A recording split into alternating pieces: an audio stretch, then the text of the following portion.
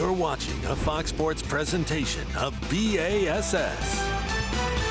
Good Saturday morning, the land of the Giants. Hey, that's where you want to start your season of 2024 for the Bassmaster Elite Series. Even if you're just a casual fan of professional bass fishing, you know what those words mean. Toledo Bend. This is leader after 2 days of fishing. Pat Schlopper winding in an 8-pound, 6-ouncer to take over the lead by just a couple of ounces.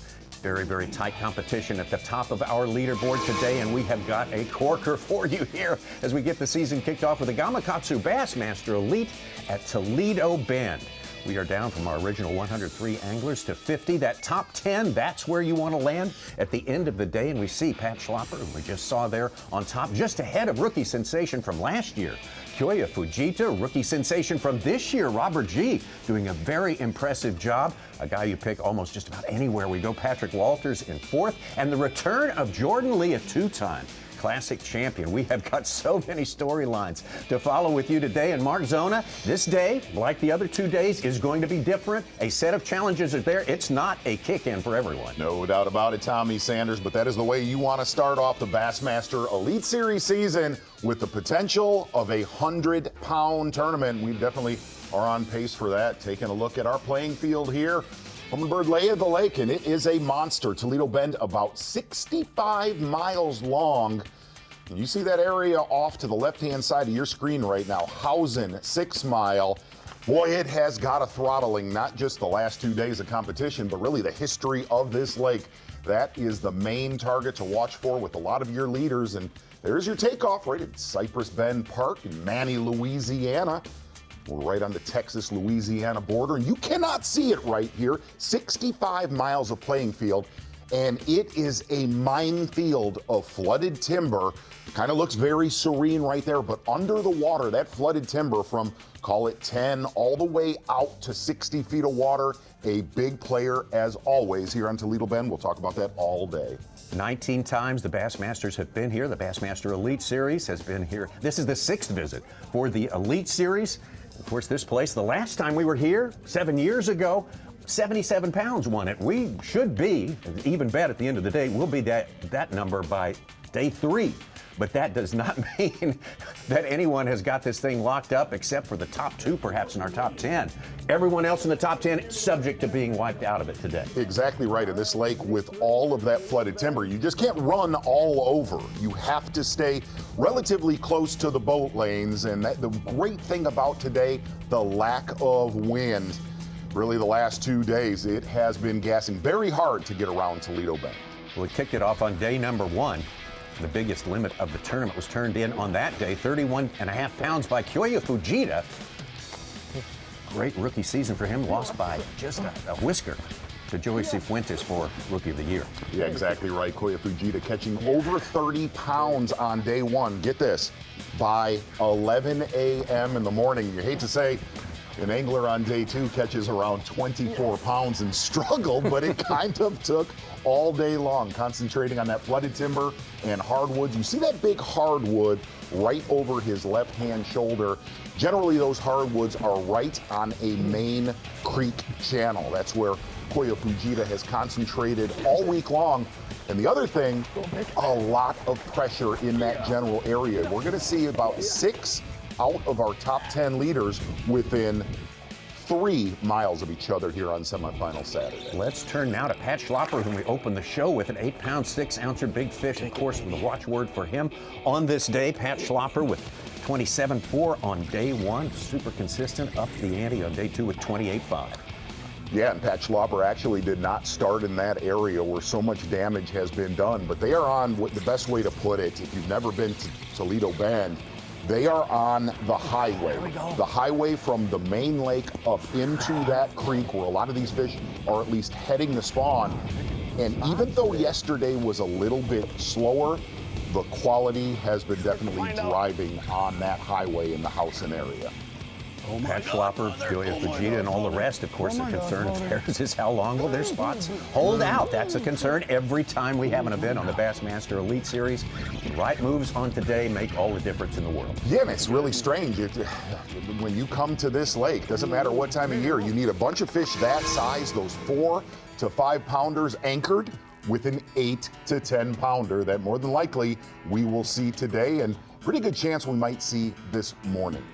Takeoff still underway at Cypress Bend Park there near Manny, Louisiana, our host city. We're down to 50 anglers after 103 fish the first 2 days. And again, after today, we are down to 10 for Championship Sunday. That's what today is all about. The presence of giant fish makes that leaderboard very, very volatile. People can make giant moves up and down the leaderboard as the day wears on. Yeah, and this is one of those tournaments. It was steadily warming throughout practice last Sunday, Monday, Tuesday. And a lot of anglers gambled. They thought this time of year, you know, in Louisiana and Texas, there would be a big push of big female bass coming shallow. And it's sad to say, if you are one of those anglers that bet on that push to come shallow, you are more than likely watching with every viewer right now on FS1. This has been an offshore 20 to 40 feet of water beatdown. First event of the season, a lot of new faces to get familiar with. You're going to be familiar with this guy by the end of the day. Robert G., the rookie from Knoxville, Tennessee, qualified through the EQ, the elite qualifying system with the St. Croix Opens. Robert G. really showed us he has got the skills to get out there in the deeper water and really, really operate. After his opening 2 days as a rookie, we had a chance to question him about what's going through his mind on this very, a time that can make you nervous. Day 2, pretty good day. Wish I had a little bit better day. I lost 4+ today, which really hurt. But can't complain. I had over 20 pounds again. Thank you. And I'm looking forward to coming back out here tomorrow. Hopefully I can catch a 30-pound bag. That's my goal for the week, is to try to catch 30. Well, welcome to it. This is Bassmaster Live. We've got some great coverage. Can't wait to get the season started. It's been many a month, and we are in the middle of it right now, dead in the center of this first stop of the year at Toledo Bend. Tommy Sanders, welcome to the Bassmaster Studio, sponsored by Marathon. Of course, as always, the great Mark Zona, now an inductee coming up to the Hall of Fame. We'll get into that a little bit later. Ronnie Moore and Mike Suchan and Z. Today holds a lot of questions still yet to be answered. We do know that Toledo Bend has got them. Are they going to be able to stay on them? I think one of the main things to really watch today is that area your leaders are in, Pat Schlopper and Koya Fujita, and so many other leaders.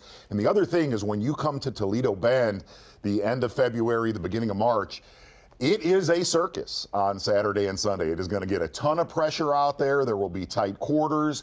Will those fish sustain? But what we have seen on lakes like Toledo Bend, Lake Fork, Lake Okeechobee, Gunnersville, the lake just keeps producing. Well, Ronnie Moore, so much anticipation coming into Toledo Bend. Huge expectations, and that can make for some big disappointments. So we got plenty of drama in the works today. Yeah, a couple of the big names that we had high expectations for. The consensus Angler of the Year pick coming into the year by our crew here was Patrick Walters, and he is 4th. He busted 30 pounds yesterday, the second biggest bag of the tournament. He is in our top 5. Jordan Lee making his return to the elites. That's another big storyline. He is also in the top 5. And Tommy, this is eerily similar to Okeechobee. It had high expectations last year. Toledo maybe a little bit higher. We had 55 pounds, 8 ounces leading after 2 days at Okeechobee last year. It ended up just short of 90 pounds. We have a little bit higher weight, 55.9 leading after 2 days here, but we still have that 100-pound expectation for Toledo, which very few lakes in the country can do.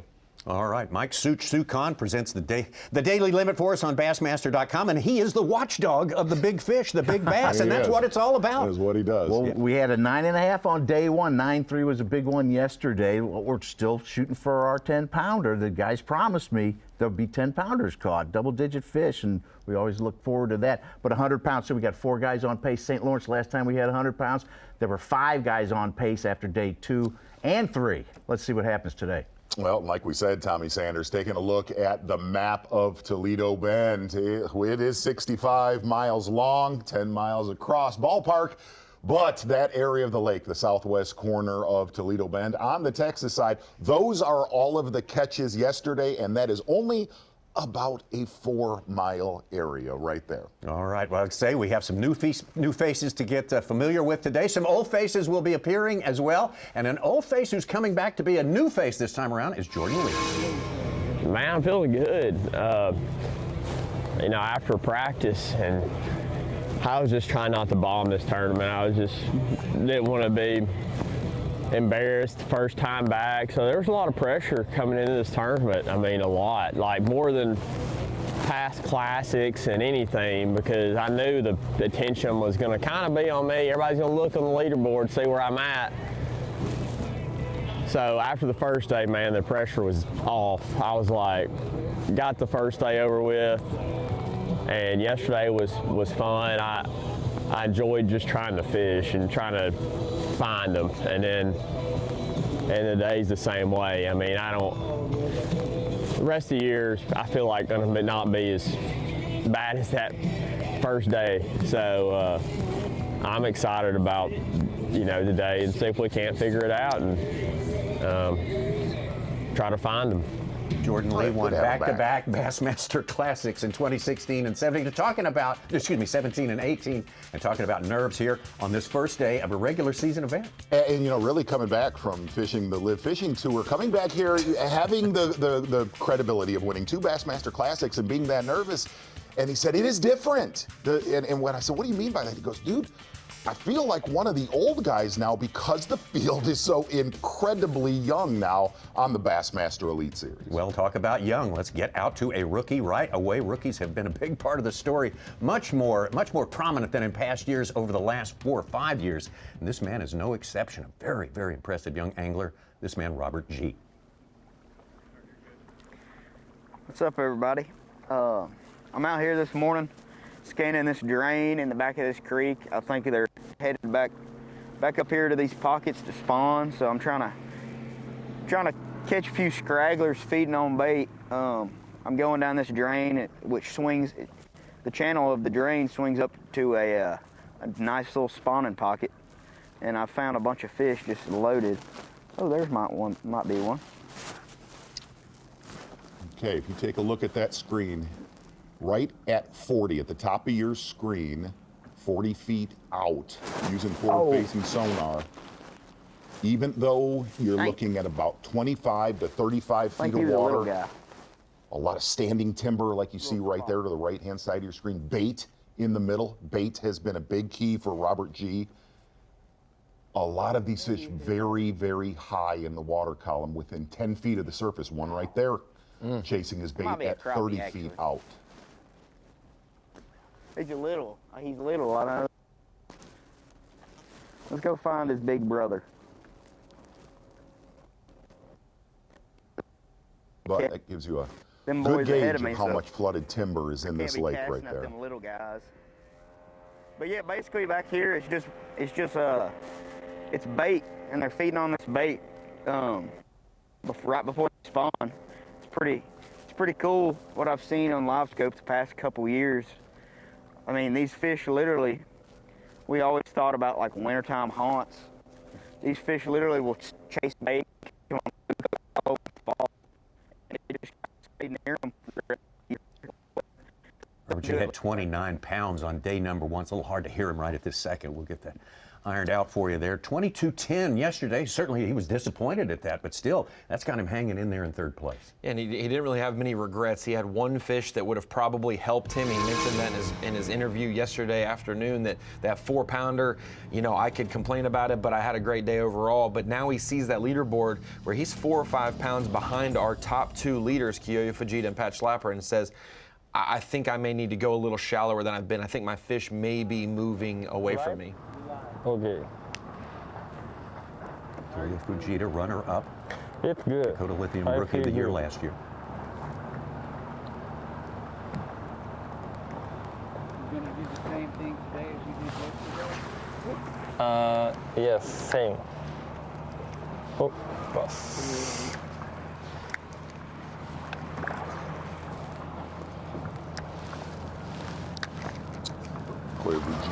One of the best anglers in the Bassmaster Elite Series at using that forward-facing sonar. Absolutely incredible first season on the Bassmaster Elite Series last year. And when it is this style fishing, he is hard to beat. And you could not ask for better conditions today. Very high skies, but the main key, calm. If you are able to have premier boat control for when you are, for lack of a better word, when you're shining this deep of water your presentation is so key.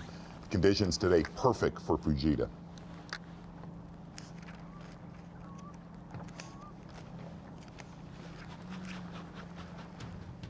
Fishing a very popular area, as we mentioned before during the course of this day. Said he will move if he has to. Let's get out to a little bit farther out. Luke Palmer of Oklahoma. Luke Palmer starts this day in 7th place. A total of 45 pounds, 3 ounces for 2 days. Hunter Schrack with our first fish today.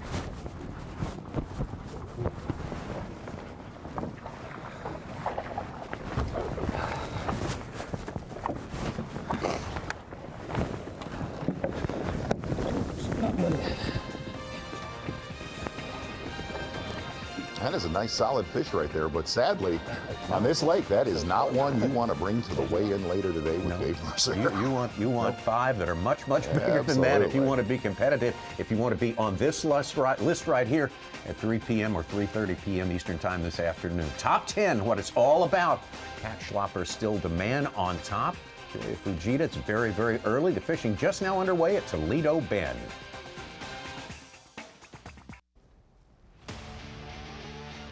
The Gamakatsu Bassmaster Elite at Toledo Bend Reservoir, Manny, Louisiana, is sponsored by Ranger Boats, by Rapala, and by Yamaha.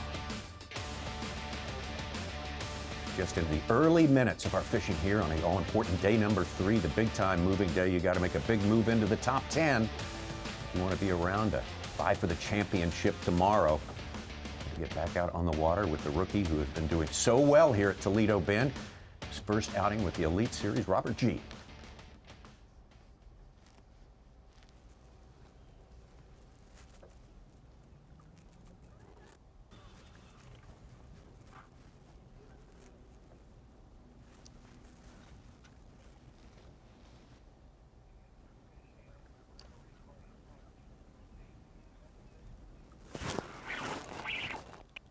Hooked up.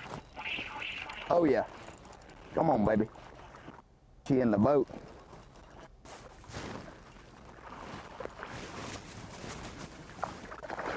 Oh, come on.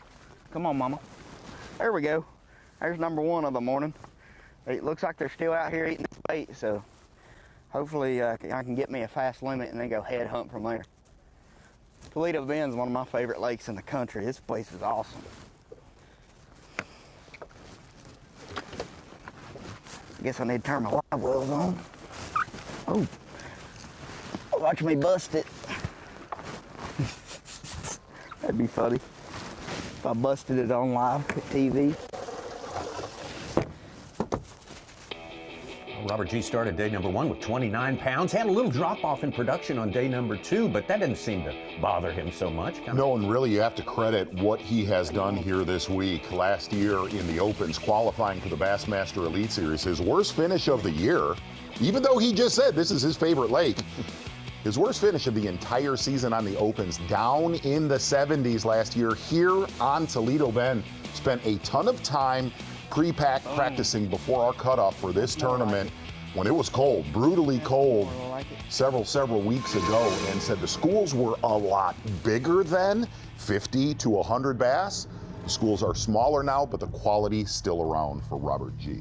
That fish went in at about 2 1/3 pounds there, just like in the case of Luke Palmer. That's not a fish he wants to bring to the weigh-in. It's going to take something a little more impressive than that. 5 of them to get the job done today.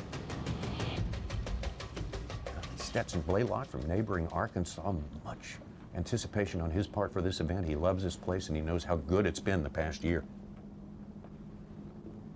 You see those lines, those vertical lines at 40 to 80 feet of water. That is all standing timber.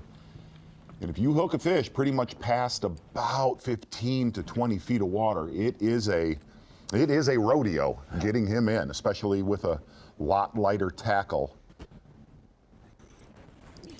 Little one.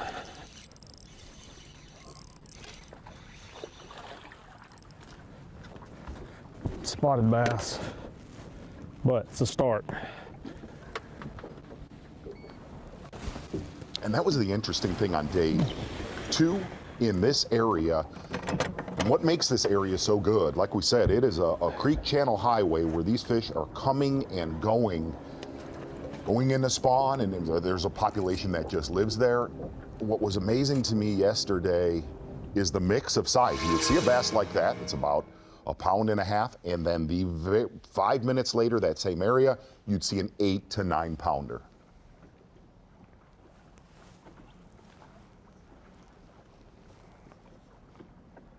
One and two as it stands right now. Schlopper, Fujita, neither one has a keeper yet.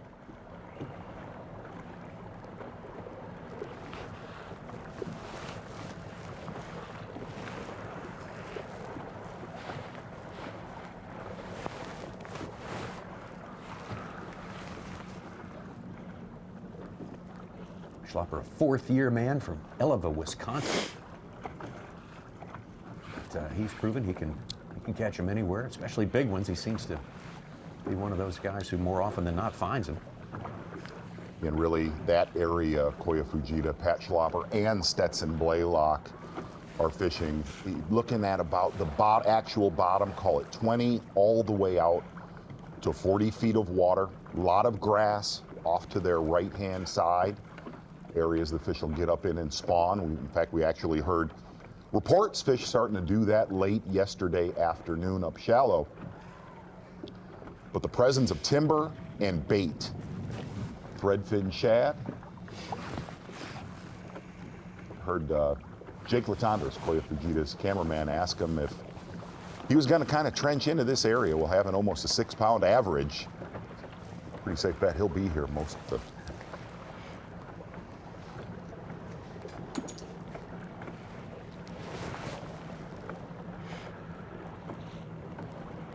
Okay, now if you're watching your 2 leaders right here and you don't bass fish a lot, you're saying to yourself, why are they not casting? Okay, that would be the obvious question. The biggest thing is you have to, when you are using your forward-facing sonar, you have to process information so quickly when you mark one of those fish, whether he's 10 feet in front of your boat, 50 feet in front of your boat. And the other thing is it's all timing. When you mark one of those fish, if you have your lure out there, you only have a split second to make that exact cast to that mark, to that fish that you just got to see on your screen. And if your bait is 60 feet out the other side of the boat, that is critical time reeling that bait in where you could possibly miss that fish. It is all processing information and frightening accuracy of your cast.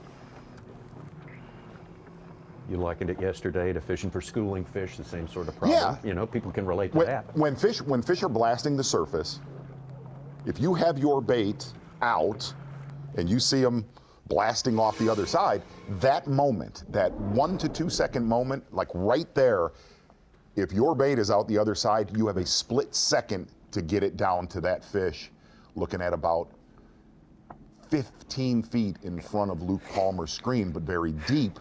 Well, we had a little quick start.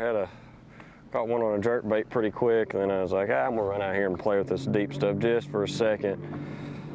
And as I got out here, I found a pretty good one. I've been following her around, trying to make her bite, and she's wanting to play hard to get. So I gotta catch fish. But I probably should have stayed up on my grass flags. It's probably about to get ripped all to heck with people coming through it now.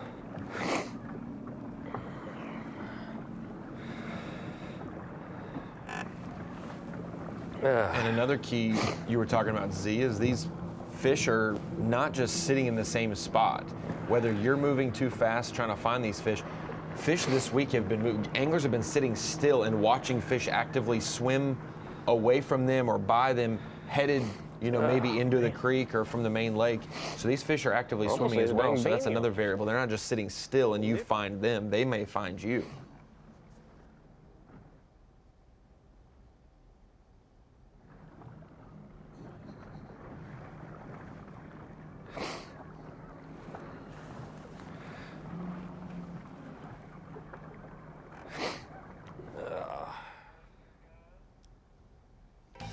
when this place was announced as the first stop on the 2024 Bassmaster Elite Series. There was tremendous excitement because it truly is. I mean, we use this term a lot. This place is legendary. So much of the history of tournament bass fishing has been written right here. Well, exactly right, Tommy Sanders. And if you look at that area in the southwest corner of Toledo Bend as we unlock the lake right here, there is a lot of boats right there in the housing area. And we can go ahead and say the name now because it is no secret that is where the damage has happened so far in this tournament and so many decades prior. The reason why, it is a perfect spawning environment, a lot of deep water access. And somebody might ask, why are there not as many people this time around on the Louisiana side, except you see rookies like Robert G.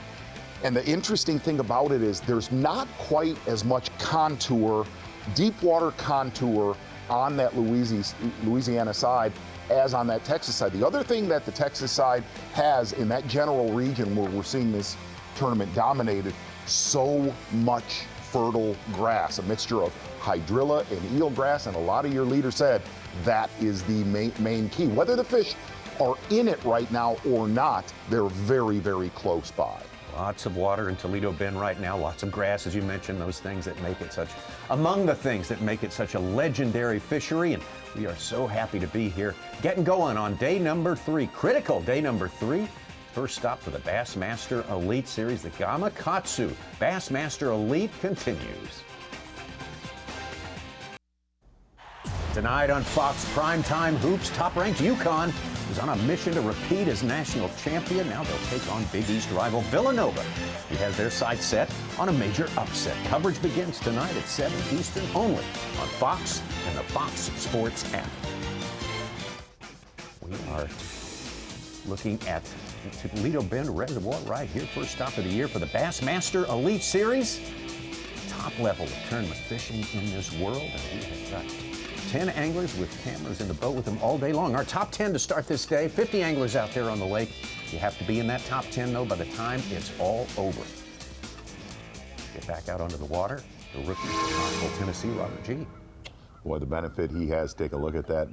One of the big keys where Robert has been all week long, you see those pods of bait. Look at the top of your screen, one right there, right under his boat. All threadfin shad around standing timber. And Robert said, he goes, I don't think the fish really care about the standing timber. It's more what they can put in their mouth. There's a lot of bait in all of his areas throughout this tournament. I'm gonna catch that. He's just looking too, he's making me mad. He's just floating there so good.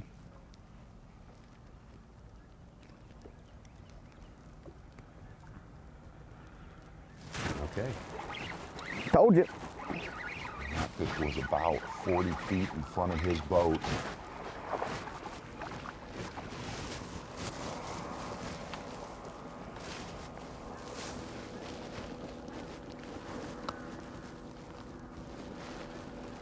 Robert G fishing around the corner of our takeoff. Cypress should be number 2. It's not very big, but I'll take him right now. I'm just trying to get some confidence and get the ball rolling. My hands are cold. Oh yeah, he's a keeper. 2-pounder. 2-pounder right there. There was a party at that weigh-in yesterday, as always, in Manny, Louisiana. Rumor of another one might snap off later today. They know how to do it down here. We got some music in town today. We do. Wayne Toops, I believe. Let's get out to Patrick Walters. Patrick moving up into the top 10. 30-pound bag yesterday. 30-pound, only other 30-pound bag of the tournament.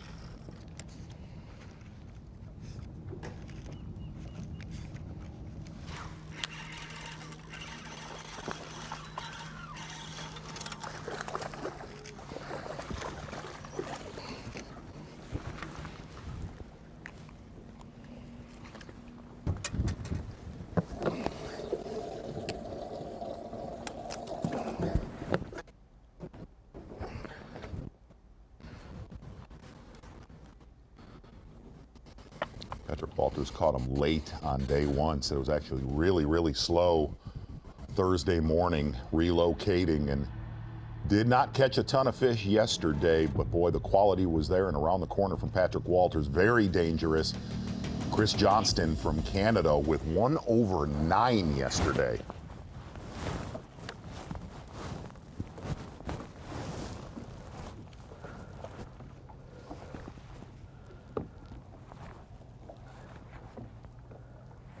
6th year out here for Chris Johnston. Hard to believe he has only one win, but he's got about 5 second-place finishes out here. He's always right there. It's a good one. It's a good one. Oh, gosh. There, too. Stay hooked.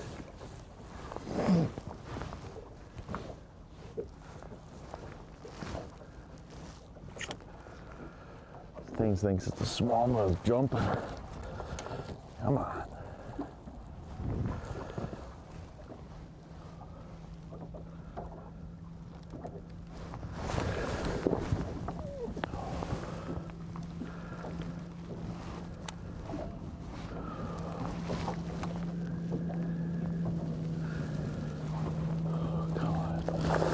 Oh, it's a tank. Oh, gotcha. Yeah. That's what we're after.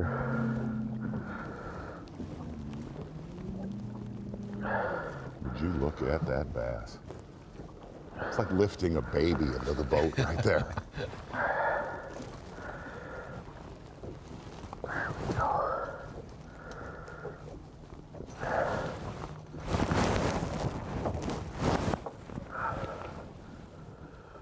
Threw this, there's a minnow at him. Wouldn't look at it. Tricked him on the jerk. Number one. Every time we come to Toledo Bend, jerkbait is a major player. We talked about a lot of dangerous fishermen in our top 10, and you were definitely looking at one right there. And surprising, none of us had us on his Angler of the Year list, so I'll go ahead and change. I'll go with Chris Johnston. Oh, sure, Yeah, of course. Third day, third change. change. Oh, yeah. Third day, third change. Well, listen, I'm bandwagon. I'm a Detroit Lions fan now, too. That bass is the objective here at Toledo Bend. And Z, I think we've never been here this time of year. Safe to say that the fish are as heavy as they'll be all year long, right now. Absolutely. Between, you know, the eggs that they have in them before they spawn, and also actively eating as much as they are. On that one.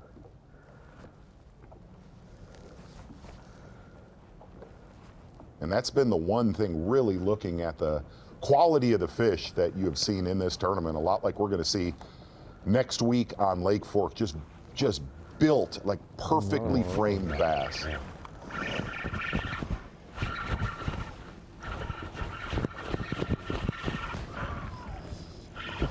Tournament leader to start the day, Pat Schlopper.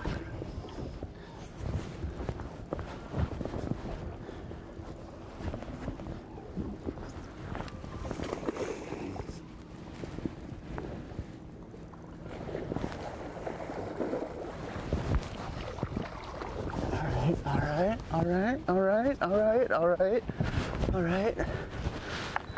Okay, we can weigh that one. Give him the old pow. That's a good one there, boys. That's a good one there, boys.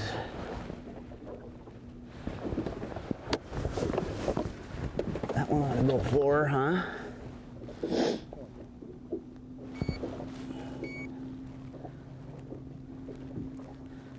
Oh, I had to work him though. Did you see me just? I didn't think he was that big, but he's real good. Jeez.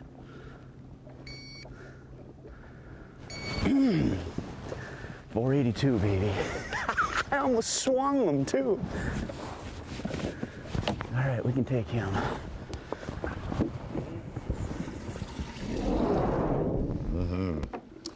You look at the bait selection from Chris Johnston's jerkbait to a jig head minnow. All of these anglers just mimicking shad in Toledo Bend, but that is how quickly it can change on this lake. And Chris Johnston and Pat Schlopper, not that far apart, only really about a mile apart. Johnston's is our Phoenix Boats big bass of the day so far. 5-pounder he entered it as, but Schlapper, that'll get him over 60 pounds. Seeing some fish. Chris Johnston got was one 5 good one, pounds. one small one. They're definitely acting funky. It was entered at. But they're around.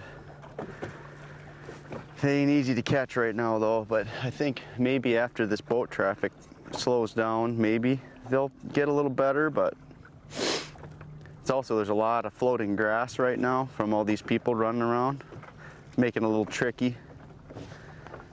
But I just went to a little smaller head, a 3/16 instead of the quarter I've been throwing, and the first 2 fish I threw at, I got them, so I think that's going to make a difference.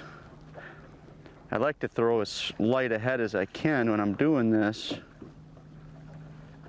just so I can hang it in front of them a little longer. I haven't been able to do that the last 2 days though, so, because it's been so windy. All right, we gotta start. 4 more good ones.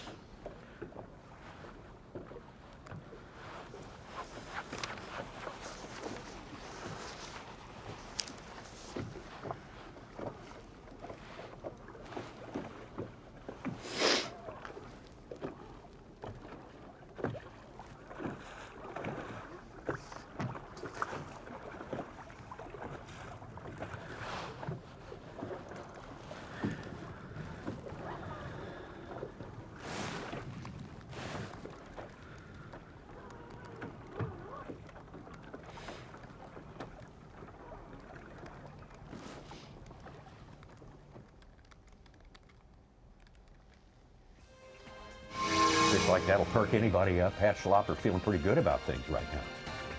They all seem small, Tommy, when you catch an 8.5 pounder and a 7-12 yesterday, but it's a good start. When a bass like that is pretty much just your filler fish. Oh, yeah, yeah. That's right. That's I hope the they find appetizer. 4th or 5th the biggest of the day.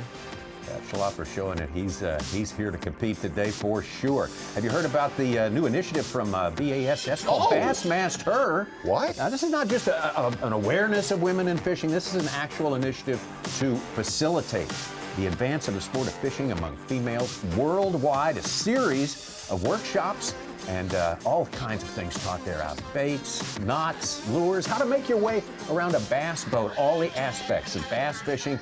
So many women who are wanting to get into it. This is a perfect opportunity. Check out Bassmaster.com and you can get a feel for the schedule of these workshops as they're going to be taking place all around the country, and going to be a lot to talk about for these anglers, these female anglers who want to get heavy into bass fishing. Visit Bassmaster.com to learn more about Bassmaster.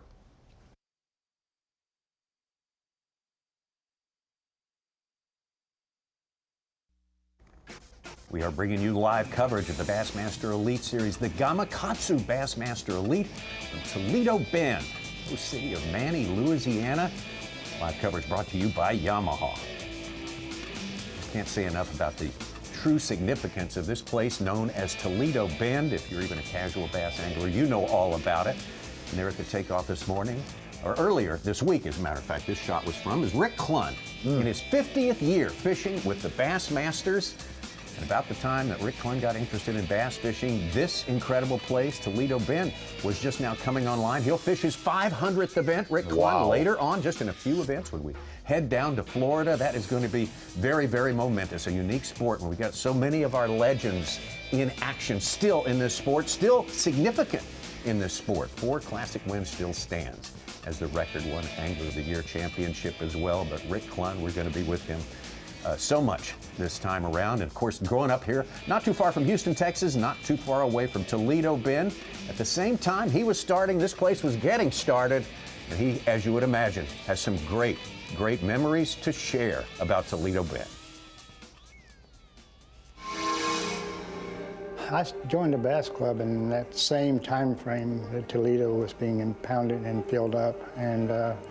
And my first Bass Club tournament was the Pasadena Bass Club, just south of Houston. And my first tournament was on Toledo Bend. And of course, you can't imagine, I mean, the timber that was in that lake. Nobody can unless you saw it. I mean, you literally could not see the other shoreline. I mean, a squirrel could literally go from Texas to Louisiana and never touch the water or ground. I mean, obviously, he'd just from tree to tree to tree. It was amazing. I had a, I hate to even admit this, but my first bass boat didn't have a troll motor. You know, that shows you what I knew about bass fishing at that point. I'll never forget that because I know how much timber is under the water even now. There is nobody like him in the sport today. Absolutely. Still Absolutely. making a difference out there. Just absolutely admirable. No doubt we are going to be with him all season long. We enjoy you to come along with us on his journey toward his 500th Elite Series event. That is really staggering to hear Rick say, look, and I'm still learning, to hear that when he started, did not have a trolling motor, and you see young anglers now with crafts the size of a big screen TV. With Clunn, he's got a 22-inch Right. craft on his boat, with nothing to prove, but still desiring to learn with the times. It's Robert G. looking for his third fish. I Chris called him.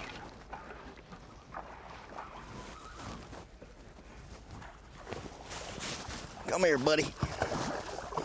Oh, come back here. Come back here. Hey, don't do that. Don't do that. I want to give you a jacuzzi. I want to get you in the jacuzzi, buddy. Look at that. Look at that.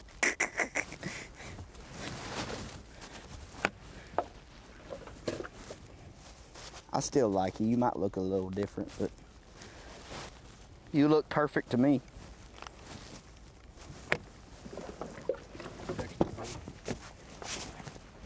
Maybe he weighs a little bit more with that crooked tail. I caught that now at like 80 foot. I saw him up there floating. I just sent it out there. I didn't even see my bait. I just started reeling it.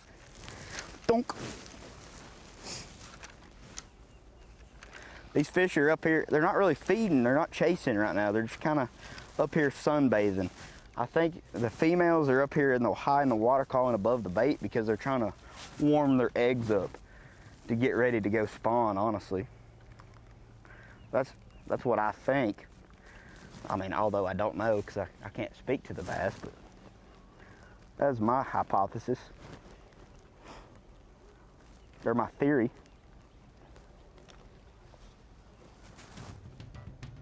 Robert G., a big performer from the pathway to the elites last year, the Opens. Let's get out to Jordan Lee, who was a member of the Elite Series from 2015 through 2018. Went away for a few years, and now he is back. He was certainly an impact player during that time he was here. Yeah, and got to talk to Jordan last night a little bit, and we've covered him so many times on the Bassmaster Elite Series, really at the start of his career. And he said, look, dude, I am a 5 bass fisherman. That's how I grew up in the state of Alabama, and that's what he wants to do throughout his career, basically. He said, that's the game. I'd rather fish for 5 big bass, and it was interesting to listen to. Jordan hooked up right here. 25 to 35 feet of water. A lot of the big fish for Jordan Lee, though, moved in, and we've got to see this with a lot of leaders from about noon until weigh-in. That late day bite has been unbelievable on Toledo Bend.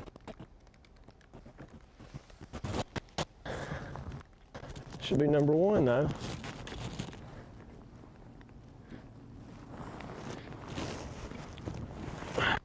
First fish on Bassmaster in a while. Feels pretty good. Fish was in 25 foot over probably 45. You know, these fish are, my bigger fish yesterday came right around this area and they were a lot deeper than what I would have ever thought. You know, they're out here. Okay, that is the creek that a lot of your leaders, Koya Fujita, Pat Schlopper's in. We just got some news from Koya Fujita's cameraman, Jake Latondras. He can count 42 boats within sight of Fujita right now. 42 boats. Well, Fujita expresses concern with pressure. And that's not just elite guys, and that's just not, you know, this is also, look, this is the area, we said it, the area that Fujita is in, this is one of the most popular lakes in the South, and you just deal with pressure on this lake daily. Yeah, one of the most popular spots on one of the most popular lakes at a great time. That's just, yeah.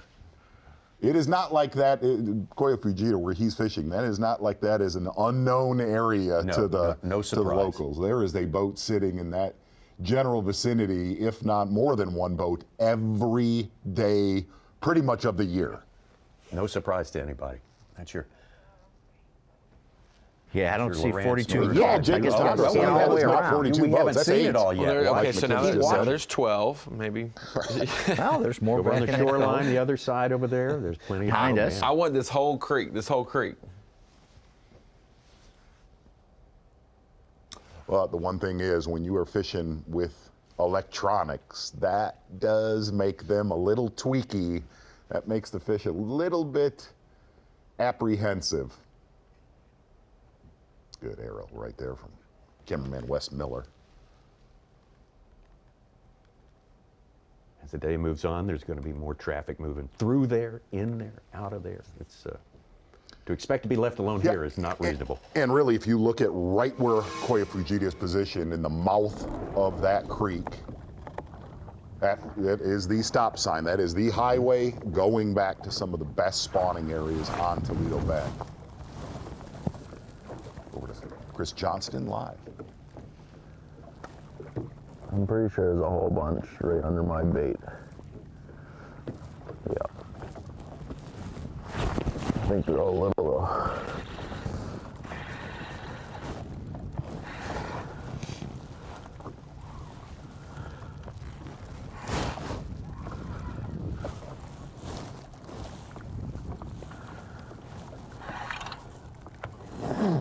Yeah, they're not big. Spot, I think.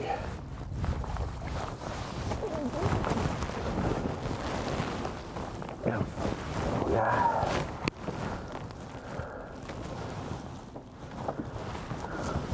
Little spot. Can't be weighing these ones in. Keep that off.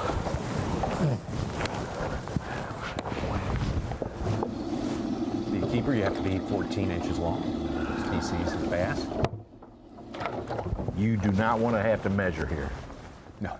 That's...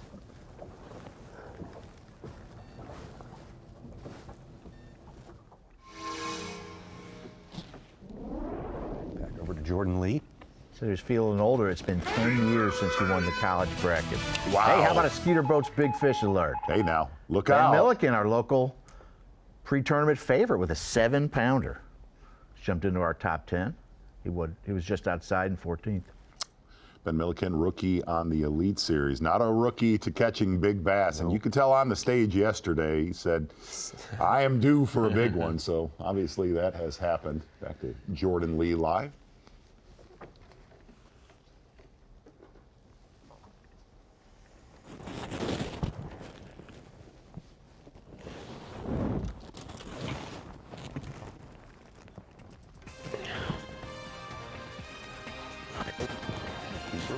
I asked him, Tommy Sanders, I said, man, being back, a lot of younger guys, I'm like, have you been bullied or hazed at all? And he said, absolutely all week long by a lot of the younger guys. I don't think they've got the paddle after him yet. No, I don't buy into that. I do buy into Pat Schlopper. He has got a good, significant lead right here. Certainly not insurmountable, but getting off to a good start. From his starting position on top today, Robert G., Koya Fujita, Patrick Walters. There's Ben Milliken moving up into our top 10. More developments to come.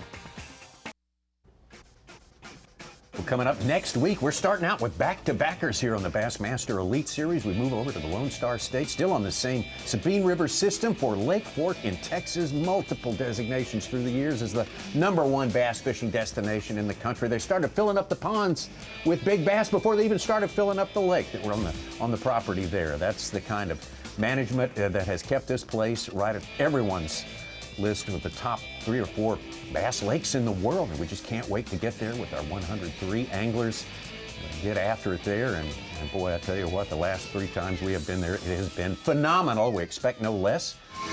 We never been there this early, which should make it even juicier, I'm thinking. Yeah, obviously they were going to threaten the century mark here on FS1 for the first term of the year, but next week a lot of folks are predicting even more weight on Lake Fork, which we usually see. Again, Lake Fork, they're going to be pretty much the biggest they get all year long. Can anyone beat Lee Livesey? I'm going to ask you, Ronnie Moore. Well, I know Zona's probably talked to Lee in the offseason, but I chatted with Lee Livesey, and he said, this time of the year, it's not about spots. It's about areas. The fish move into these areas, and they may not be on those spots that we saw in the summertime that really paid off for him. So he's curious on how his local knowledge, he feels like he's probably got less of an advantage this time of the year than normal times. But he's still going to be one to manage, and he's definitely going to be on fantasy teams across the country. High percentage pick for sure. Fascinating to see how it's going to play out here. Of course, our folks here in the studio, Ronnie, you did a job earlier this week. You collected picks, so-called pundit picks on how this season was going to play out. None of us knew the others' picks, but that's the way it worked out there. Mark Zona, you picked Patrick Walters for AOY, John Garrett for Rookie of the Year, and for Classic, Jason Christie. That was replicated by a few of us. Yeah, and really, Patrick Walters to me is the obvious one in there. Number one, Patrick Walters will tell you how bad his practice is, yet back it up with about 110 pounds every other event. John Garrett, a lot of history on the Bassmaster Open Series, very versatile. And Jason Christie, I compared him on day number one. On his home body of water is almost like if you were to bet against Patrick Mahomes a couple weeks ago. It's just a bad all-around idea. I heard you did that. I did, actually. Yeah. Yes, you did. Yes, I used to bet against Tom Brady, too. That didn't work out very well. Davey and Mercer, Dave and Davey, basically the same picks with the exception of Dakota Lithium Rookie of the Year, Wesley Gore for Davey, and JT Tompkins, the winner of the Derby to come into the Elite Series during last season, JT Tompkins there. But the rest is the same for Ronnie? Yeah. A little different? Patrick Walters, I mean, when you look at his first 5 years on the Elite Series, and he got 16th his rookie year in points, then he got 3rd, 4th, 5th, and a 3rd. He has been inside the top 5 4 straight years in Angler of the Year. He's knocked on that door so much that feels like it would be right. So 30 pounds yesterday for him was a pleasant sight for basically everyone in our picks. John Garrett, I picked him not because of maybe his skill set compared to the other rookies, being head and shoulders above or anything like that, but he has faced so much adversity in the Opens, Tommy. Gone through it 6, 7 years, been 1 or 2 spots from qualifying so many times. He's had tough events and had to rebound. I don't think a little bit of adversity finishing in 61st in his first Elite Series event is going to hold him back. Such? Well, Drew Cook has been in our top 18 in the AOI every year, except he had a pretty bad start. He's got to come back from 57th. But JT Tompkins, before he even was the EQ Angler of the Year, he was looking at the Elite schedule and setting up dates to go practice there. And he spent almost all the off seasons practicing. And Christie, of course, home pond. Mine, of course, low-hanging fruit all the way around, as to be expected. But this is not pari-mutuel here. We're not pooling it. I think there's a lot of low-hanging fruit in the picks. Why was this man picked, Ronnie Moore? I think that if you go back to even his college time, he was a college champion. He won college regionals. He was always seemingly with the trend, and that was before electronics were a big thing, whether they're catching them shallow or catching them deep, back of the water, muddy creek, whatever. Patrick Walters can do that, but when he gets to the Elite Series and he starts to adapt and embrace new technology, we saw him blow it out at Lake Fork in 2020, and since then he has really managed technology and just fishing very well. I really remember when he hit the Bassmaster Elite Series after his college years, and you said he was the real deal on and off the water. And Patrick he's one of those anglers a little bit elusive, getting exactly the story of what's going on in the water. Yesterday, I think on Bass Track, he said he had 12 pounds and weighed in a 30-pound stringer. That's typical Patrick Walters. But the one thing that he has added to his game, and a lot of that you can credit to forward-facing sonar, is obviously very strong on big weight tournaments like you see here on Lake Fork, where we're going to be next week. But it's what he added with the smallmouth factor going up north. Patrick Walters has become an incredible Great Lakes fisherman.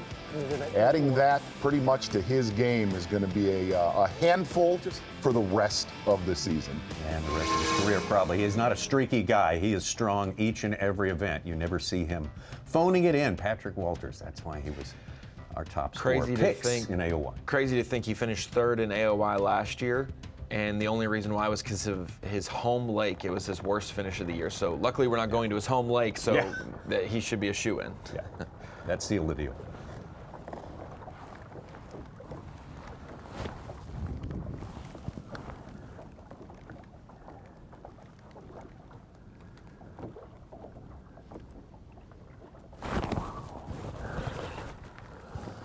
Johnson has moved up 2 spots already today.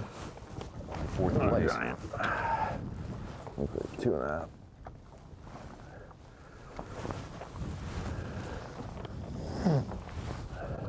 Aggressive though, sitting on top of the grass. Not bad, he's 3. He's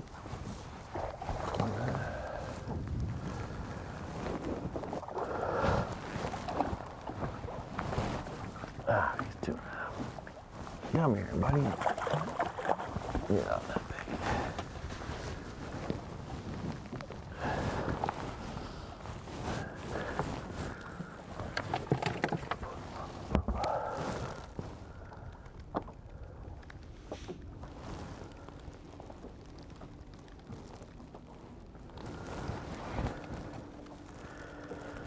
Swimming across the top of the grass there, and I was just able to cut him off with my minnow before he got to the boat.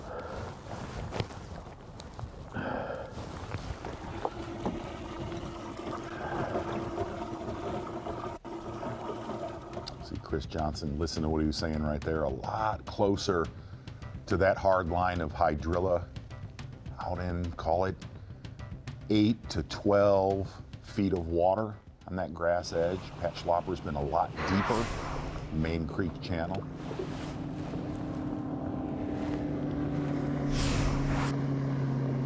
Trey McKinney started 12th. He just caught a 5-pounder to get inside our top 10. He's trying to fish his first championship Sunday on his 19th birthday tomorrow. 19th birthday. Tomorrow. This is He got his learner's permit youngest before the Elite Elite started last Series year. qualifier ever.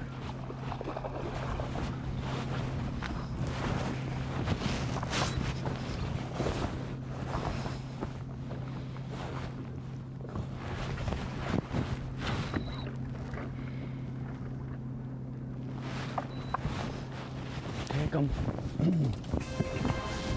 Seemed depressed right there on that 2-pounder. He really Well, did. after an 8-6, everything's depressing, I guess. Pat Schlopper, though, with a 6-pound, almost 6.5-pound lead unofficially, according to Bass Track. That's the way our top 10 is shaping up right now. Robert G. has moved into 2nd place. We got Chris Johnston moving up a couple of spots, as we mentioned a little bit ago. Milliken and McKinney moving into the top 10, and yet to be a keeper coming into the boat of Kyoya Fujita.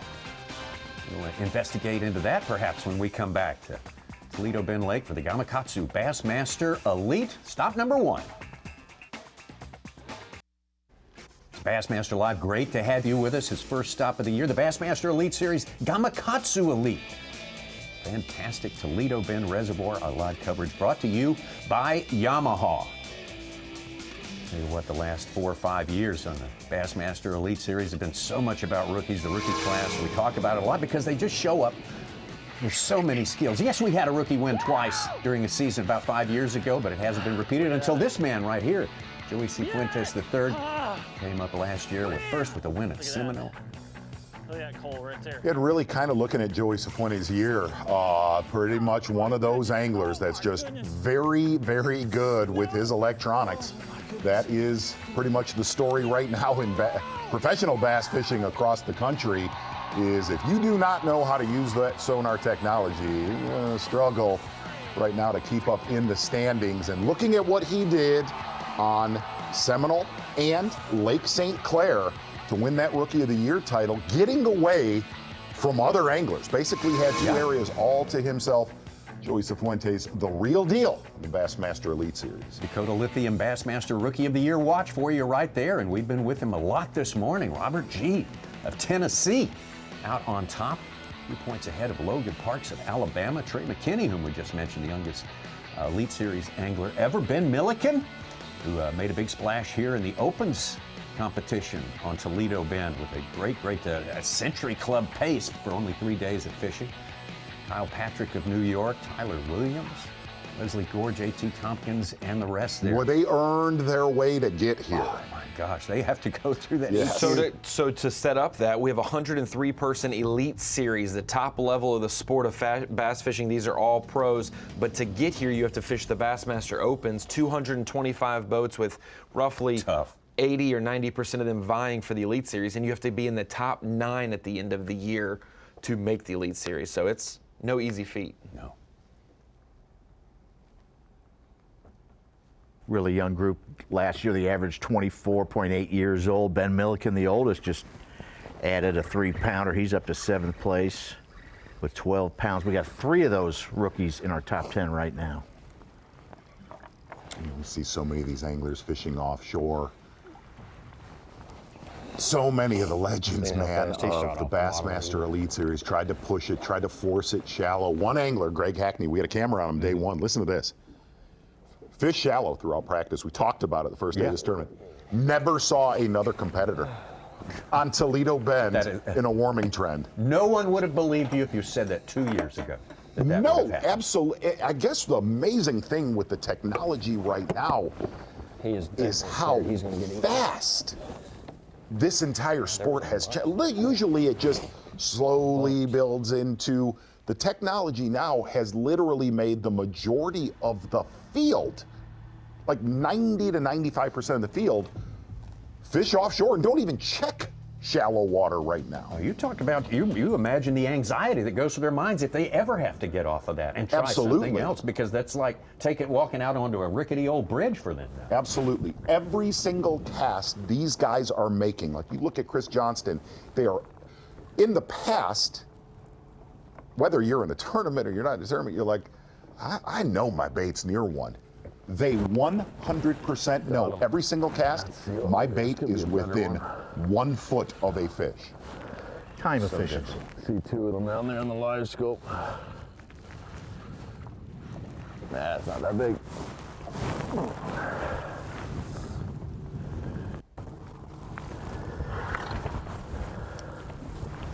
A little football though.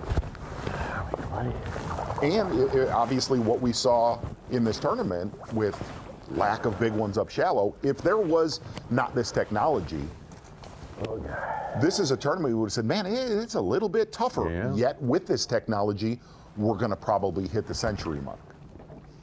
You're right. Without it, would look much like the last time we were here. Absolutely. And I think that is dispelling a lot of the myths that we've created in bass fishing. Some of the older, Rick Clunn saying that the things we thought we knew about fishing or fish behaviors over the last 20 or 30 years are being confirmed or denied, based on what we're seeing with our technology, that these fish who suspend offshore well up in the water column are in a non-feeding state, they don't want to eat, they're not going to bite, and yet that is every, yes.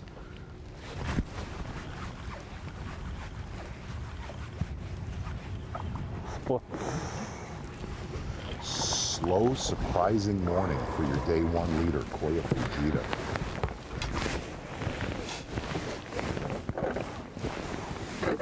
That's 14. That'll be his first keeper, I believe. Wow.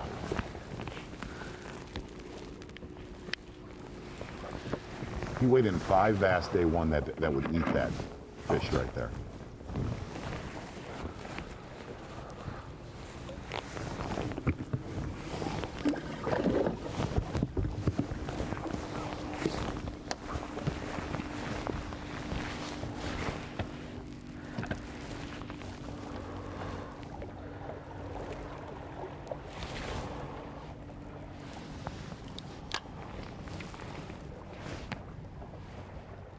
His spot at second place to start this day has been overtaken by Chris Johnston, whom you said the first time we looked at him today, Z.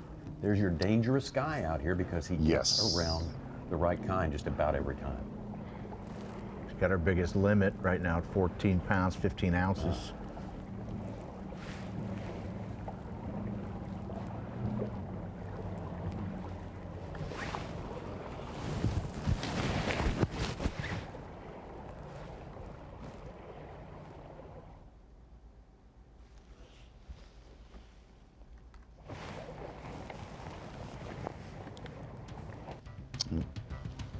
a lot of your successful anglers that have been offshore, and that's why this region of the lake has been so good. Besides the grass and bait, is that kind of perfect water clarity. If you look over Luke Palmer's left shoulder, not crazy clear, but not completely blown out dirty, especially with a lot of the wind that we had early in the week.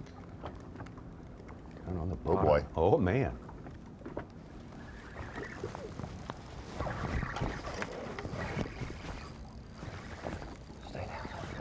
Notice how close that fish was to the bottom. Have not seen a lot of that this week. He just barely got it.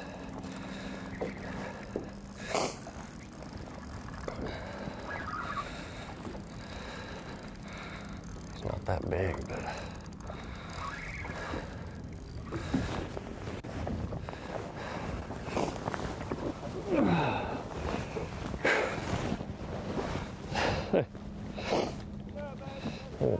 barely got it on top of their nose. You can,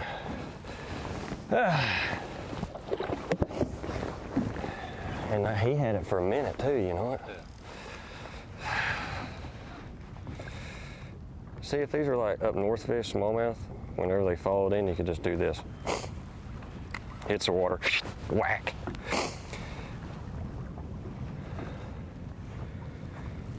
That's his buddy down there.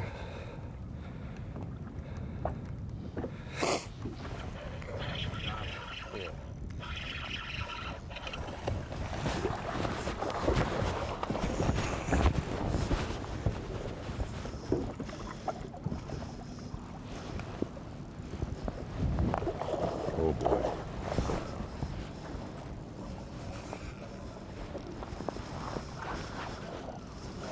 Come on, baby.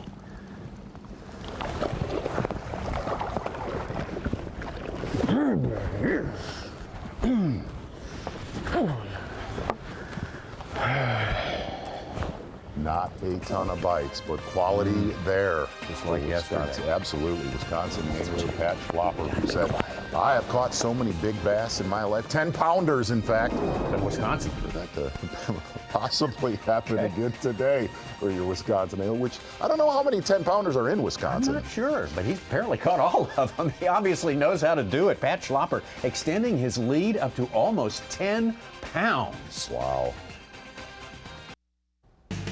Tomorrow, the NASCAR Cup Series heads to Atlanta. For some high-speed pack racing, catch every turn to see who takes home the checkered flag for the Ambetter Health 400. We kick things off with the pre-race at 2 Eastern. Green flag drops at 3 on Fox and the Fox Sports app. Sort of a strange ending last week to that race, to say the least. That's a big one. Oh, that was wild. Well, that's 65 miles of lake, and wouldn't you know? Take a look. Oh, man. Hey, they found where they were chomping. Yeah.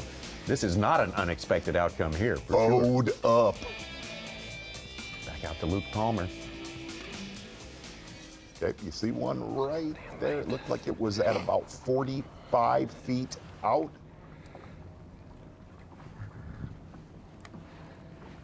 There's his bait going down. Fish is right on the bottom, coming to his bait. Got it.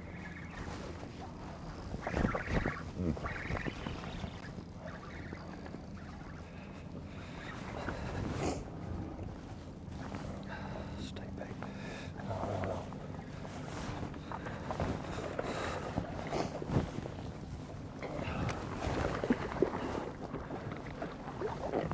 Where we go?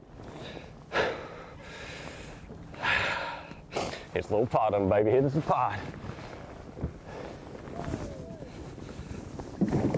Yes. Keep them rolling, baby. Keep them rolling. Good win there for Luke Palmer. Got him fired Close up. to the bottom. Yeah. Wow. Man, oh man. He is a guy who has just turned himself into someone who's almost always around the top. And right now he gives us our Bass Pro Shop's top lures. That's 4, right? Bassmaster Elite Series Pro Luke Palmer. Day 2 here at Toledo Bend, just recapped on what I've done. It's 5. I had to really get finessey on him today. No, I didn't like it, but that's what I had to do. It's adjustments, and you got to do things different that you don't like all the time. And I did. I picked up the new 7.2 medium light from Falcon, and I put the Cindy rig on there. It's something that you guys see me throw a lot last year up north, catching those smallmouth. This year, I brought her down here on the southern swing, picked that up, and she busted me a 6.5 and another 4.5. So I'm thinking it works out pretty good down here too. Bass Pro Shop's top lure, Palmer. We're actually going to leave this area here. We'll be back. Where most of our tanner are concentrated. Yes, we will be back quite soon. First look for today at Justin Hamner from Northport, Alabama. Calls Lake Tuscaloosa his home water. Already got the house booked and ready.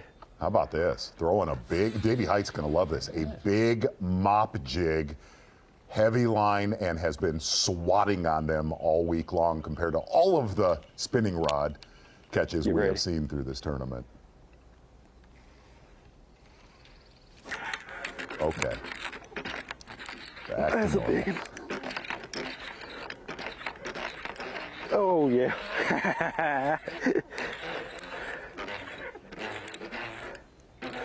Come here, girl. We needed that right there. You asked for that, didn't you? We needed it. Yeah. Straight cracking them on a jig. Davey Height, that one's for you. Let's go. Power pole replay of the day. Why not? Why not? Hey, you're going to go for it? Cue it up. It's a young man from Alabama, Roll Tide. You're going to get it, friendo. Power pole replay of the day. I mean, it was like he was in a batting cage slow pitch right there. Waiting for it. Justin Hamner said, no, I've got a couple spinning rods on the deck, but I'm not using them. I am in an area pretty much all to myself, an area with grass, lots of bait. This one right here, old school mop jig, one of Davey Height's favorites, 20-pound line. Justin Hamner, you are, my friend. You're going to call for it. You got it. Power pole replay of the day. It's like he just knew. It's like he just knew.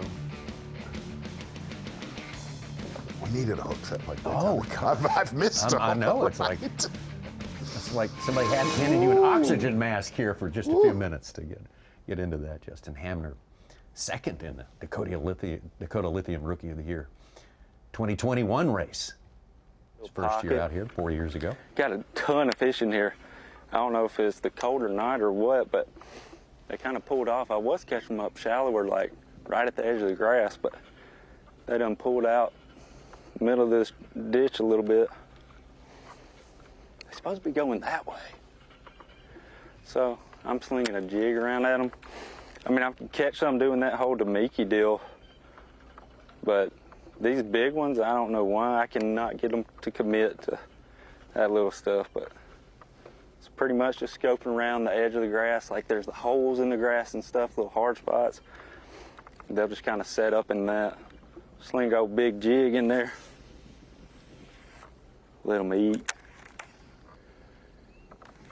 There.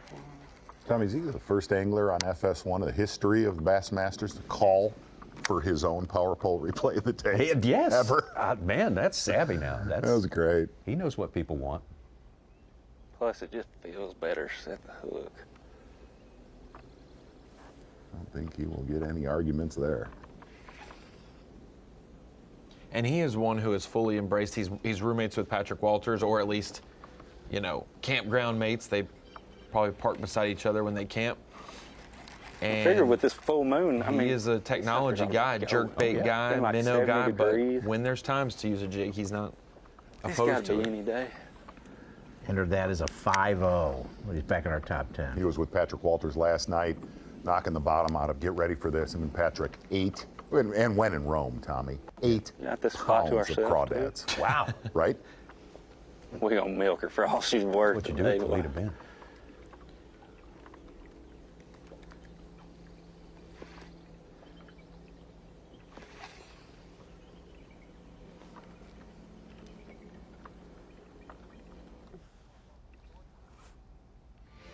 Hamner, top 4 at that 22 Classic up in Hartwell, coming down here to Toledo Bend. Kind of feeling right at home, it would seem. Back to Jordan Lee, his return to the Bassmaster Elite Series. Yeah, we really got to see him grow up. He competed in the college series, our college platform at Auburn University, lost the college classic bracket to his brother in 2013, turns around and ends up, or in 2012, ends up making it in 2013, gets the highest finish ever for a college angler in a classic, 6th place. In 2014, and then makes the Elite Series later that year. And then wins 2 classics after being on the Elite Series. He is frighteningly close to winning that his 6th at Gunnersville. Absolutely. Yeah. He could be a And I think he only had, I don't think he had a limit on day 1. Yeah, you're exactly right. And was one bite from maybe winning that.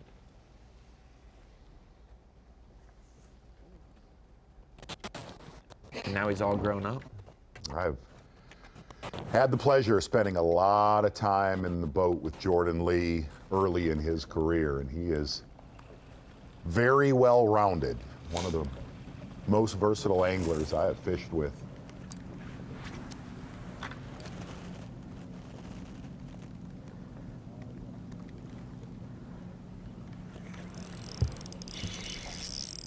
The Blaylock hooked up. Small one.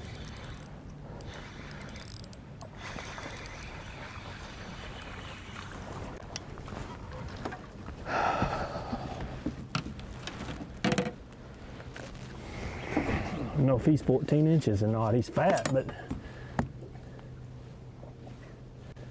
it's not even a, yeah, it is.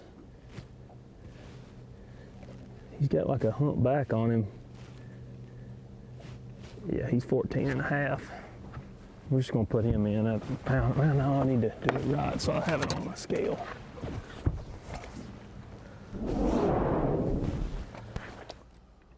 Small one right there. And I think one thing that's been pretty interesting to watch transition through this tournament early in the week, a lot of these fish suspended right under the, even if you're out in 20 to 40 feet of water, really within the top 5 feet of the water column. A lot of fish way sagged down near the bottom today.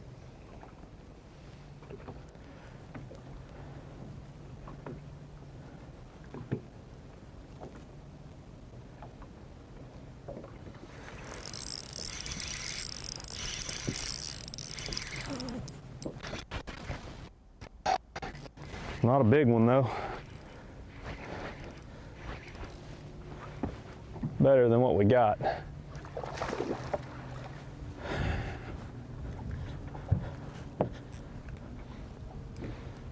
And keep him on there. Soft as they're biting it today, I don't want to take any chances. Come here.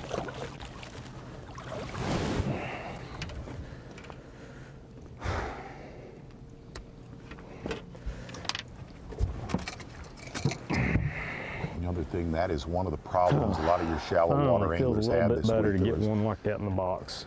A lot of the fishermen that have been offshore, there's so many hundreds of bass that size to call it 4 1/4 pound.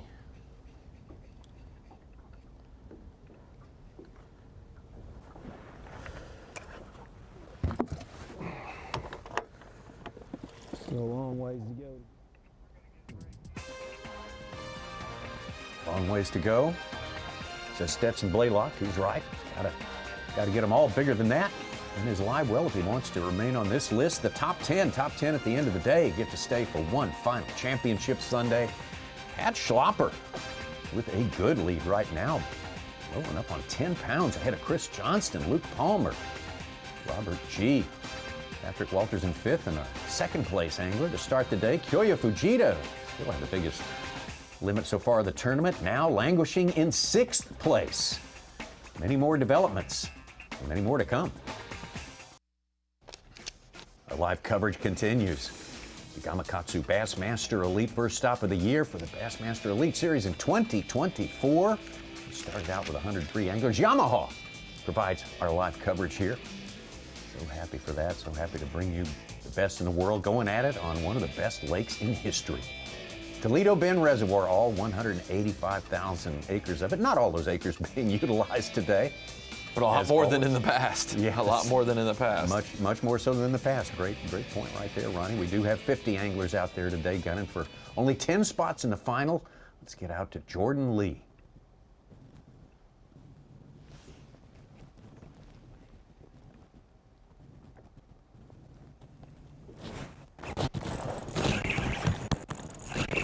I don't think he's very big. Nope.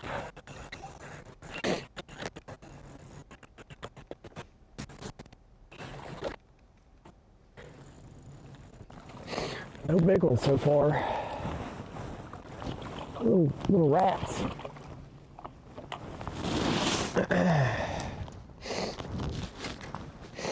Fish is just swimming out here. Middle of the creek channel. Not around anything.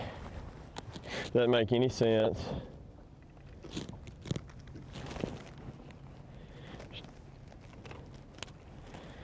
I'm thinking these bigger ones are down deeper, and then as the day goes on, the sun maybe trying to make sense of it, because bass fishing really doesn't make sense anymore. That's well stated, actually, right there. You always wondered if fish just kind of swam around out in the abyss. Well, we learned they do in big numbers. Back over to Chris Johnston.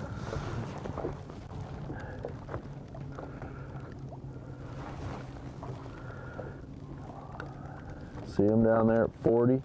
Here he comes.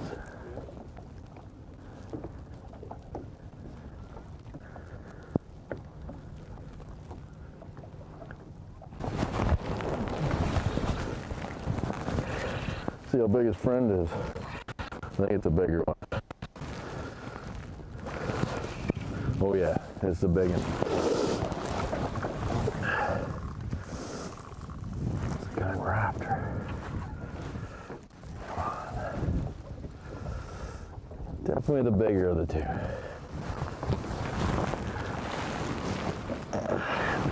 3 pounds.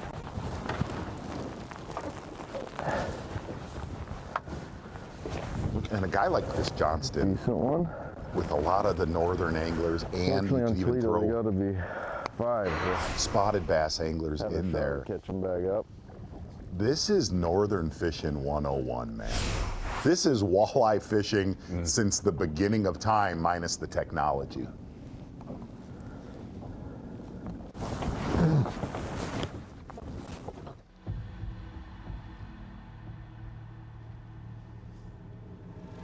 There's the rest of our field laid out for you there. That's an idea where it's going down. Let's get back over to Luke Palmer. Away from him too. Got him a good one. Past 30 minutes. Sits in third. I thought that bug was a fish on his grass. You got to pay attention here, I tell you. I get lost watching this stuff. I don't think he's very big. He's just bigger than that other one. And this is how it's been, seeing a lot of 3 to 4 pound fish, and then all of a sudden, the boogeyman just shows up, and you get an 8 to 10 pounder that rolls through. Major cull.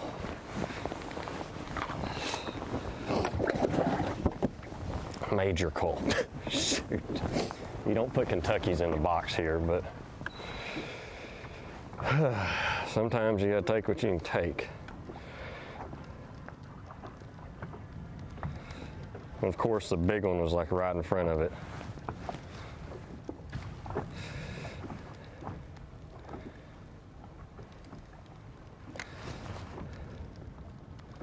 Ben Milliken has one of those big ones, our big bass of the day 7-pounder. He just got his limit. He's up to 15 and a half, and he's 4th place now. He's up to 19 now. He just caught another big one. He's got a 7 and a 5. See right there's a lot of fish near the bottom. 2 of them right there. Oh, that's actually his bait from that fish. Yep.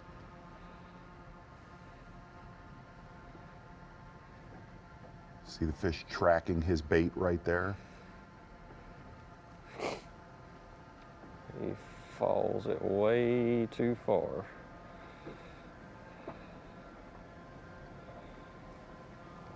Come on, slashers, come out there and eat it. Nope. Well, it's not terrible this morning. Things are going decent. I've lost a couple fish today that I felt like were probably better fish. Said I was going to stay shallow, caught one instantly shallow, and I was like, I'm going to come out here and just look at this deeper stuff just for a second, and then heck, there's quite a few fish out here, so I decided to stick it out and kind of see, and I got a pretty good one. I do got a little old tiny squeaker in there, but things, it's just not, I don't know, they're moving everywhere. Like, there was not this many fish out here yesterday when I come out here and checked it. I did catch my big fish out here, so it's, I just got to keep moving around. Got a pretty tight little area, as you can tell. My Lake Master, that's been a big deal. You can kind of see the curvature that these fish have been setting on.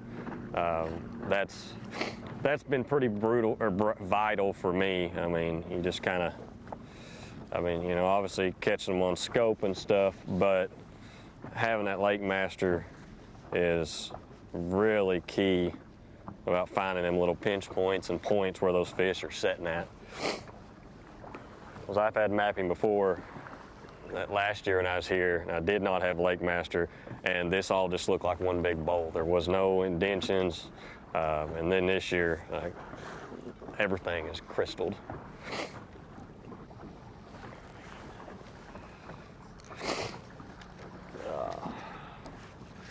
See my groupies, they're still out here. Gonna leave Luke Palmer there, give us a good rundown of kind of what's going through his mind as he tries to hang tough in that top 10. Let's get our first look at Logan Parks, Auburn, Alabama. Fished the EQ, qualified through the EQ series last year, was 50th here at Toledo, so he's having a much better go-round this time. But that's 50 out of 220, so it's top 25%. Here he's top 25% as well. Yeah, he has done a lot with a little, only 7 bites. Day 1, 6 bites yesterday, but obviously a very good average, over a 4-pound average for the rookie on the Elite Series. Be a big one, dude.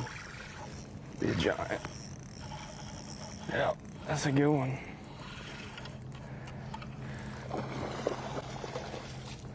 Stay on there, baby.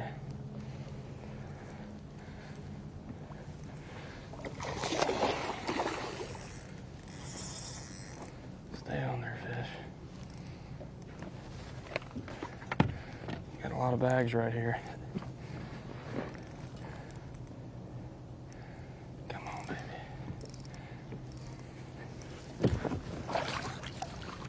Come here. Oh. Numero uno in the boat, baby. Look at that. How about that one? Like 5 of them swimming together, man. They're just big females wolf packing out here, and they're smart, man. They're smart, but we finally fooled us one. Hey, that's a good number 1 right there. That's cool. Logan Parks, let me give you one from last night. How about that, dude? Bassmaster Elite Series, baby, day 3. Number 1's a good 3.5 pounder. First semifinal Saturday, he said, how's this whole deal work? Do I just show up to the boat ramp on Saturday? And he goes, do I just show up and a camera guy is just there? I'm like, yeah, pretty much. I don't know that there's any other way for it to happen. Well, he was quite worried about even making it to the Elite Series. Had a terrible day 1 at the Harris Chain. It was a shortened 2-day event. A terrible day 1 at the Harris Chain. Had a massive comeback on day 2 with a fish in the last 30 minutes of his season to make the Elites. Figured when they streak up like that. He might be a keeper though. Did you see that thing streak up? Give me that food. It's like, I don't want to eat it when you hang it in front of me.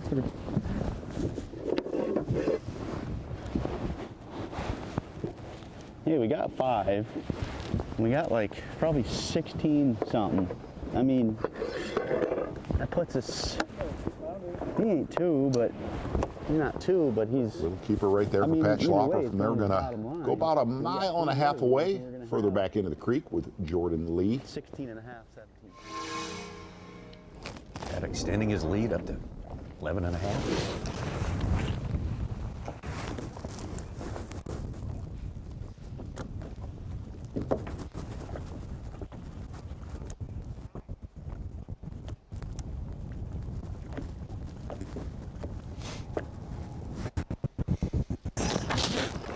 Oh, my drag came.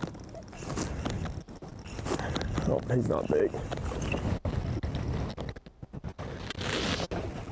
Little ones this morning. Big ones will show up. My bell came open. Well, Jordan Lee walks back into the Bassmaster Elite Series after a long absence and walks confidently into the top 10 after 2 days of fishing. How does he feel about it all? That's our B&C on point. You know, in high school, I always had Bassmaster magazine. That was really the only way to learn back then. No internet, really, no YouTube, anything like that. So I always wanted to fish professionally. Never dreamed of me, you know, when I started, you know, when I was in my early 20s and the early success I had at this level, I never really would have dreamed it. It's fun to be back here fishing at Bassmaster. You know, it's been 5 years since I fished a Elite Series event, so definitely feels great to be back and just trying to enjoy it. 11 ounces! Unbelievable! Back-to-back domination! All right, we waited so patiently for Bass to start in 2024. Now it's happening really fast, rolling up on us quickly. March 22nd through the 24th, the Bass Pro Shops Bassmaster Classic, presented by Jockey Outdoors. The World Championship, it's what all our anglers out there in Toledo Bend are working for right now to get to next year's edition of it. But boy, we've got a big one coming up from Tulsa. It'll be the third time there at Grand Lake of the Cherokees. Always a great test for the best in the business, and we expect this one to be a really, really great classic. One month from today, we'll crown the classic champion. Wow. 1 month from today. Happening fast. I told you. What we have seen today, it's happened fast for this man more than anyone else, Pat Schwapper. Yeah, and pretty much the only thing we have not seen so far is one of those big old Louisiana, Texas melon heads. Obviously seeing a lot of 5 to 6 pounders early today, but perfect conditions. And if you follow the first 2 days of this Bassmaster Elite Series tournament to kick off the season, big ones have definitely been caught late every day by your leaders. Power pole replay. Mid-morning flurry as well. Justin Hamner there.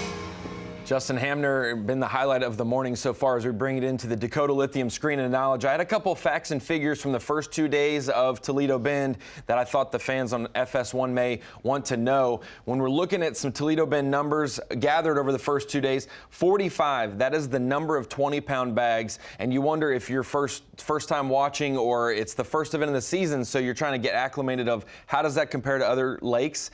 Of our all largemouth tournaments that we had last year, basically our first 6 or 7 events of the season for 2023, 45 would have it just below the most 20-pound bags. 6 more 20-pound bags today, and it would break Lake Murray's mark for 51 last year. 9 of 10, what is the 9 out of 10 mark? That is 9 out of our 10 rookies on the Bassmaster Elite Series this year made the top 50 cut. Tim Doobie in 50th place, last one to sneak in. So 90% of our rookies fishing today. 32-10, that is the day 2 cut line to make the top 50. That was basically doubling the 16.7 from day 1, and it went down about 4 ounces, which is pretty normal to be right around that, doubling, going up a little bit, coming down a little bit. Some other numbers, not all of the people on the Elite Series are young rookies or younger anglers. There's a lot of seasoned veterans as well. So when we look at the all-time B.A.S.S. events fished of active Elite Series pros, so anglers still currently on the Elite Series,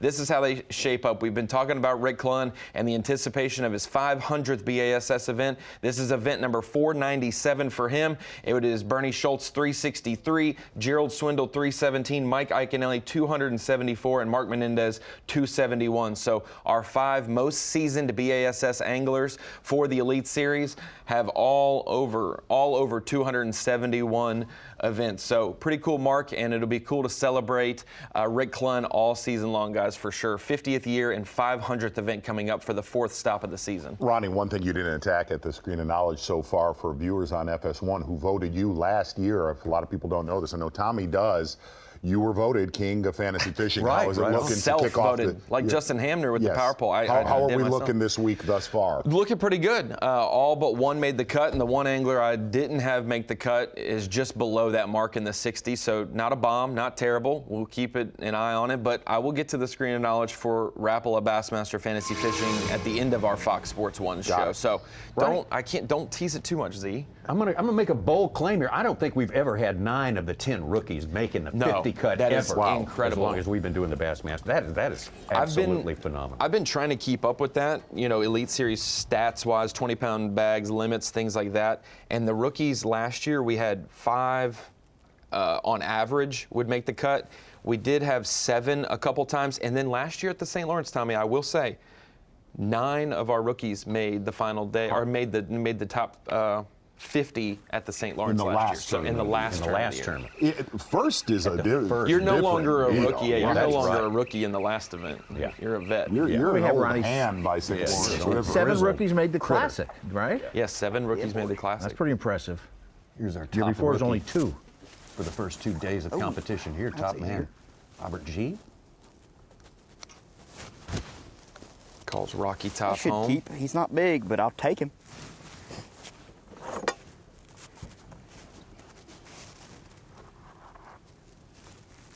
Oh, crap. Oh, yeah, he's way keeper. He's about 17 inches. I was about to start my Jeremy Wade impression. Rhythm monsters. But I'll save that one for another day. That's actually a good show. I love that show. It tells a great story. That's why I love it. You know, apparently they stopped making it because he's caught every bass, or caught every fish. Isn't that crazy? I wish I could be like that. There we go. That's number 4. I'm ready. Robert G. came out blazing his first day. Man, that guy, he knocks out 29 pounds here, and then day 2, he's back at it again. Yeah, and the one thing you definitely have to credit Robert G. with rookie on the Bassmaster Elite Series, taking the time to come and exercise his demons from the Bassmaster Open here last year. Not a solid performance, but had a great pre-practice. Came here with a lot of confidence and finding something. Got to talk to Ronnie, one of our locals that's been out on the water this weekend with a lot of history here. Finding an area on the Louisiana side that he has had to himself all tournament long so far. Yeah, he said the area that Robert's in is notoriously a shallow area, maybe swim jigging, bush flipping, things like that, trees, but it doesn't get a lot of offshore pressure. So the fact that he has poked around there. And that's really the biggest difference of that Louisiana side. It still has deep water, but less contour of deep water. It's a lot flatter. Way flatter. If you get down near Indian Mounds and Housen to 6 Mile, it has a lot steeper, more contoured creek channels and drains, and obviously the grass. But you know, the advantage somebody like Robert G. has in this tournament, obviously, we have not seen a boat around him the entire event. But doesn't he move to the Texas side after the morning? He did yesterday. Limit, yeah? He did not on day 1 just because of the wind. He had 29 pounds on day 1. Big fish is 612. Which that does not help those guys. Does not help those guys in the mouth of Housen that someone can go and catch the majority of their weight elsewhere and then stop in and sample a fish or 2. Those guys who are here have trenched in and may not have another place to go, so that's just another fish that they're not going to be able to catch. Luke Palmer pretty much knotted up in a tie for second place. Statistically, they're all right together there, Johnston, G, and Palmer.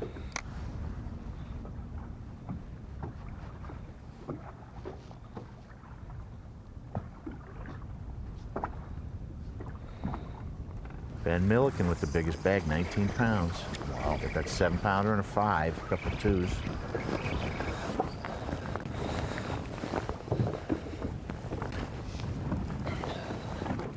He's barely got it too.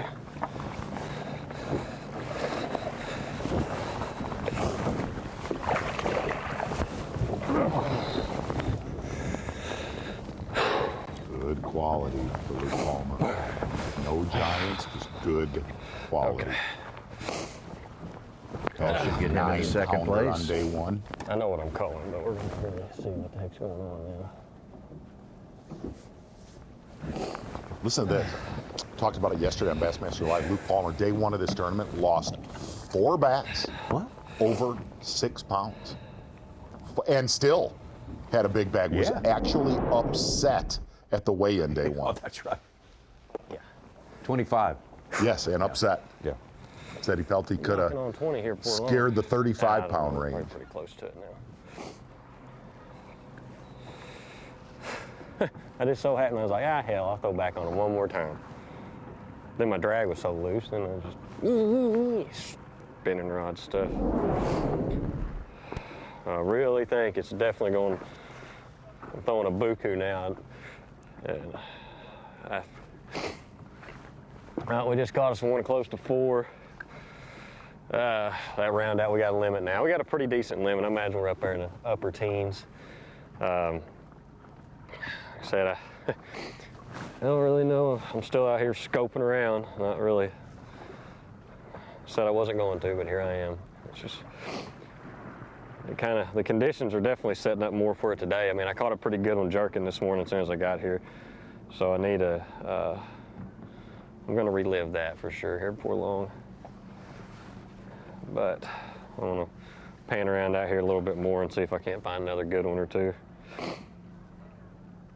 Taking a look at his MegaView Lake Master mapping. When you combine that with forward-facing sonar, knowing the contours of those creek channels and drains has been a big key, not a guessing game when you connect the mapping.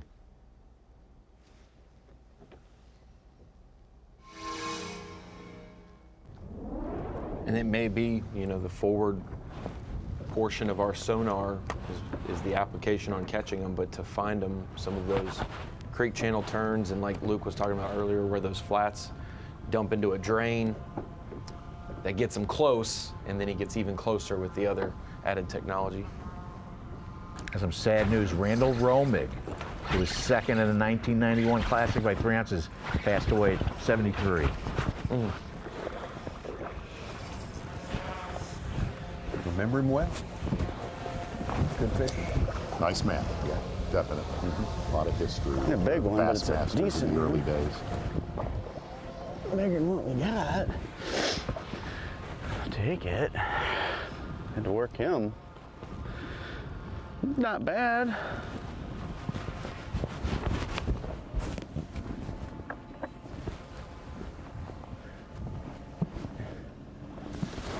I don't know, is he gonna get to 3? You think he's gonna be 3 pounds? Oh. He's close.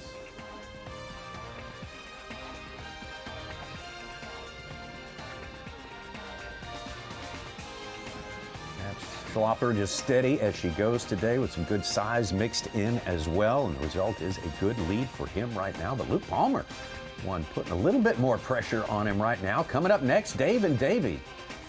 Davey Hite, Dave Mercer on location. Stick around.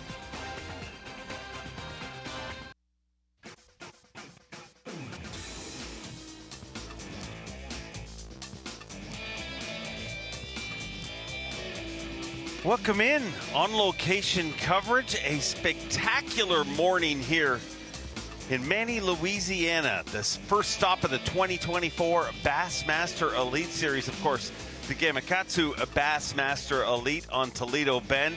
Live coverage brought to you by Yamaha, and it is a perfect day to be out there blistering across this beautiful body of water in a Yamaha. What a day we have, as they call it, Chamber of Commerce weather. We are in the great state of Louisiana. Whereabouts in Louisiana are we? Well, in Manny, Louisiana. For the first time in 7 years, the Bassmaster Elite Series returns here to this incredible community, and they have shown out the first 2 days of weigh-in, and I'm guaranteeing you we're going to have giant crowds here today on an incredible body of water. 180,000 acres is our playing field. Toledo Bend, part of the Sabine River And our anglers have picked this apart. There's been a lot of changes this time, a lot different than maybe events we've seen in the past. But one thing that's not different is I'm joined by Bassmaster Classic champion, Bass Fishing Hall of Famer, Davey Height. And this is the most hospitable day we've had here. Very little wind, a little cooler. What do you think that's going to do to the bite? Well, you think got to be better, less wind, but not necessarily so in fishing, especially this time of the year. A lot of times the wind will actually push bait into a certain area or make fish move up to try to feed, but less wind is always more comfortable for us being here on location. But we're going to see a lot of fish catches. The one thing about less wind and more sunshine that we have today, I think the afternoon bite will be the best we've had all week. 2 days into this event, and we have had two different leaders. Our leader going out this morning, Pat Schlopper, a former Bass Nation national champion, and they're a great aerial view of the area that Pat Schlopper is fishing. That are Lawrence, a bird's eye view, and you can see right there a great shot of literally the area that he is fishing. And Pat Schlopper, I talked to him this morning. He said, I'm worried that there's too much pressure on my stuff, but it looks like he's still catching them. Yeah, he's still catching them. There are a lot of people. You know, it is Saturday. This lake draws people from all over the country to come fish, try to catch these double-digit fish like it has yielded in years past. And this week, you know, we've seen a lot of those big fish, especially the 8 and even some 9-pounders we've seen come across the state. It's the perfect time of year, and gosh, the 30-pound stringers, we saw one 31-pound stringer on day one and 30 pounds yesterday. The fishing is about as good as it can get, and Pat Schlopper is doing a great job. One thing that surprised, he's not known so much for fishing the way that he is fishing, using his sonar, fishing deeper. But he said, hey, I think I can win this tournament. I feel real comfortable with what I'm doing. The only issue is, like you mentioned, Dave Mercer, a lot of company around, a lot of other boats. It's a 180,000-acre playing field we have. And it's amazing. I was out on the water yesterday. Most of our top 20 is in one area right at the mouth of one creek, Housing Creek right there. Historically a great area, but it's really surprising these anglers have kind of all bunched up in that one area. A lot of big fish being caught there. Schlopper qualified to be on the Bassmaster Elite Series through 2 different routes. Made it here through the Bass Nation. He's a former Bass Nation national champion, but in the same season made it through the Bassmaster Open. So that'll tell you the kind of credit he has rolling into the Elite Series, a 3-time Classic qualifier. But one of the brightest young stars in this sport, a 4-time Bassmaster winner and a 3-time Bassmaster Century Club member, Patrick Walters, in a unique position, I believe, unofficially, like most things I say are officially unofficial. Right. I believe him and Steve Kennedy have a 2-way tie, both with 3 Century belts. He is on pace to get a Century belt here this week. If he can pull that off, he might be the Elite Series pro with the most Century belts. Yeah, and the Century belt, for those that are just joining us, is to have over 100 pounds of bass weighed in 4 days. 20 bass weigh in a total of 100 pounds or more. That's quite a feat in this sport, and for Patrick Walters to have already done it 3 times at his age is absolutely incredible. He's hooked up here now. It seems wrong. Like when I look up his stats, I'm like, I read something wrong. A little better. It's not bad. With that claw. The claw.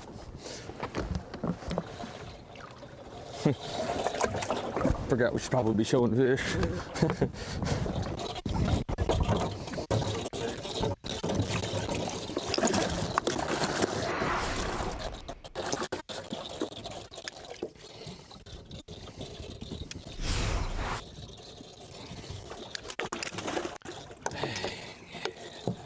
Which fish to cull there. Both of those nice fish, but not the size of the one he just caught. So probably about maybe a 3/4 of a pound upgrade, at least 8 or 10 ounces, maybe 12 ounce upgrade, which is a lot. I think without question, one of the most complete anglers on tour. Yeah. If there was any weakness in his game, it was smallmouth. He's invested the time to do that to get good at that, and now he holds the record for the biggest winning weight of smallmouth bass in the history of the sport. So I'd say he exercised that demon. Yeah, and Patrick Walters has been on the Elite Series for about 4 years now, about 4 years now. Went through the high school and college series to get here, had success at every level. And speaking of success at college level, Logan Parks is a rookie here on the Elite Series, but no rookie to tournament fishing. No, actually won $1 million in a team tournament before he even got here. It's a keeper.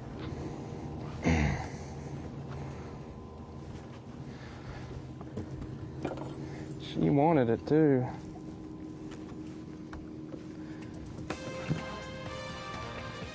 That's a keeper. Yep.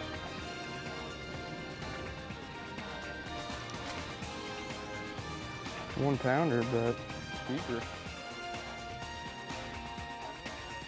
Keeper for Logan Parks, and it's all on the line here this week. Our first semifinal Saturday, which means we took the field of 103 and cut it down to 50. Now we're trying to find out who our top 10 is moving into Championship Sunday. There, a look at your top 10 right now. But they're not the only ones you got to be concerned with, because tournament after tournament, we see anglers deeper in the field make a rally on day number 3 and charge inside that top 10. And when you look at that list of anglers, it is very likely that several of them will make their way into the top 10, Davey. Absolutely, and if you look at 11 through 20th, it is very, very tight. Just 1 or 2 fish is going to make a big, big difference in where you are in the standings today. Lots of movement going on. Don't go anywhere. We'll be right with the Gamakatsu Bassmaster Elite.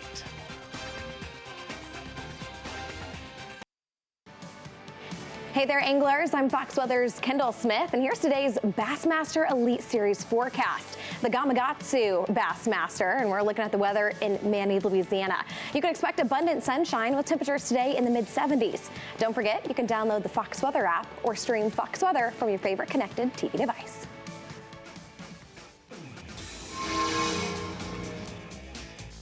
Great stuff. You don't have to believe us. Kendall Smith backing it up. A perfect day here. If we could bottle up this weather and take it all across the country, I'd sign up for that, Davey Height. It is semifinal Saturday for the first time in 2024 in the Bassmaster Elite Series. 50 anglers remain. The quest is to get inside the top 10 in Fishing Championship Sunday.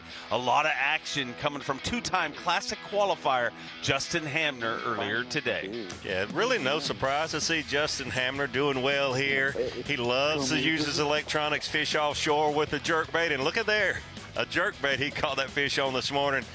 Really, really good at it. You see most of these anglers in the field using soft plastics, the minnow, jig head minnow type baits, and Justin's mixing that in there some. That's an old school jig and plastic right there that we've not seen a lot of so far this week, but I'd like to see some more of that from Justin. Pat Schlopper had a big day yesterday. Went into today as our day 2 leader and started catching them early and often. He really did, and yesterday, about this time yesterday, he caught an 8-pounder, 8.5-pounder that made a big, big difference. We saw a handful of those come across the stage yesterday with you, Dave, and those are the game changers. But Pat caught them well on day 1, a little bit better yesterday. Like I said, that 8.5-pounder made a big, big difference for him. What's interesting with Pat, we've not seen him fish like this. I talked to him after day 1. He had such a good day.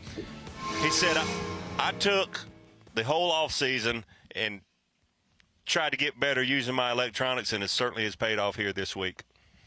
One big disadvantage to all this spectacular weather is more traffic on the water, not just our competitors, but local competitors, but you can see a lot of competitors grouped up together. Davey, you played this game.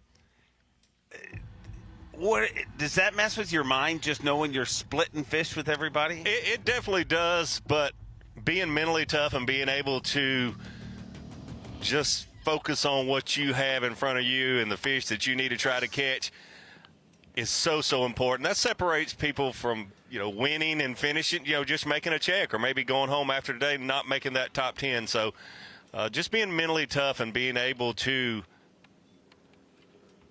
just not pay attention to all those boats. It's Saturday. It's a beautiful day. We're in Manny, Louisiana. You're going to have that, and how you deal with it means everything. That's how they're supposed to be. Bad. Only let in the good. Yes.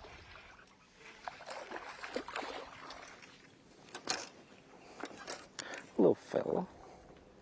They're so fat and healthy.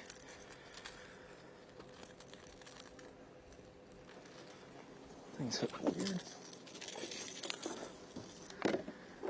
Like I mentioned, Justin really likes to throw a jerk bait all year long using his electronics. A little unusual. Most of the field using the soft plastics jig heads.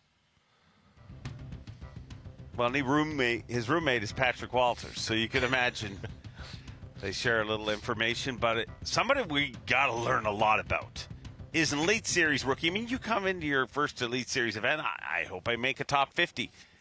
He's not been outside of the top 3, and that is Robert G.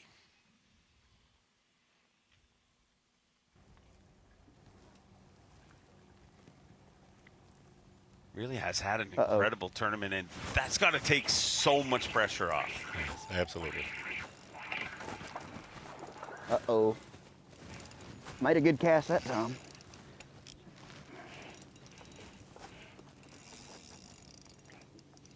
Stay down, stay down.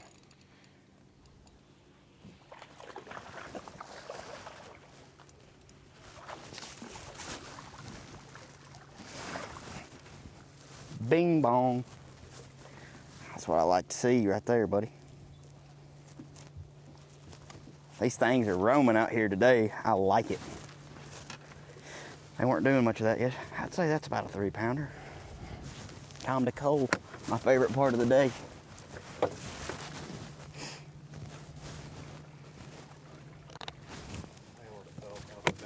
You about fell off the back of the boat. So you mentioned Robert being Elite Series rookie. He said that the first morning he was starstruck, sitting waiting for takeoff. He felt like he needed to throw up. But once he got out, started fishing and caught his first fish, everything was okay. Just like in other sports, like in football, that first contact, that first lick, and then you feel at home and you feel comfortable. Well, he did throw up. He threw up a 29-pound limit on day one. The little one got it before the big one. Live with Justin Hamner. The bigger one, I mean, it wasn't big, but look at him peeing. That bigger one was like about to get it, and then this little guy just like shot up underneath it. Why does that always happen, Davey Height? Why when two are chasing it, always the small one gets it? The larger one is older and has a little more experience, and it's like, oh, you try that first. I don't think it looks exactly like it should. You take a little snip of it, and then maybe I will later. Quad box, right now looking at Schlopper, Fajita, G, and Walters. One thing, watching Robert G. and Justin Hamner, they're not fishing in that group of anglers, and not only have we got a lot of anglers there around Housing Creek, but a lot of locals out there today, and I think you'll see that affect the catches today, those people that are fishing around a lot of other competitors and just local people out there on a Saturday. Narrow. He didn't look like a bass. He was a little more narrow. Yeah, he was more tubular. That's a good word. But it could have been a Tubular bass. is a great word. I mean, the bass fishing Just world the way has he been was missing swimming, though, tubular. down to the bottom makes me think he wasn't. Do what? It's a big difference in our sport, Davey.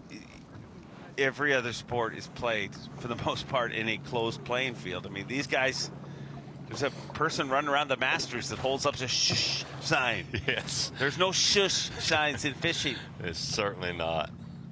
Some of your biggest fans at times can become your biggest adversaries on the water. And that's the dilemma. You certainly, every angler loves the fans of our sport. They're the ones that make our sport and the reason we have a sport. But being out there on the water around you can certainly cause distractions and maybe affect the fish, the mood of the fish. So there again, like we mentioned earlier, just learning to deal with those distractions are a big part of being successful out here. Elite Series champion last year, Luke Palmer.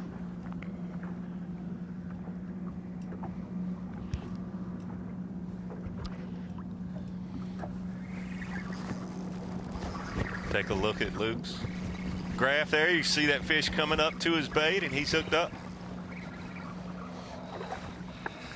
Already is a limit in the boat, with his smallest being 2.5 pounds. I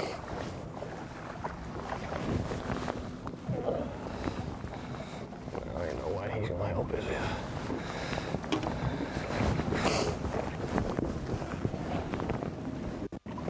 Don't know if that fish will help him or not with his smallest being 2.5. Not gonna help. Still fun to catch, but he's looking to upgrade.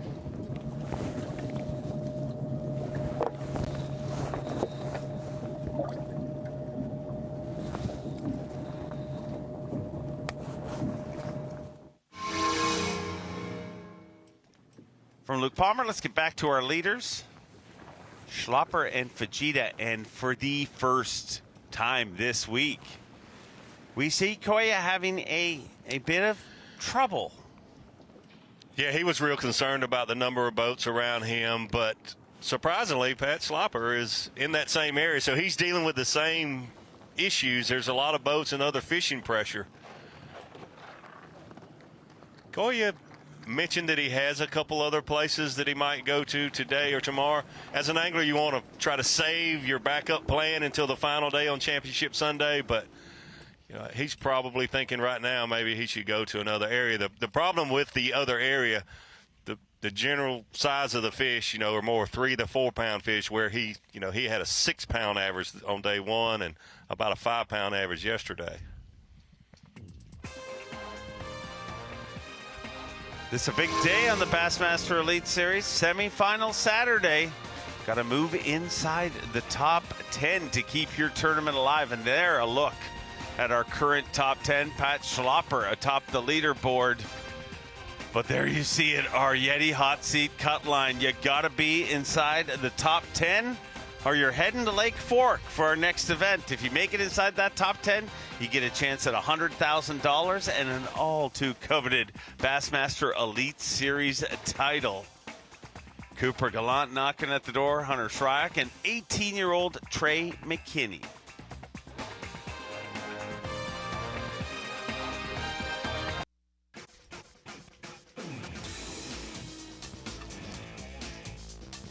Oh, it's all going down this afternoon, 3:45 p.m. Eastern on Bassmaster.com. The weigh-in, nothing's official until they hit the scales officially, and if it was happening right now, loading our Yeti hot seat would be your day 2 leader, Pat Schlapper, a former Bass Nation national champion.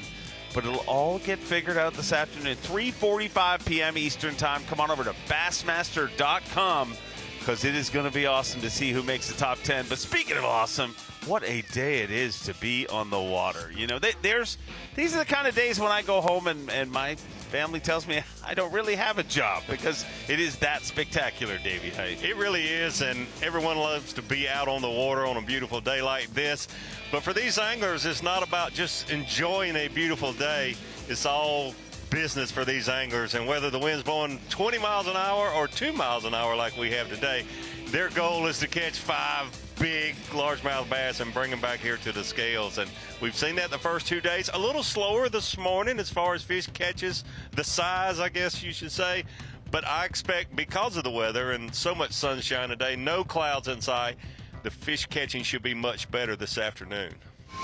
Somebody who hasn't struggled to catch fish in this tournament is Robert spawning G. pockets in a basin in between some points and stuff, just secondary stuff out from it. And there's a bunch of just clouds of bait, like a train of bait just everywhere out here. And these bass they're feeding down in the bait down deep, but then when they rest, they come up above the bait and just sit and sun because of how slick calm it is. And I'm just having to troll around and find some that are resting, because you can't really hardly see them in the bait because it's so thick on the bottom. But they're swimming down there and getting them a bite to eat, a little snack, and then coming up and just resting to feed up for spawning up there in them bays, little pockets, and all them flats over there. So it's right out in front of a major spawning zone, but it's out here still feeding up, kind of wintertime deal. But I'm just looking for these high floaters. They seem to be the easiest to get to bite. The ones down in the bait, they're one-track minded. They've already picked them out a shad they want to eat, and they're trying to get to it. So you got to present it. You got to present your bait like a shad they want to eat.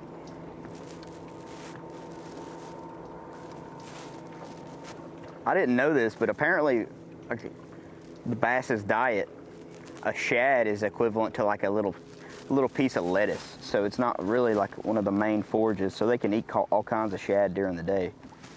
So they're always trying to snack on shad. Like a big gizzard and like crawfish and stuff is really what they like, and bluegill is what they like to eat for like a main dinner, like a steak or something. But little shad like these threadfin I'm fishing over, more like a little piece of lettuce or some trail mix or something like that. M&Ms. Just getting them nice and fat and Robert healthy, G's making like me all hungry. these bass in Toledo Bend. This place is truly unbelievable. The amount of bait and fish that's swimming around out here. Doing a great job describing the bait fish. Trying to look though for He has not lived with me if he thinks people just randomly graze lettuce throughout the day. Hopefully it's not a catfish. I'm gonna try to keep the catfish catching to a minimum today. I think I only caught one yesterday, I think I caught two. And I don't even think I caught one day one, which was a win. And I hadn't caught one today. Let's try to keep that to a minimum. Them things get my jacket all dirty. With all the slime.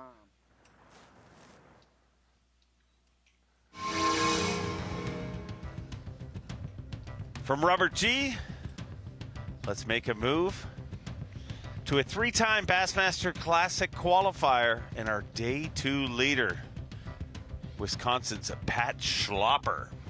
You take a look there, that aerial view, and you can see he's around some of the other top anglers. That's the place where the fish catching has been going down. Housing 6 Mile Creek area. Not a very big one. It's a little one. Hard fighter.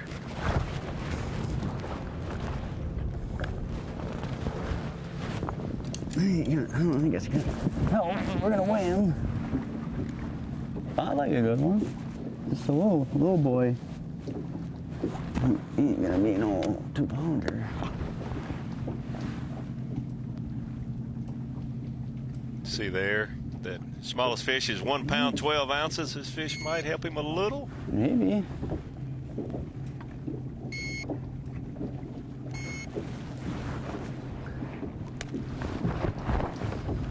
He's fat.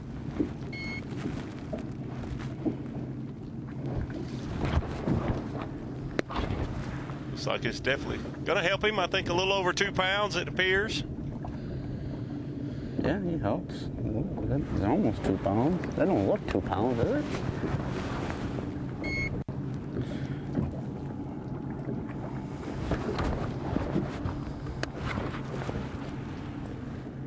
He's double checking. Every ounce counts. We certainly have seen that through the years. Here at Toledo Bend, I remember a year where 1 ounce separated first and second place. A lot of money and points. Quarter pound. I guess that one is a little spot. So. And think about that. That's 1 ounce over 4 days of total weight. That's how much. That's why you see him weighing that fish 2, maybe even 3 times to be 100% sure. Yeah, he's definitely bigger. When you were competing, were you a scale guy or a balance beam? Balance beam. Balance beam to me. It never lies. We're easy. Never lies. Close to 18. Close to 18. Now you probably see 3/4 of the field actually weighing their fish and only 1/4 of the field using a balance beam. But, I mean, you nailed it. That's why I always use a balance beam. It never lies. You don't have to worry about batteries or some kind of issue with the scale not being correct. Joy, you hooked up? Boy, his rod. This looks like a big fish. The way it's fighting. Oh, catfish. Oh, ooh, got catfished. Literally. So that shows you even some of the best in the world at using the forward-facing technology. It's hard to distinguish a catfish from a largemouth or smallmouth bass sometimes, especially like Robert G. was saying earlier, if they're in bait or if they're in the timber or some vegetation where you don't get a real clean look at those fish. Look how quickly he dealt with that, though. You see people messing around with those fish for a while. I mean, he quickly unhooked it and is literally right back up there. He better be, because he's got to chase down Pat Schlopper, who's having a much better day here on day 3 than Kyoya Fujita, but lots of fishing left to come.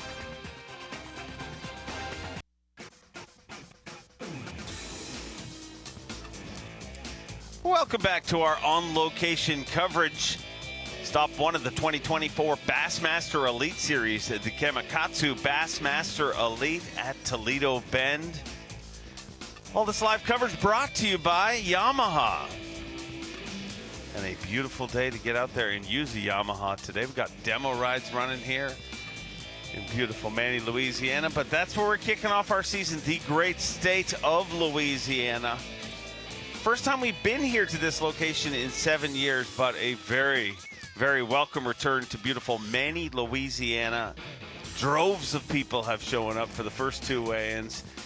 And it looks like it's going to be crazy here today. So if you are anywhere near Cypress Bend Park, make your way here, because we're going to have a lot of fun this afternoon when we try to figure out what 10 anglers have figured out this 180,000 acre impoundment, our playing field.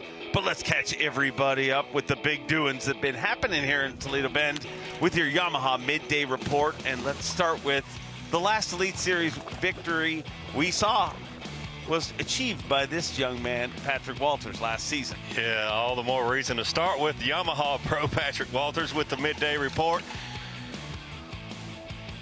You know, it's amazing what Patrick Walters has accomplished at this point in his career. He's looking at trying to get his 5th B.A.S.S victory, his 4th Century Belt here this week. He's well on his way to both. And the thing about Patrick Walters, some of the anglers and some of the talk here the last few days is, oh, guys that are catching them are just good at forward-facing sonar. That's not the case with Patrick Walters. He's a great fisherman. No matter what electronics he's using or which rod and reel combo he has in his hand, flipping the stick with 50-pound braid or spinning rod and reel, Patrick Walters has had success at every level. He's not the only one like that. Chris Johnston, the first Canadian ever to win an Elite Series event. I mean, it's official. The Johnson brothers can't be counted out of anything at this point. Yeah, it's absolutely incredible. Chris and Corey Johnson have been on the Elite Series now for about 5, going on their 6 years. And they have caught them everywhere we've been. From the first tournament at St. John's River, I was really amazed. They had a lot of people talked about what great smallmouth fishermen they were. And if you keep up with the sport, you certainly knew that. They showed up their first Elite Series tournament in Florida, catching fish, flipping vegetation, shallow vegetation. So what great fishermen the Johnson brothers are.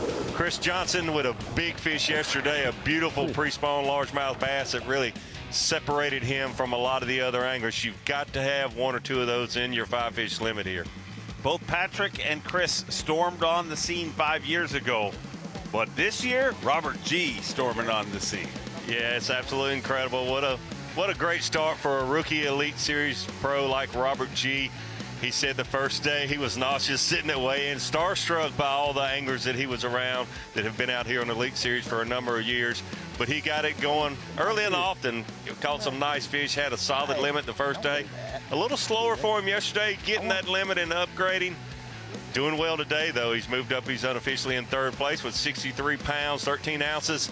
He's another angler that both days leading into today, the afternoon, is when he has caught most of the fish that he actually brought to the scales. A solid limit earlier in the day, but then catching those 4 and 5 pounders in the afternoon. Yesterday was the last hour of his fishing day where he caught those fish that really made a big difference. How about a calm, cool cat from Colgate, Oklahoma, Luke Palmer? Luke Palmer, unofficially in 2nd place right now, 64 pounds.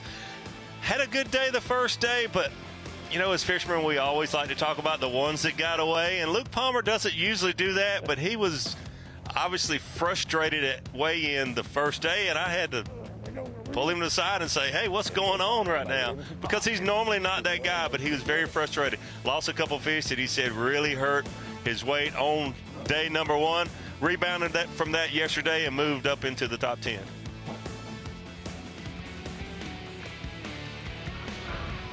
But the man with the plan saying, catch me if you can. Former Bass Nation national champion and tournament leader, Pat Schlopper. Pat Schlopper just on the Elite Series for a few years, came from the Bass Nation. Doing a good job here this week. Surprising to see him offshore using a jig head type minnows, soft plastics. Usually he's a guy that likes to be up closer to the bank. But he said in the off season this past year, I knew I needed to get better fishing offshore and using my electronics. And he said after day 1 when he weighed in, I can beat Koya at his game if everything falls into place. A bold statement, to be honest with you. I thought, oh yeah, you think you can, but we'll see how that works out for you in a couple days. Right now, he's atop the leaderboard. And I also think what you think about Pat is not totally true, like what most people would perceive, what we've seen him do here. He was one of the leaders when side imaging came out. Different technology. I mean, he used to work at Shield Sports, and that was his thing. He sold those units, and he's always been an early adapter when it comes to electronics. So he really is a guy. I mean, and to have that kind of confidence to say, hey, this guy got 5 top 10s, but I can beat him at his game. Yeah. But you know what it is? It's Hamner time. Justin Hamner. Hamner time means jerkbait time. You see what is cadence using a jerkbait, obviously. Boy, it is beautiful where he's at right now. Not a breath of wind. Away from other anglers. That picture tells a lot of stories, and number 1 is he's not around other anglers and competing for the fish. I'm pretty sure this is buck bass. There was a big one sitting right there.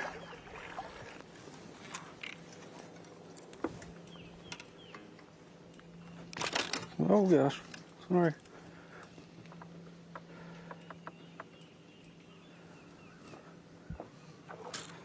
Hey, there was a giant one. Look at him peeing.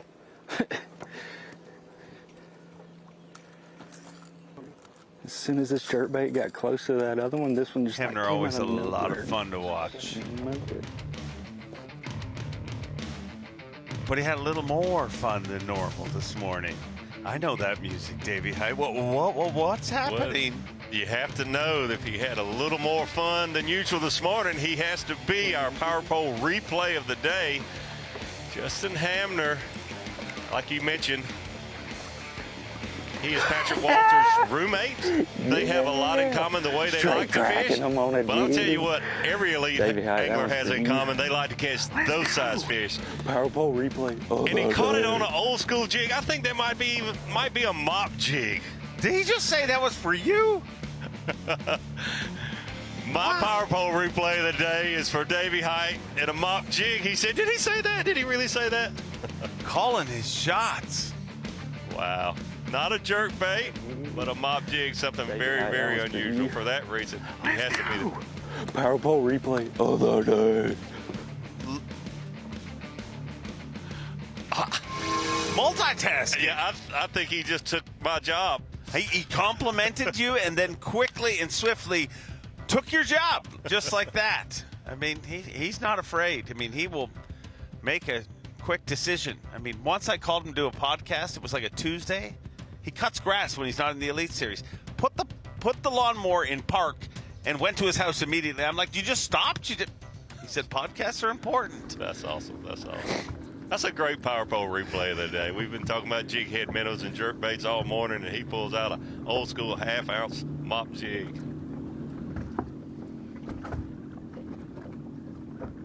Now over to Luke Palmer, who the first few years of his career, we've said this, but the first few years of his career, he was steady Eddie. Ooh, hooked up live.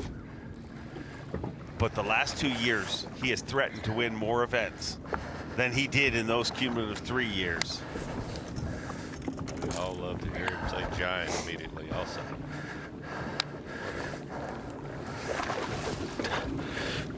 Oh, yes! Yes! Yes! Finally!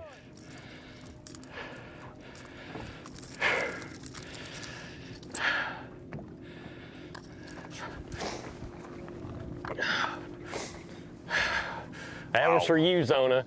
Big rod, well, it is a jerkbait rod, but it wasn't no spinning rod. That one's for Zona. Yes. I'm not impressed with that one nearly as much. I'm not impressed with either of them, to be honest. Great job.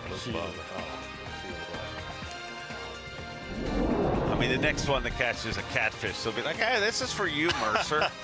Big slimy catfish, but look at this. That is no catfish.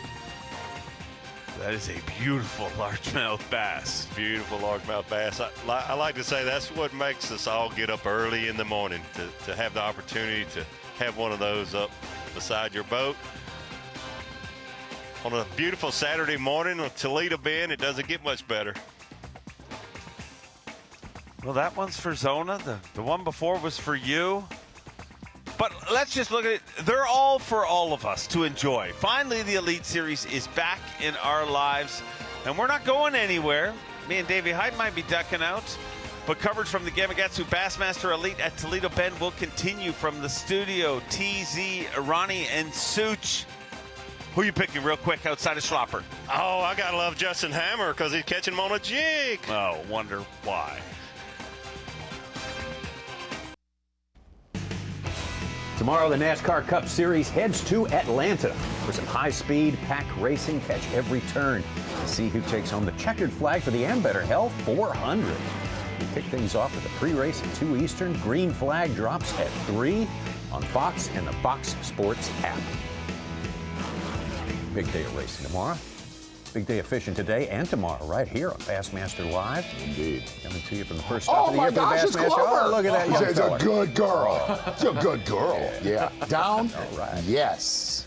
Take me fishing. Take me fishing now. Going out there today. A lot of other people out there today, including 50 anglers in the Bassmaster Elite Series 2024. That is so weird. Dude, that does look exactly like my dog. There's a lot of big fish in housing. I would not be on that rubber. Wow, that is like uncanny, Tommy. That is, doggone it, that's just as cute as it gets, isn't it? Wow. That's a good girl. Yeah, good girl. All right. Oh, it is your dog. You just showed me a picture. Nice stuff. Let's get out there on the water. Got a good tournament going on. Pat Schlopper of Wisconsin having one of his best tournaments ever out here, and he's had some good ones.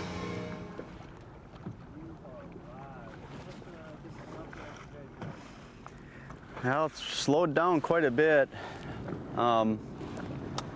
which is about when it slowed down yesterday too, so I'm gonna have to start moving around a little bit, I think. I've kind of augured into this one area all morning just because I caught a lot of good fish around here, but now, I mean, there's just too many boats around and people idling over. It's just been, they're just getting too smart now, I think. So I'm gonna have to go cover some new water new water in the tournament, like stuff I practiced. But I got a decent start. I think I got high 17 pounds, close to 18 pounds. So it's a good start. I mean, you get one of them big ones and you're right in that 24-pound range, 23-pound range. So. I got a couple small ones in there, so we got room to grow. We just we have to make some adjustments, I think, the way it's looking.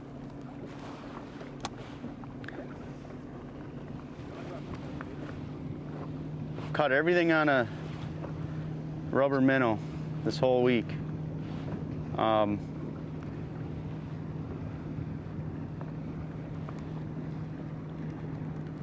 rubber minnow. Yes, sir. I don't think it's a bass. It's a drum. It's a technique that's pretty new to me, honestly. I haven't done it a lot, but I put a lot of time in this month trying to learn how to get better at it. I've been in Texas for over a month, just trying to get better at it. So it's paying off this week, and it's fun, but it's not as easy as some of these guys make it look. Especially when you get all this pressure, I mean, you got to make good casts.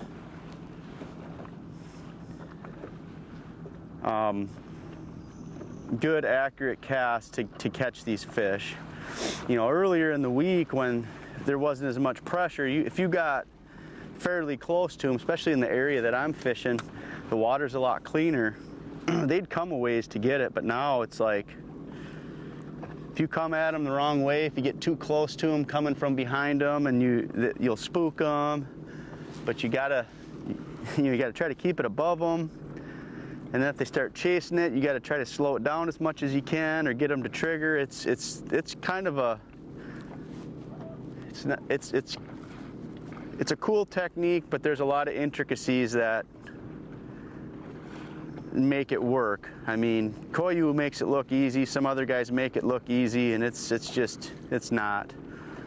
But that's it for me. I mean, I've got a lot of confidence in it now, and that's kind of what I'm committed to. Chasing fish that are not relating really to anything. They're just out roaming, and I think just getting ready to spawn. So that's my strategy. I don't think I've ever had this many spinning rods out for a largemouth tournament, but it's working. 50 days Pat Schlopper spent in Texas doing only this technique before this tournament on other lakes. Well, he gave us a good rundown of what he's doing, what he's learned. Absolutely. That was good. Well, I think the story right now of this tournament, though, at least on semifinal Saturday, is Koya Fujita. Yeah. I mean, toying with a 5.5 pound average, really securely in the driver's seat, obviously catching over 30 pounds on day one, almost 25 on day two, and right now, 1.5 pounds. That's not even. That does not jive with what we've seen from him so far, including last year. He gets around him. He's efficient and ruthless. Like, it literally seemed like his bad day, his floor was going to be 20 pounds in this tournament a day. Very shocking, really. Back over to Patrick Walters, fished his way into the top 10 yesterday. Well, that is interesting. That is a shot of Patrick There's one Walters. sitting high, finally. Further out into the main lake of Toledo Bend than anybody we have seen so far in this tournament. Main Lake always playing in years past for us, later in the season.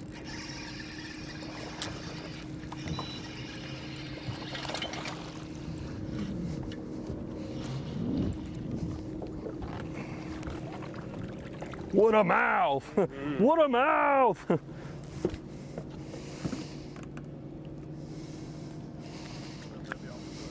Yep.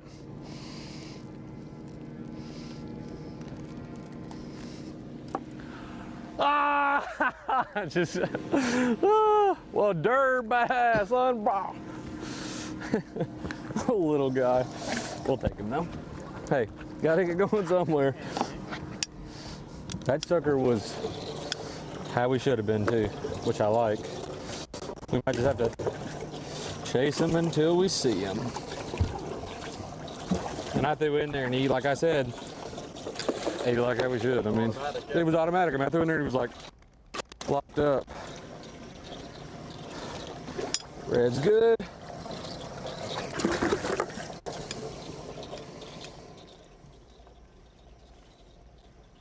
Boy, if a guy could crack the code, and you could tell he was right in the mouth of a very big creek, popular creek, but out closer to that main drag of Toledo Bend. Brought to you. That has not had much pressure in this tournament. Yeah. Shout out to the original super glue. Seems like anything's on the table anymore. Absolutely. Big shout out. That monster. Who won here at Toledo Bend last year in the Open. I'd have been drinking my seat. 22-8. Fourth I'd place. put that one Big like bag. 3 pounds. What'd you put it, man? Oh, you're the man.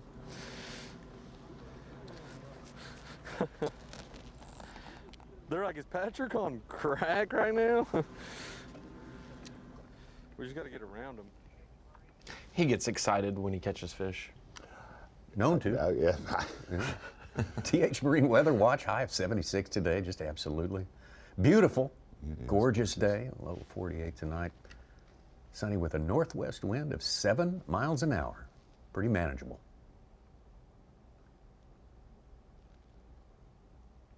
That is a great shot of the watercolor of Toledo Bend right there.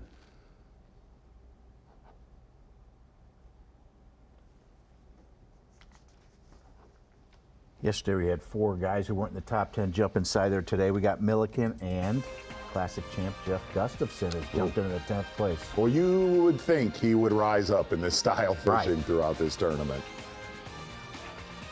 Patrick Walters, 19 pounds on day number 1, went over 30 on day number 2. His arrow up 2 over 1. Same story for Pat Schlopper, not quite as dramatic as that, but those two getting it done today, definitely. Pat Schlopper on top. A big time performance on a very important day. Day 3, when you're trying to get into that top 10. Jeff Gustafson, last year's classic champ, has moved into that top 10 for now. We see Stetson Blaylock is the man he displaced right there. Cooper Gallant, Matt Airy, Logan Parks out there fishing, started in the top 10. He has fallen out. Bunch of rookies there. Your top 20 right there. The top 10, though, that's those 10 need to get up into the other 10 before it's all said and done. The Gamakatsu Bassmaster Elite of Toledo Bend, sponsored by Minn Kota, by Bass Pro Shops, and by Skeeter Boats. Big day in Louisiana and Texas underway. Suit, you were talking about our reigning and defending classic champ Jeff Gustafson, and if you're welcome into the Bassmaster Studios, if you're checking out the wall there, we've got the classic reigning jersey on the wall, and we're going to try to do that every single year. He's got about a month until we'll crown the next champion and get that replaced. But as we're bringing it into the Dakota Lithium Screen of Knowledge, I wanted to talk about Rapala Bassmaster Fantasy Fishing and Falcon Rods Drain the Lake. Z was asking for an update on how the team did. Since we've eliminated half the field, cutting it from 103 up to or down to our top 50 today, we'll cut it once again to the top 10 for Championship Sunday. But of our top 50, I do have 4 of my Rapala picks who made it. Lester finishing just in the 50s, I think 59th, so not a bad finish there. But overall, Derek Hudnall made a huge jump, the one Louisiana angler on my team. From 85th on day 1, he busted over 20 pounds yesterday, sneaking into the top 50 and looking to gain some additional points today for his Angler of the Year standing, hoping to make the Bassmaster Classic next year at Ray Roberts. But we've had Huff on camera yesterday. We've had Walters on camera today, obviously, and Wesley Gore, who was in camera range yesterday, dropped down a little bit, so he's looking to make a little bit of a comeback. Now, when we go to Falcon Rods Drain the Lake, this is an 8-man format. If you've never played fantasy fishing, that is 5 buckets based on Angler of the Year standing. You pick one from the bucket, but you can pick that same dude all year long. For Falcon Rods Drain the Lake, you can only pick this angler one time throughout the year, and you can't use them anymore. So I've burned Patrick Walters, but currently he's in the top 10. That would be great to keep him there, and that would be a good finish for him. Everyone else has had a decent job so far in the top 50. The only ones who missed were Drew Cook, unfortunately, Joey Cifuentes just outside, and Brad Watley, who had a good day 1, dropped off yesterday. So 5 of my 8 fishing today, maybe have a chance at 1 or 2 making the top 10, and that's all you can hope for. Z, honestly and transparently, we've got 85%, 88% so far. That's where I'm sitting in the world. So I'll take it. I'll take it. No, it's okay. I haven't bombed. That's the biggest thing. No bomb yet. You're making major moves in the world of fantasy, as always. Speaking of moves, Z. Exactly right, Tom. Mercury moved the day before he came to the Elite Series last year. Ben Milliken, a very, very big time YouTube influencer, and a lot of people thought last year, well, he's going to go to the Opens and get his teeth kicked in. That did not happen. A lot of people thought coming to the Bassmaster Elite Series, the same thing would happen. Well, Ben Milliken, he has definitely risen to the top, risen to the challenge.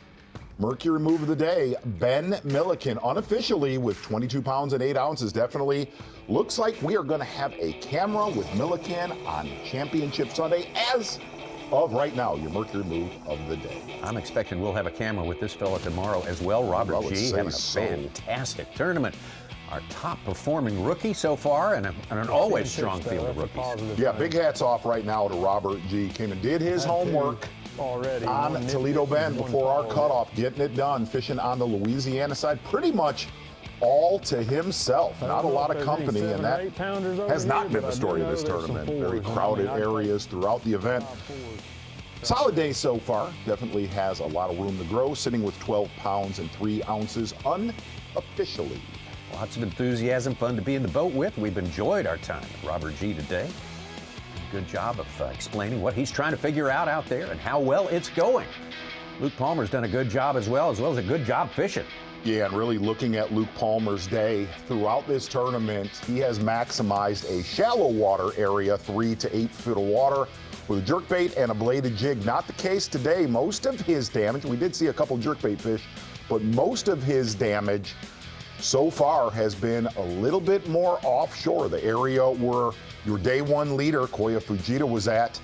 And here's what's amazing is every day of this tournament, Luke Palmer has had one giant, a 9-pounder. Yesterday had another big one. Just solid consistency today.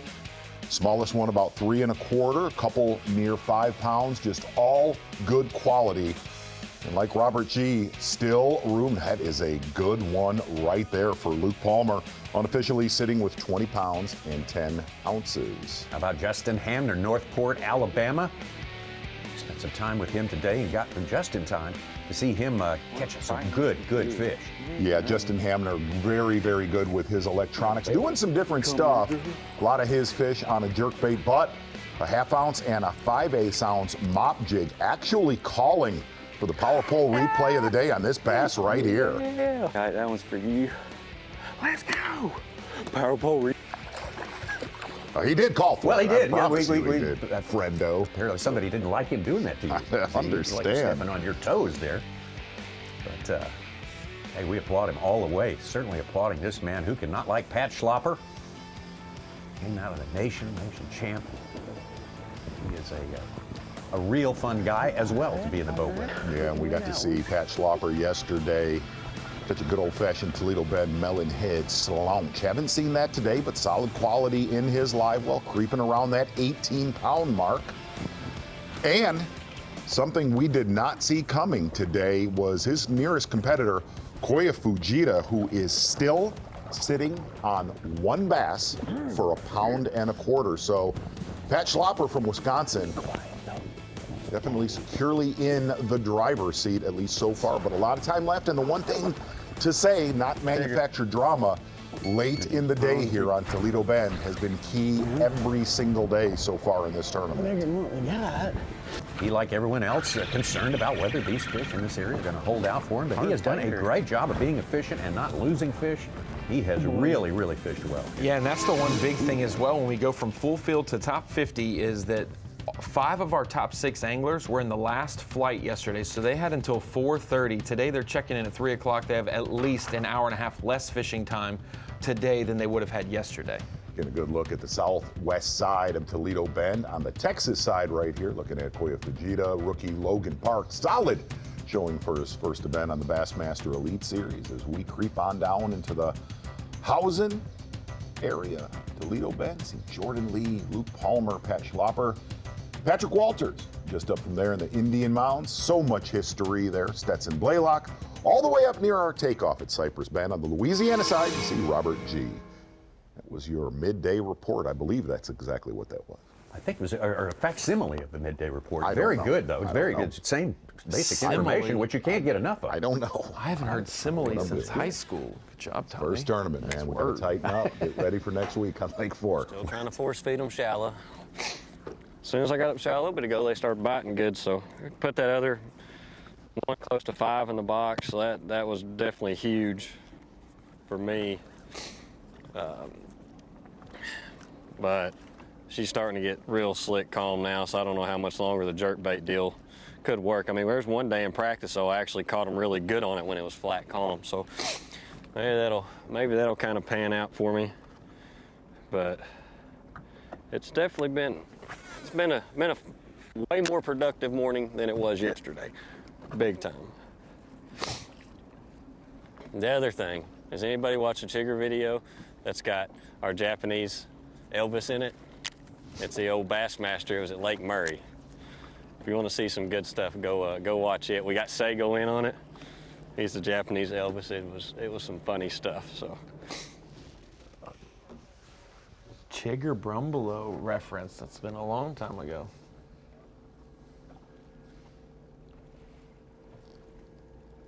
We are getting close to our coverage time here on FS1 to be over. As we watch some of our highlights for today, I want to let you know that right around the corner is the start of NASCAR Cup Series qualifying from Atlanta. The start of an 8-hour block of NASCAR from Atlanta, as a matter of fact, right here, which will later include the Craftsman Truck Series race and the Xfinity Series race.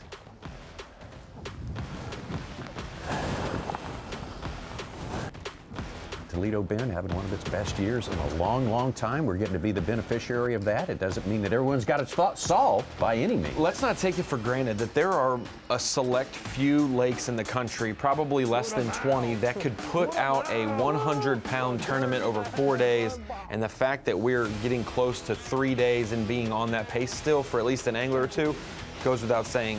It's awesome to be here. It's a great place. It is great to be here. And Schlepper had 16 pounds on 2 fish yesterday. Today he's still got 2 fish in his live well that go 4 pounds. So he's got plenty of room to upgrade. Oh yeah. Solid day of fishing today.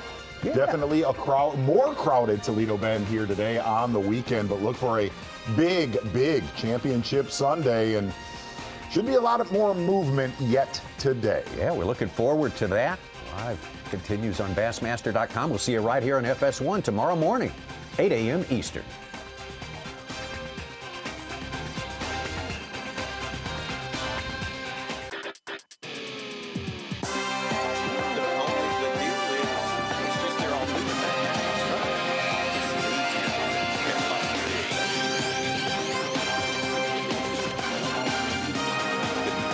They never struggle. Doing this, you don't struggle. You catch, what's Patrick Walters?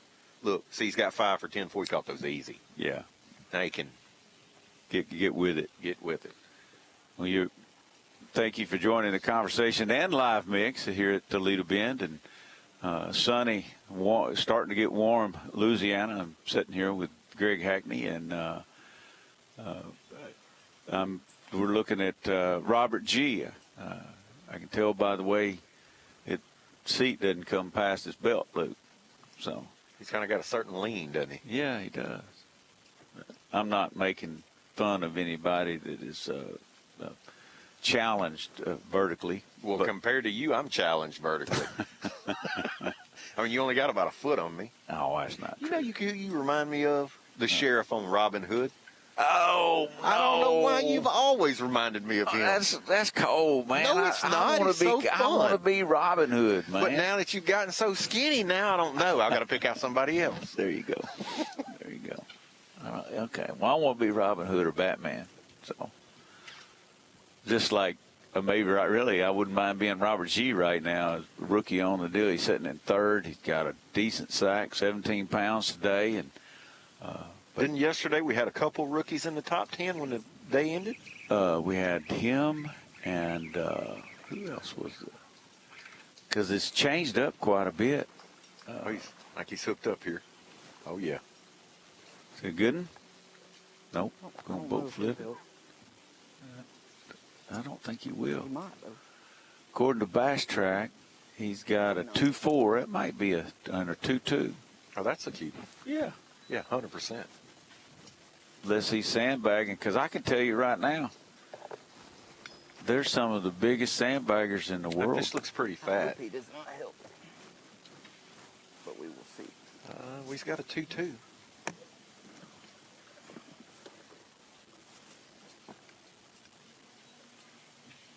don't put him on the beam. Nope. Not that one. Nope. fish may be a little heavier than what he's saying. That doesn't ever happen. On Bass Track? Yeah. You guys are just so honest. Uh-oh. That's the smallest.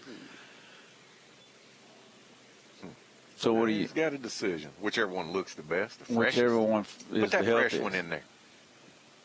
So you saying that fish there is 2 pounds 2 ounces? I'm gonna say that Just the fish is hair. 2.8. Yeah. I thought it was about a just 2.5 the hair. pounder. Just guessing. I didn't That's see why it I'm close. using this Boat Logic cold beam. Okay. It'll tell you.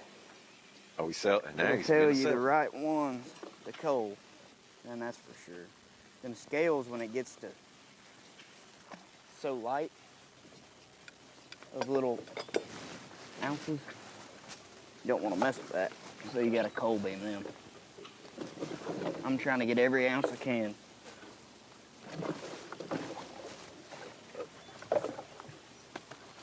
Huh. All right. Don't even put that one in. Where's it he didn't really from? help, but like an ounce. He's still sandbagging on live. Starting to see a little bit more. Trying to find me a big one. I don't know where he's from. I'm not seeing very many. Here might be one though. Tennessee. Yeah, yesterday, Patrick Walters, I had a guy out covering Patrick out there with We're steel not into camera. it. He texted me, Patrick just caught a pig 8 pounder. And then he caught another one. And, and I'm looking at his scales, and he puts one in as a 4.5 and the other one as a 5. Then he comes in there with his bass track saying he's got 20 pounds and weighs 30. That was a cat, Daddy. A lot of catfish in this lake. Look at my line. It's got all that goo on it. That's just because he was happy to see you. Is he catching this catfish? They come off. Okay. I guess we won't be eating catfish tonight. No catfish. None. So there's a lot of big crappie in this lake too, dude. I've been seeing some of them. That was the thing.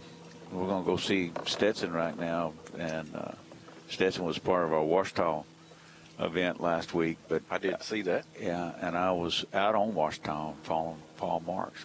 Hit hook, set the hook, catch a 2-pound largemouth. Drop back in there, set the hook, catch a 7-pound striper. Drop back in there, set the hook, catch a 2-pound crappie. I mean, I'm like, dang, son, I didn't remember this little old spot right here. Come over here. And if he'd have caught a walleye, he would have had the quadfecta, I think Washita showed out. I knew it was good. It could have been better than it could, but, I mean, they had a big cold front, had some really bad conditions, but there was almost a 10-pounder caught every day. That was pretty impressive. Yeah, no doubt. The big bass at Washita is as good as it was at Toledo so far. Better, because it was 10-14. There you go. And then there was almost a 10 caught the second day. Heavy 9, like a 9-14. Swore I saw Yeah, I thought one. I Washita don't see it now. Yeah, surely we'll be going back there at some point in time. It was a little bit of sun, and I mean, what most people didn't realize is like 3 weeks before that we had a week of single-digit temperature. Half the places those boys fish actually had ice on it. That's not common. Very unusual. It's not, but Washita is always it's a good wintertime lake. Right. Always the thing of it fishes is, early. It fishes so big. It fishes so big. You hardly ever saw any boats gathered up there, especially compared to like Okeechobee, where Scott Martin won with 70 boats around him. Following Jeremiah Kendi, hardly ever saw a boat. Right. Another. We're watching a guy from that area. That area has turned out lots of great bass fishermen in its time, including Stetson. Yeah, Mark Davis, George Cochran, Mike Worm, Kevin Short. The Murray brothers. Murray brothers, oh Lord. The list goes on. Oh my gosh, yeah. Let's just keep Ricky going. Green, Ron Sheffield, Ryan Sheffield, David Ashcraft, Johnny Roughton, a bunch of people that they're like, because I had the opportunity to fish against a lot of those guys growing up. So that area is. Well, see, and that was one I was talking about with the fish, because this would be the time of the year right now that David Ashcraft would be throwing that big wiggle wart in that grass. And I fished with him. He was a team partner of mine. And you could tell when you're fishing that medium depth type thing how that fish hit that bait. And it seemed to me like all those fish, we were ticking the top of that grass, and all those fish would hit that bait to where it would come in, and you could know that they hit it from below. You know, if they were catching it from behind, that's a different look. Catching it down on it, that's a different look. But coming up on it, and that's why I was like, man, I'm not sure I could ever seen those fish. Well, but evidently you can. Maybe they see them, they drop down, and they come. Oh, well, a little Jordan Lee action. Yeah. Little JoJo. So the biggest difference between that style of fishing and this is these guys are catching a lot more numbers. So that more traditional style of fishing, or what we grew up with doing, you have days where you catch 30, but those days are special. And, most of the days when you had a big day, you caught, let's just say you got 9 bites all day from throwing that plug from daylight till, whenever the day was over. And, that's the biggest difference. It's what it goes back to what I'm saying is not physically as demanding, because how many casts would you make with that big wiggle wart from the time you started to the end of the day? That's the reason these guys, they don't fish that much. Right. They're so efficient. They're catching 3 times as many fish. But as far as the action of casting and doing that, they're not doing that. And another thing that I thought, and this is all going to come out as time goes on with this, is that even if a guy was up there good fishing, does that guy physically slow down some by day 4 and let these guys who are basically haven't physically put out as much exertion, they outfish him on the last day? So these are all things that we're going to see now as we go forward with this. There's just so much unknown with it. Well, one of the things that I had started to talk about earlier was 10 years ago, there was a nutritionist guy that used to travel. Remember? The guy that... Yeah, I do remember. And they put a calorie counter on Aaron Martin. And basically, during an 8-hour day, Aaron Martins would burn 5,000 calories. That's right. And my wife, who is a nutritionist and at the time, personal trainer and all that, she's like, that's impossible. Until she started watching all the activity that these guys are doing. And you burn that amount of calories in a day, you're wore out. I mean, it's a workout. At the end of the day, you are complete. And I find that it's adrenaline. It keeps you going. And soon as you weigh in or soon as you check in, you have a huge adrenaline dump. Instantly. Yeah. And that's when I would be tired. And the next morning, you get keyed up again. Adrenaline would basically take you through the week. Right. So this is just totally different from what we're used to. We're used to seeing, whatever. So, I've even thought about that. I'm like, can a guy even compete normally fishing with this just because it's so physically demanding? Can he hold up, Right. And the deal is, you would say, well, the younger guys will be able to. Well, the younger guys are going to be doing this, 100%, But you remember in mid-90s to the 2000s how many guys had basically tennis elbow. Having those elbow, Browning, Nixon. A lot of folks used to have that. I mean, Larry's been operated on all over his body. All over. And just beat up. Here's our leader, Pat Slapper. But I will even say this: our rods and reels are better now. Right. And now everything is made for a certain technique, specific. And the equipment boats are so much better. So they're not beat up. These boats are so I mean, it's like standing in your house all day fishing. our boats are so nice. We were telling a lot of stories the other night, Davey Hite, and especially back in the day when we had those 17-footers with 150 horsepower motor, and that was about as big as he got. And those guys were making 80 and 90-mile boat rides in those little boats. In those little boats, and 3 and 4 and 5 footers, and you know, we cancel those days now with bigger boats and bigger engines, but you know, it's probably for the best. There you go. I thought he had. Come on, Pat. Tell us what you're seeing.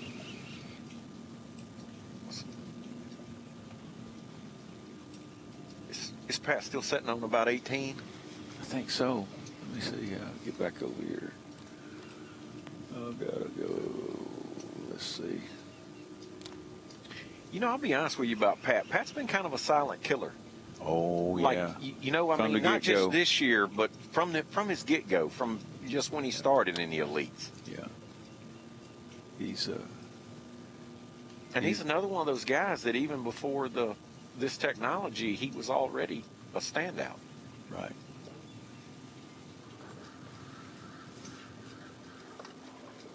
There it is. You got him? No. So Pat has, he's got 17-12. He does weigh his fish. He's been pretty accurate. As a matter of fact, he's the first angler 2024, and I'm not sure there were any anglers in 2023 that won $1 off of me in the weigh-in line, because I totally missed his deal. He had a fish yesterday that weighed 8 pounds 6 ounces, and I'm just going to tell you that thing must have been totally starving, because that fish was bigger than 8.6 visually. I sure lost $1 on it. I just thought I've seen a couple of those this week, and I think the deal is when those fish age, you'll have that. Yeah. They seem to not. The younger fish seem to have are healthier. Well, he had close to an 8-pounder in the bag, and it was like that fish was 2 pounds bigger looking at it. Right, one of those tiny. Live in that ocean. Yeah. Just, you know, you've heard of big boned, hollow boned, I guess. Kind of thing. It's crazy. It goes back to, you know, how much of our world is in water. Yeah. And how much of it is unexplored. Well, that's kind of what's going on right now. Right. We're exploring part of it. It's never been explored before. I don't like it when they don't show up as heavy as they look. There's been a lot of big fish caught this week. I know. That was one of the things that Clunn said earlier, and I'm not sure if he said it while we were on the show or offline, that you know, Harold Allen is a guide on this lake, and he had talked to Harold last night, and Harold's just blown away by the amount of fish that these guys are catching.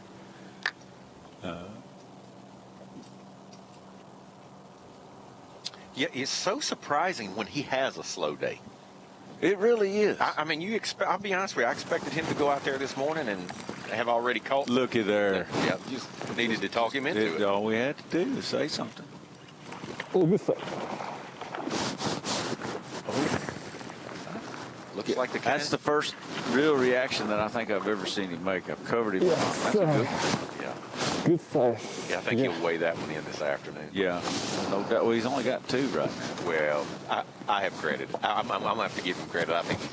You think he'll have 5? I think he'll be culling before the day. I do. We were talking about, and I think. Yeah. That's a good-looking 4-pounder. Yeah, it is. I'm going to say it's a little more than that. Yes. Hold. He's an interesting scale. See if he changes it. No. I thought he was going to tell us how many grams it weighed when I saw that scale. Yes. He's such an interesting guy. He's the coolest guy out there. He doesn't get, like I said, when that fish came up, that was the first reaction I've ever really seen out of him. I've covered him a lot. He's just very laid back, maybe when you're not catching them every cast, maybe it makes them a little more exciting. Yeah. Well, even when they're a I little see him harder- catch them, he's just like, okay, this is. I mean, dude, that fish right there. You know, he says 4. I'm gonna say closer to 5. I'm with you. And he's on got a spinning rod. Anybody else is going to be, they're going to be, you know, doing it. He jerked him right in. He undoubtedly. I watched him some footage from yesterday, and he undoubtedly is using pretty big line. He's not using 5 or 6 pound test. You can't pull on him like that, you know. Right. Like he horses them right on up there, and the one that I saw yesterday was a great big one. Yeah. And he did the exact same thing. Horsed it up there and got it right in the boat. Okay, yeah, there's no playing around. I'm not going to give this fish any chance. So that would make me think that he's like, I don't know what pound test he's using, but it's not 4 or 5.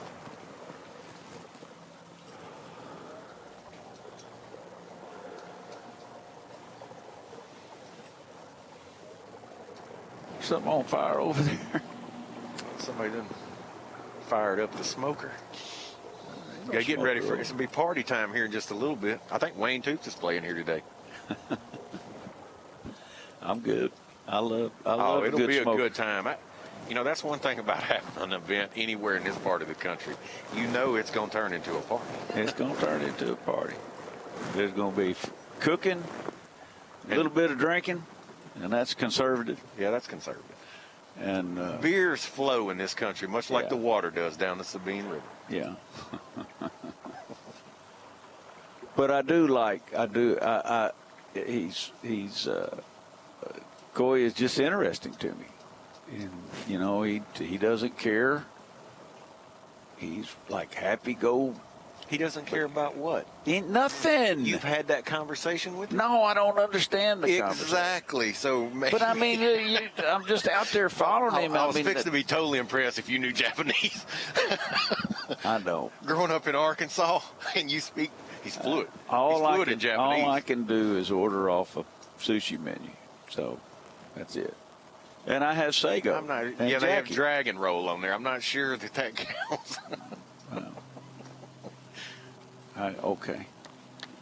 You got me there. But I still love Japanese food. I do too. It's my favorite.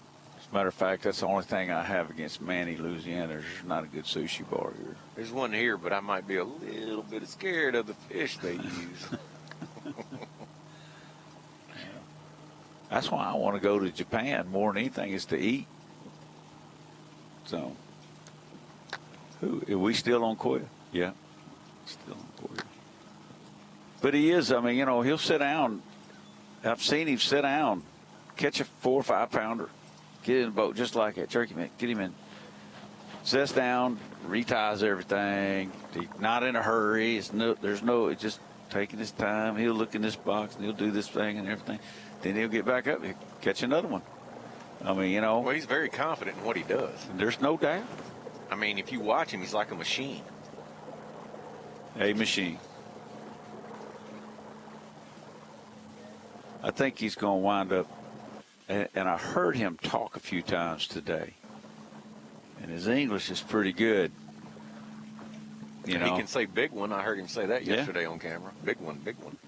But I think he's going to wind up teaching us a little bit. He's very secretive, though. Let's see, who is this?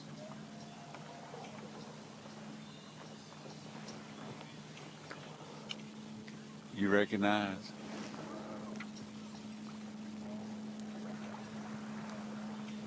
I don't know. I can't. I don't know that. I can't see the boat. Marshall sitting down. A reddish boat. I couldn't even tell if it was wrapped. I couldn't either. It might not have been. You know, I'm sure there's a local tournament going on. That may hurt him.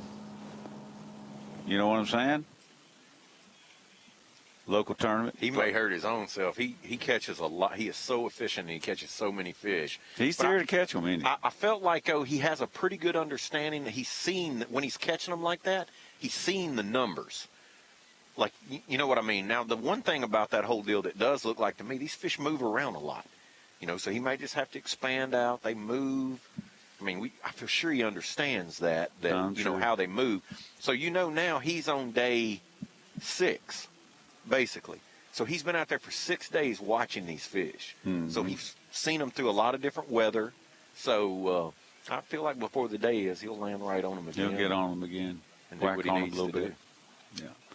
Well, we're going to go away and come back and land back here in a little bit after a break, and we're going to cut Hackney loose. We come back. Mar Menendez and Joey Cifuentes will be sitting in these chairs. Yeah, it's about time for me to see how that beer's flowing, maybe. Yeah, or that smoker over there. Maybe both. If you're close, come on down here at Manny and have us have a barbecue and a drink with Hackney. And if you're not, tune back in. We're going to go to a break.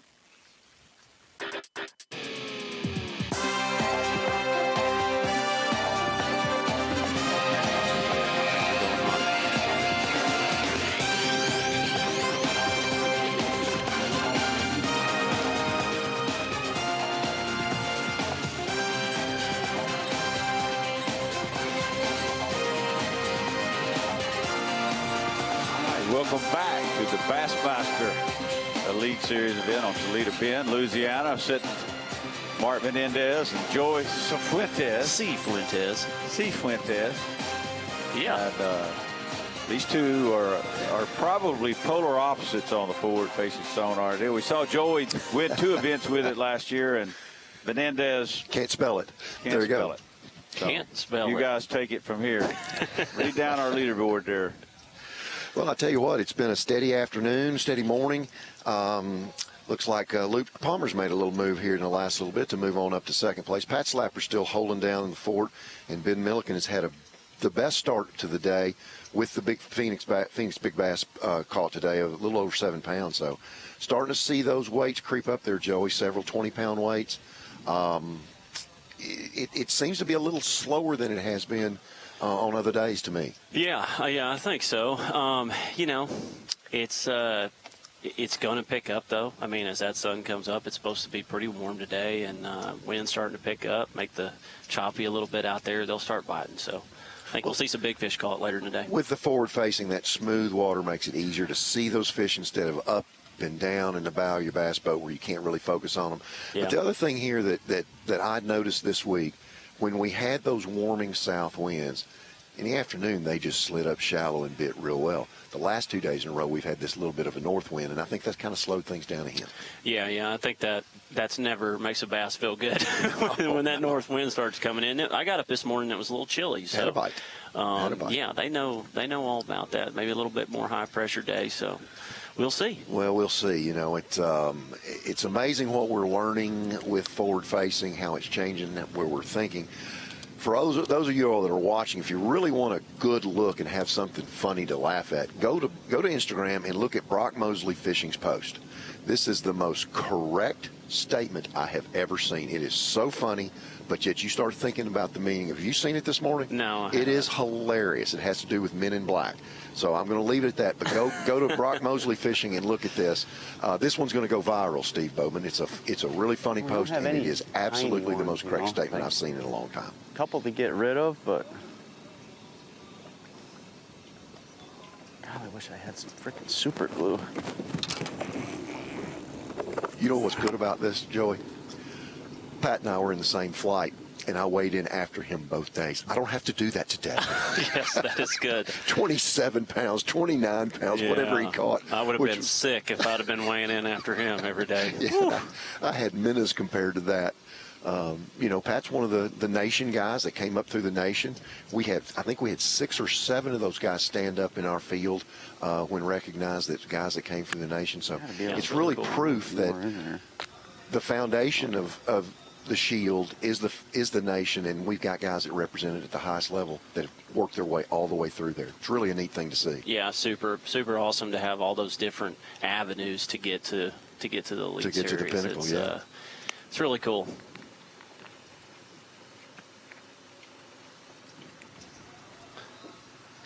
You know, again with avenues, I don't know what the statistic is now, Joey, with the kids in college fishing that have jumped in here and joined us and that are continually handing our butts to us. I would say that we're probably pretty close to a 50-50 split on the guys that came through the high school and the college ranks now. Last year I thought it was about 40% when I looked at it. Coming in at a young age, so advanced, had been to so many different locations. Those two trails really push the envelope and make anglers better anglers. Yeah, absolutely.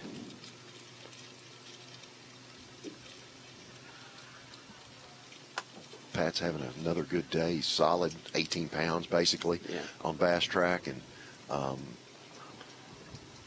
you can take the time when you've had a good week like that. You've got a good understanding of what's going on.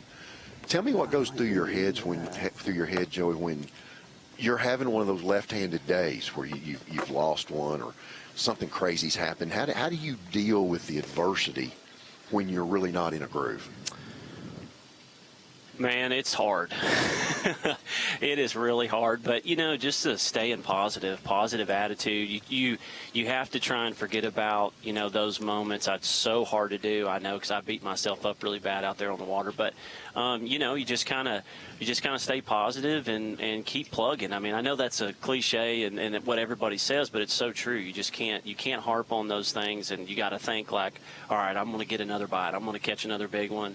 I'm not going to lose this time. You just have to keep that positive attitude flowing, and sometimes it works out.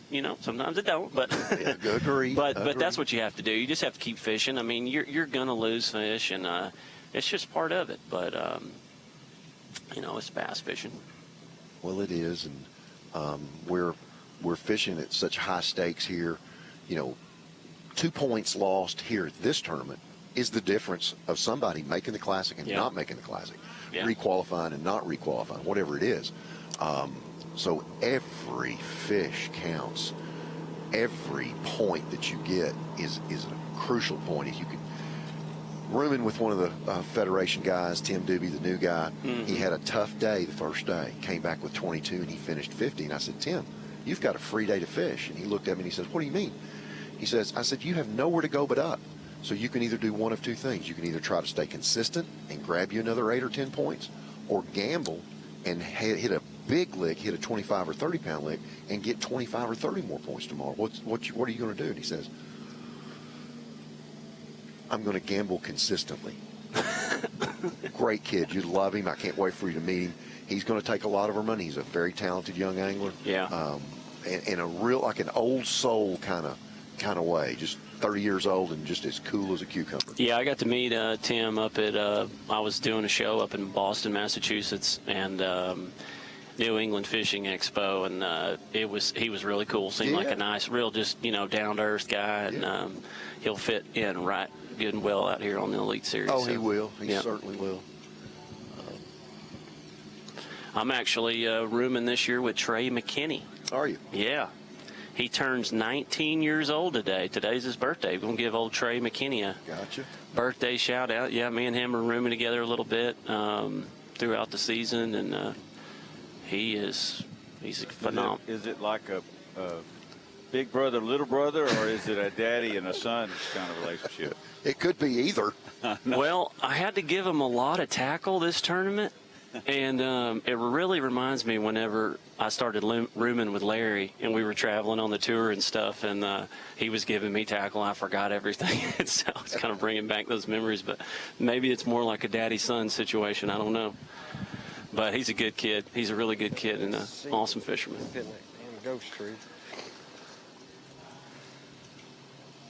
Luke Palmer, he's had a pretty good day so far. He's moved up. He has moved up. Luke is an unbelievably consistent angler. Yeah, he knows somebody over. From Oklahoma, you would think muddy water, big line, and here he is showing that he can do it with light line as well. He's had great smallmouth tournaments in the past. Yeah. Just a very talented angler. Where he lives there in Oklahoma, too, he's got real diverse stuff. He can fish kind of like I do in Arkansas. So muddy water, clean water. Yeah, he can fish clear and do the finesse. And he's been around a while, too, so he's good around grass. Yeah, he's an excellent angler.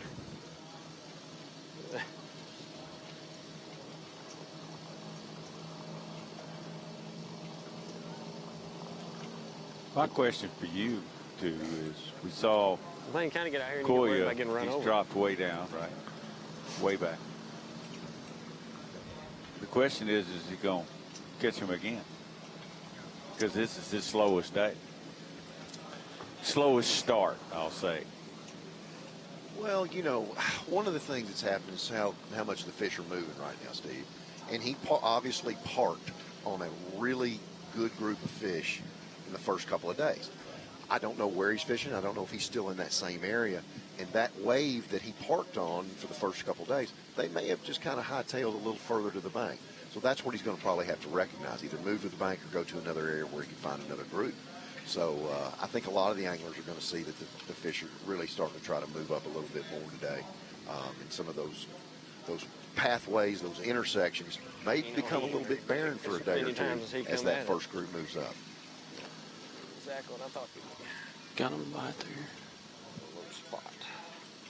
Yeah, something I noticed too is, you know, several of these guys are kind of in the same area there, and a lot of those fish seem really, you know, they're just kind of getting a little bit more played with and pressured with, ones that they're not catching, or maybe they, you know, 27-pound bags, they put some 4-pounders back in the lake, or, you know, or 3-pounders, and so they're just kind of tough to catch. From what I've noticed, the second day I fished in the same area where Luke is, and but yeah, like you said, a lot of those fish are going to be wanting to kind of move up and head towards the bank, and it all depends on how many fish are still doing that, if they're swimming in, you know, if you will, coming from that out on the lake and the abyss out there. Yeah, out there from the abyss and all that timber and stuff. So, you know, Joe, I spent a lot of time working on forward facing this fall, and went to a couple of lakes that get fished heavily in East Tennessee.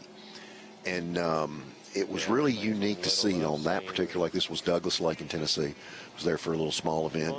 Got to fish, and when that radar hit those fish on a lake with lots of pressure, they were gone.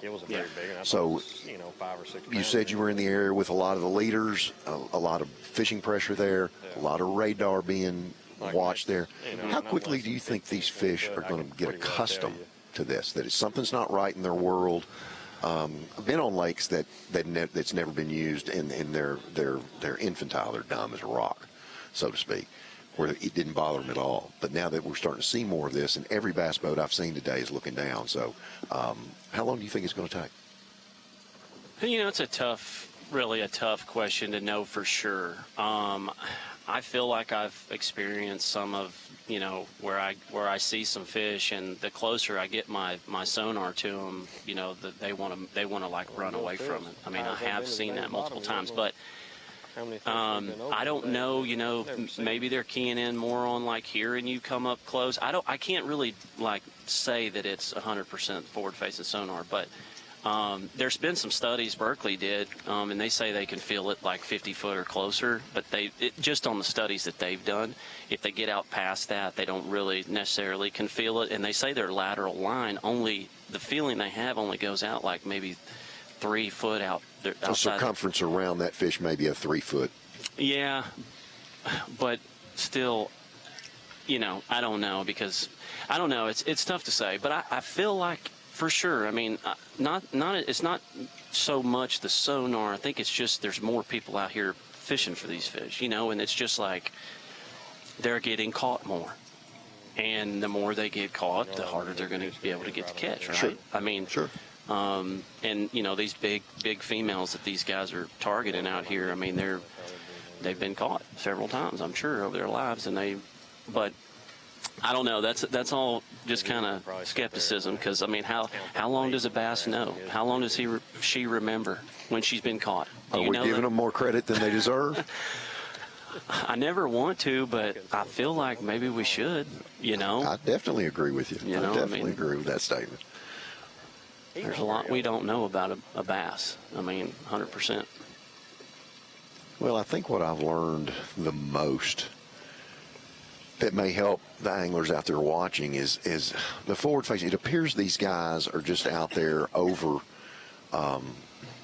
big deep water, there is a method to their madness. There's a grass line running down through there. Yeah. There is a drain that they're following. There is a definite edge to what they're using. And what I mean by an edge, a bass being a predator, how many times have you ever seen a coyote run right across a field?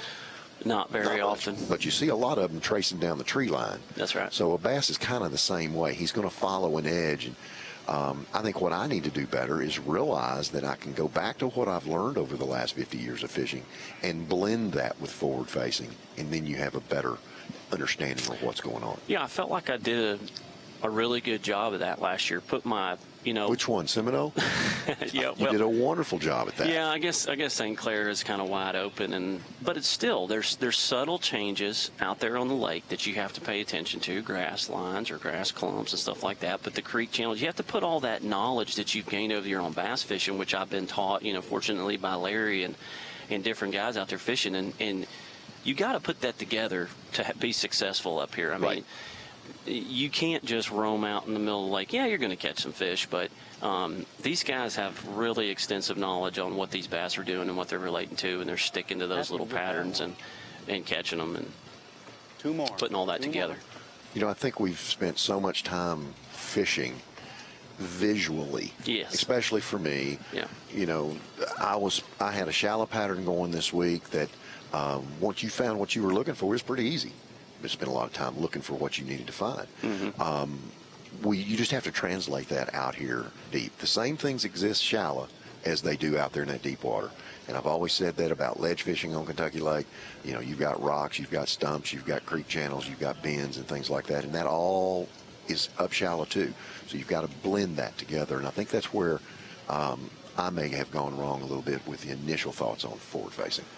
So coming into this tournament, what did you feel like with the weather we were having and the full moon we had coming on? What after your practice, kind of what did you expect to see? What were you thinking was going to happen in the tournament? I made a gamble, and obviously it didn't work. I had the opportunities to have a really good day and be out there today. My gamble was, Joey, was basing the moon, the warmth, and the warmer nights, feeling that more fish would slide shallow, more quality fish would slide shallow quicker. I ended up catching a few fish that were actually bedding. Didn't know they didn't see them. Right. But I thought we would see a bigger push than what we had. Maybe a little bit of cold that we had 2 or 3 weeks ago kind of held them back from trickling on up there to get more fish shallow this week. That was what I thought was going to happen. And I did maybe put myself behind the 8 ball on the area of the lake that I chose. Anytime you have grass, that's the best habitat for a bass, and therefore you're going to have more bass in that area. I was grass adjacent, so I thought I would have a piggy bank of bass that would come shallow, and they just didn't trickle that much for me. Yeah, it's kind of what I was really expecting too, was a push of fish shallow, and I did most of my fishing. I picked the wrong spot the first day, and kind of got lured in there, but I thought there would be more of a push of fish going shallow, and it just didn't happen. So it's early still, though. It's February. I mean, it's February. I know we've had some warm weather, but that water out there deep, it's still cold. It's still cold. It ain't nothing like the surface temp out This here. is a massive, massive body of water, and it takes time for the whole core of the system to warm up. Yeah. And that's one of the reasons why you'll have fish start to spawn in February, some in March, you'll have some in May, and it'll trickle on out to June a little bit here. I've had tournaments in Texas where my key fish that I caught in the tournament, Joey, in June, were spawners. Big ones, 7 to 8 pounders on occasion. But that spawn does not happen on one single moon, one single time period. Yeah, and I just seen Koya right there, and now we're back on Pat, but Koya was back. He looks like right there, he's kind of in a drain, in a creek. Necking in. He's out there in the middle. A lot of those bass are going to be staging out there before they go into spawn, and that's really kind of what I was doing and what I found in practice. I just picked the wrong area, but that looks, exactly like, a lot of these fish I learned a long time ago, and actually on this lake, a lot of these fish will do that. They just kind of suspend and sit out there, right before they think about going to spawn and stuff.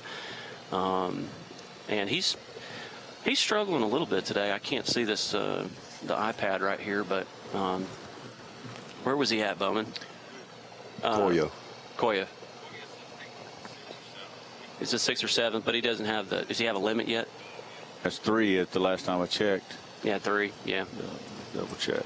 A little technical there on that. Yeah, I just wondered if the number of fish are just not enough of them really back in there yet. Seems like most of these fish are out where Pat is and where Luke is, and you know, Coy was out there too in that one area. You know, they seem to be out there in the main channel, deep. Getting right now. Oh, he's in second right now. Yeah, see, he's got. No, wait a minute. I'm sorry. I'm looking at the leaderboard. Give me a minute. Yeah, Coy is down at the lower end of the lake where that water's going to retain its being colder down there, and that steeper depth down there at the lower end. So those fish are going to be a little bit slower to move up. And Koya is in 5th. He's got 3 fish that weigh 614. So he's got a lot of room to grow. He got a lot of room to grow, and I can tell you that he's got more than 614. I've seen one fish that he sandbagged on pretty good. Don't know about the other 2. Yeah. But he is he's like 13 pounds back of Schlapper. And I will I would guess that that's probably more like 11 pounds back. Yeah. But Schlapper's pretty accurate on his. Yeah. Yeah. And Palmer typically is too. He's 9 pounds back. But and he's down there in way less pressured water too right now. I think he's made a good move, because from what I said in that area, you know, where I seen him day 2, I don't know if he spent his whole tournament there the first day, but you know, I think that's maybe getting a lot more pressure, and it does. That bay does get a lot of pressure, but moving down here in this part of the lake, I mean, he could really catch some big fish that are out there suspended in the middle and waiting to go spawn. So exactly. And this water down here is clear for the technique that he's doing. It's perfect for it. Absolutely perfect. We're back online here, Joey. If I can get that thing. Okay, I pulled it up on my phone, so. All right. But I can see my phone better than an iPad. All right, very good. Very good. Well, you know, pressure, we make a lot of noise in our boats. As stealthy as you try to be, there's a lot of noise. And one of the things with the forward facing that I've learned is how many fish we actually push away from us.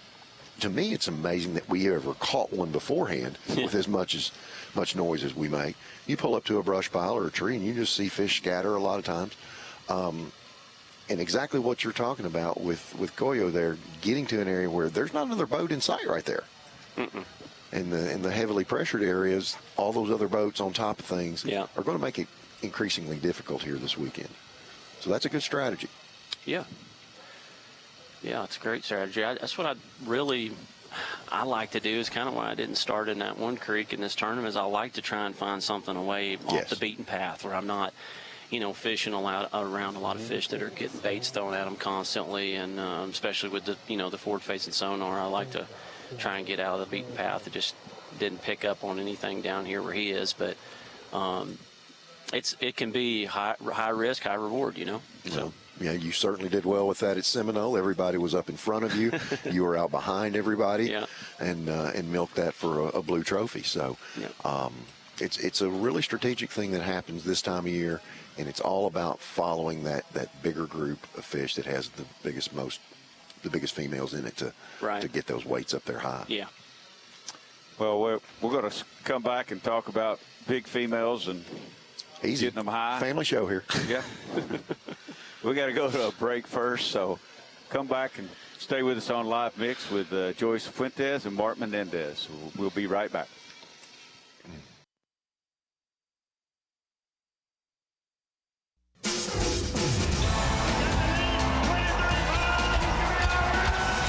You're watching a B.A.S.S. presentation. Yes, indeed, it's Bassmaster Live. We continue our coverage of day number 3. The Gamakatsu Bassmaster Elite from fantastic Toledo Bend, world famous Toledo Bend in Manny, Louisiana. Our live coverage brought to you by Yamaha. And we've got a lot more on the way, taking the next 2.5 hours here on Bassmaster.com and other digital platforms. And we'll take a look, Mark Zona, at our playing field, which is one of the most celebrated in the entire world, the entire bass fishing universe. No doubt about that, friendo. Taking a look at Toledo Bend right here. Most of the attention was down in the Howson area, but we're starting to see for the first time in the last 2.5 days, anglers spreading out a little bit more. You see Justin Hamner just outside of Mill Creek, and Koya Fujita, for the first time in the last 2 days, has moved out of his primary area that he annihilated him on day number 1 as we fly up towards our takeoff there at Cypress Bend Park. Look at guys like Stetson Blaylock, Robert G.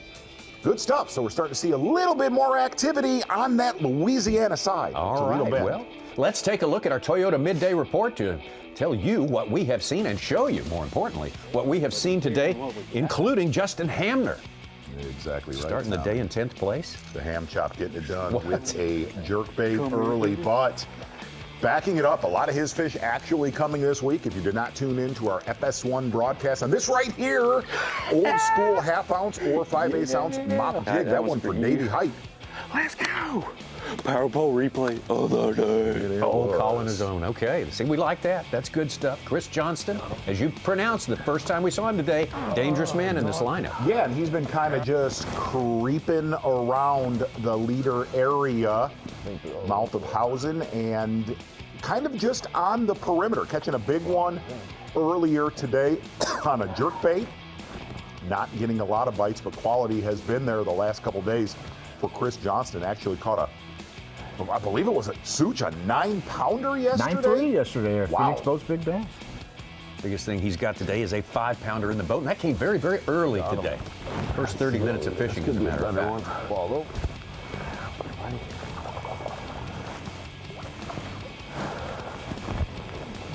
Really the only thing, taking a look at our Toyota Midday Report, that we haven't seen. We've seen a lot of quality, a lot of fish like that, up to 4.5 pounds, maybe heavy 4s. Is we have not seen the big ones really with this angler right here knock them out. Day number 1 was basically done by 11:30. Deep hardwood, standing timber from about 25 to 35 feet of water. Yesterday it took a little bit longer. Well, it was very, very slow today for Koya Fujita in his primary area that he was in second place coming into semifinal Saturday. He caught 1 bass there, but making a little move, catching this one moments ago, keeping him sort of on pace right now, but little catch-up ball to do for Koya Fujita. How about Robert G., our best performing rookie, amongst some very high performing rookies, 8 of 9 of whom made the 50 cut here, which I think is extraordinary for the first event of the year. There's number 1 of the morning. Robert G. coming from the college fishing scene just a few years ago, the University of Tennessee, that is where he's from, Rocky Top. First year in the Opens last year, gets 4th place to qualify here, and he has represented the rookies well, being the top 1 through 2 days of competition so far and still maintaining. Yeah, and pretty much has lived for the majority of the tournament, fished on the Texas side a little bit yesterday, but really has been left alone on the Louisiana side. And one of the reasons you don't see that much, at least this style fishing, that much pressure on the Louisiana side, it does have deep water, but it's a lot flatter, not as much contours as you have around Howson and Indian Mountains, 6 Mile. But Robert G. finding an area for the most part all to himself. Hanging tough throughout the full measure of this tournament has been Luke Palmer of Oklahoma. Saw what this place contained on day number 1, but did not catch those things he saw, and that made him mad. No, actually caught a great big one on day 1 out deep. Within sight of Koya Fujita, caught a 9-pounder. But the problem on day number 1 with Luke Palmer, if you haven't been paying attention to this broadcast, lost 4 bass, Tommy, over 6 pounds on the first day of the tournament. Said he should have had a mega bag, around 35 pounds, but still caught a stringer in the mid-20s. Just consistent good ones today, sitting with 20 pounds and 10 ounces. And really, we don't have him with anything over 5 pounds. Just good, solid quality. All 3s and 4s, and here's the man who took the lead to start the day, but just by a whisker was his lead. But Pat Schlopper Yeah, but Wisconsin has extended that to almost 10 pounds. Who can weigh that one? Exactly, and you would say, you know, you have a lead 10 pounds kind of nearing the last few hours of semifinal Saturday that, well, you're kind of in the driver's seat. Not the case on this lake. There obviously is 30 to 40 pound stringer swimming around, but a solid day, and I'm sure Pat Schlopper is not very disappointed seeing Koya Fujita slip for the first time in this event. Pat's best finish last year was a 4th place down at Lake Seminole in Florida. Likes to perform earlier in the year. It seems obvious. And a little bit like Ben Milliken, Chris Johnston, who have been keeping the house and area honest. Pat Schlopper kind of in that area, but off the beaten path a little bit, getting away from that crowd, that pack of boats. And there you go, your Toyota Midday Report. Pat Schlopper on top there. Ben Milliken, big story, moving up, started the day outside the top 10. Had a good day 1, fell back just a little bit on day number 2, but he has roared back all the way up right behind Luke Palmer. We've seen 30, 31-pound bags this week so far through 2 full days of competition, but Luke Palmer, Ben Milliken, Robert G., with the lead that Pat Schlopper's got right now, you're gonna need to maybe be within 5 or 6 pounds. I wouldn't want to be 10 back and have to catch 32 to 35 pounds to maybe win tomorrow. Cut it within 5 and you can, that's very doable. Well, I think you stay within 10, and it's no. In all honesty, if you look at it, in all honesty, if you look at this angler right here, he's gonna give, as of right now, he's gonna give away 10 pounds today. That obviously has done it. I was listening to Menendez and Joey Cifuentes. There we go. Let's go. And moving on out. Look how many graphs are on that pontoon. What is this world coming to? That is a what crappy is scoping. Happening. Crappy. We absolutely have to replay. That was a pontoon boat with 3 graphs. Get me back to planet Earth of bass fishing in 2005. I'm afraid the asteroid has already struck the planet. See? Oh my gosh, what did I just see? That was hard to cut. That was, yeah, super. Taking a look at our map of our anglers right here of Toledo Bend. Obviously 6 mile up towards Indian Mounds, big player. We're starting to see with the calm wind today, anglers kind of starting to spread out a lot more, and we're going to get out on the water right now. Arkansas angler Stetson Blaylock. Stetson with 12 pounds, 8 ounces today. There was a pontoon boat with 3 graphs. I am telling the Scorpion we are getting 2 more graphs. Eating that. He came back to it. It's not a big one though. Pretty good one though. There's tons of trees out here. Gotta be extra careful. Yeah, it is a big one. That was all not bad there. Stay in there, Hook. Stay in there, Hook. Got him. That is the I was about to say, how is that fish not eating that? Is not skinny as a rail. Around. Oh, good coal. 3.5.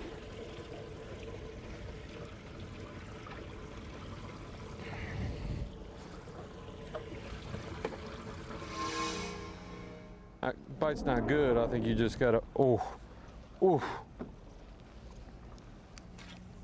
Tommy, I'm getting texts right now of that pontoon, and there are some of the viewers telling us, T-Boy just texted and said there was also 2 graphs on the front. That is the Koya Fujita of pontooning, is what that is. God, he's not big. I'm with you. I don't know what. Where are we? Why is the world going in a different direction now? I don't know. It switches from clockwise to counterclockwise. Look at that one.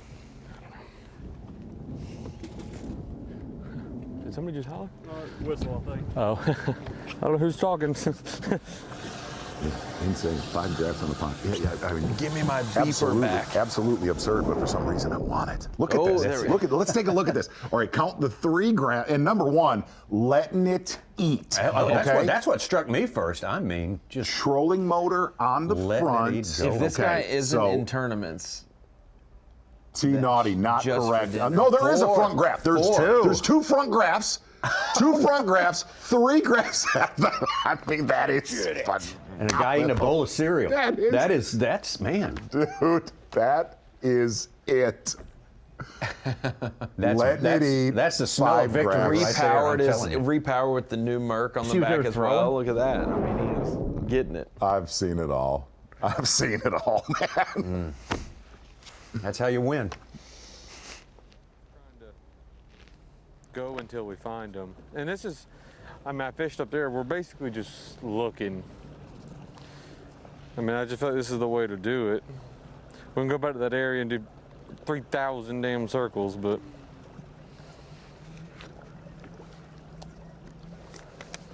I'd really like to find a new group of them. In the 4-box. But what I was going to say about Joyce Sawenis and Mark Menendez, I believe this. Sure, a lot of this, what you're seeing. Hit here, hit 1 more, 2 more spots right there, run out. Pressure has a lot to do with it, but I think way more than pressure, the weather we've had now, consistently for 3 days, I think the real cold practice obviously would have bigger schools, staying in one place. Wherever you got to commit for a little bit. I think this weather has them moving. It just takes so long to break an area down, to give it its time. If it was like a normal lake and it just has a small pocket, you'd be able to fish it so much quicker. There's bass. Ooh, it looks like a good one too.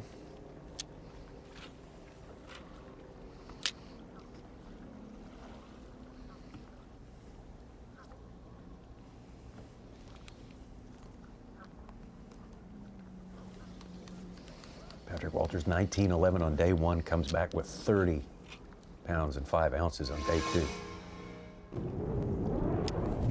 Jordan Lee now.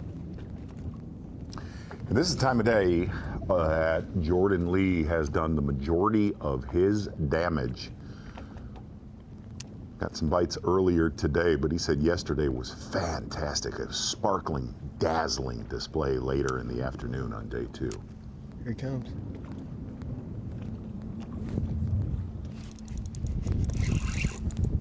Be a bass.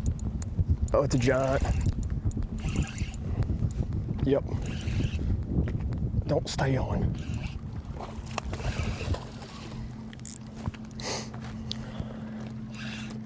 Change baits. A giant. That's a good one. 12 o'clock. The dinner bell's ringing.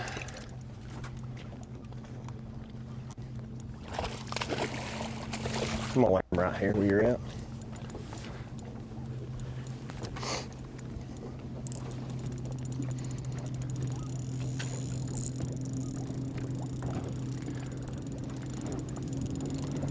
Come on.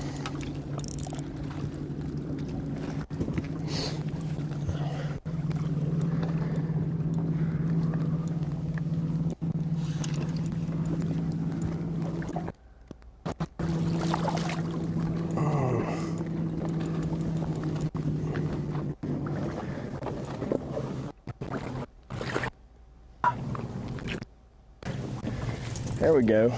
We'll call that number 1 right there. We got plenty of time. Made a little adjustment.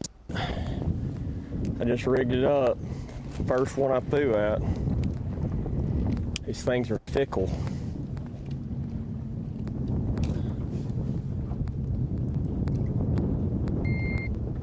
Four and 3/4. Okay. It's number 5.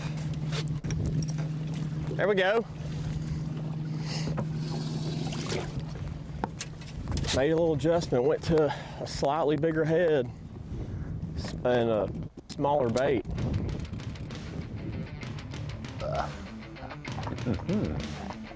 Yes.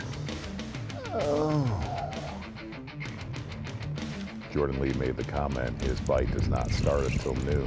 He proved that this morning extremely slow. Fishing outside of the core group in Hausen. Power pole replay of the day, a good one for Jordan Lee, the return of Jordan Lee. Most of his damage on day 2 was from noon until the weigh-in. Said he's only gonna call that number 1, even though he has a limit in his live. Well, I believe Suchi does have a limit, yeah? Yeah, that's number 5. That was number 5. 1 for the weigh-in. That was number 1 for the weigh-in. Jordan Lee said he has been bullied and hazed by some of the anglers on the Elite Series coming back this week. Good to have him back, though. Jordan Lee, Bassmaster Live Power Pole replay of the day, my friend.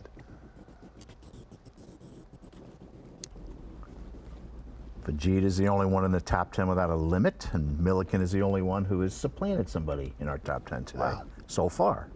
There's some guys threatening. Alex Weatherall has a couple builders, one near 5, one near 6, or 3 fish. So he was 11th.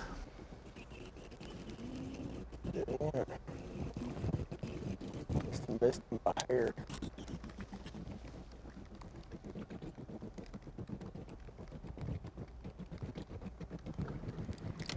Well, we're back out in Never Ever Ever Ever land.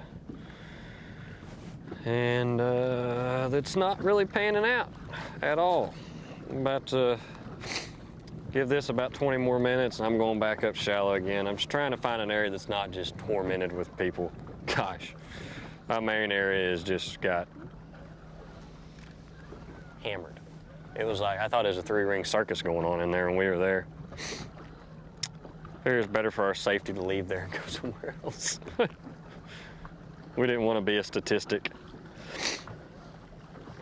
So we eased out of there, come out here on this flat and over a couple of little humps and stuff that I caught some fish off in practice and actually seen fish in practice. And today I caught 1.5 pounds as soon as I dumped out. But keep moving around. I got some other grass. I had quite a few fish on it yesterday and just trying to give them a bite was tough.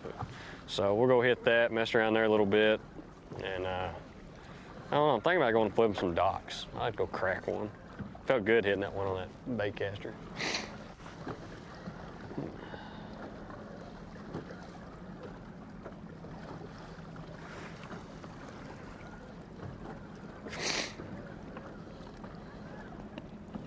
Palmer's got 5 middling size 3-4 pounders. Yeah, that's not good. Live well. Look at these guys. But has not had a keeper in a couple hours. At least they're having a good time. Aaron's gonna have his beer goggles on later, I can guarantee you.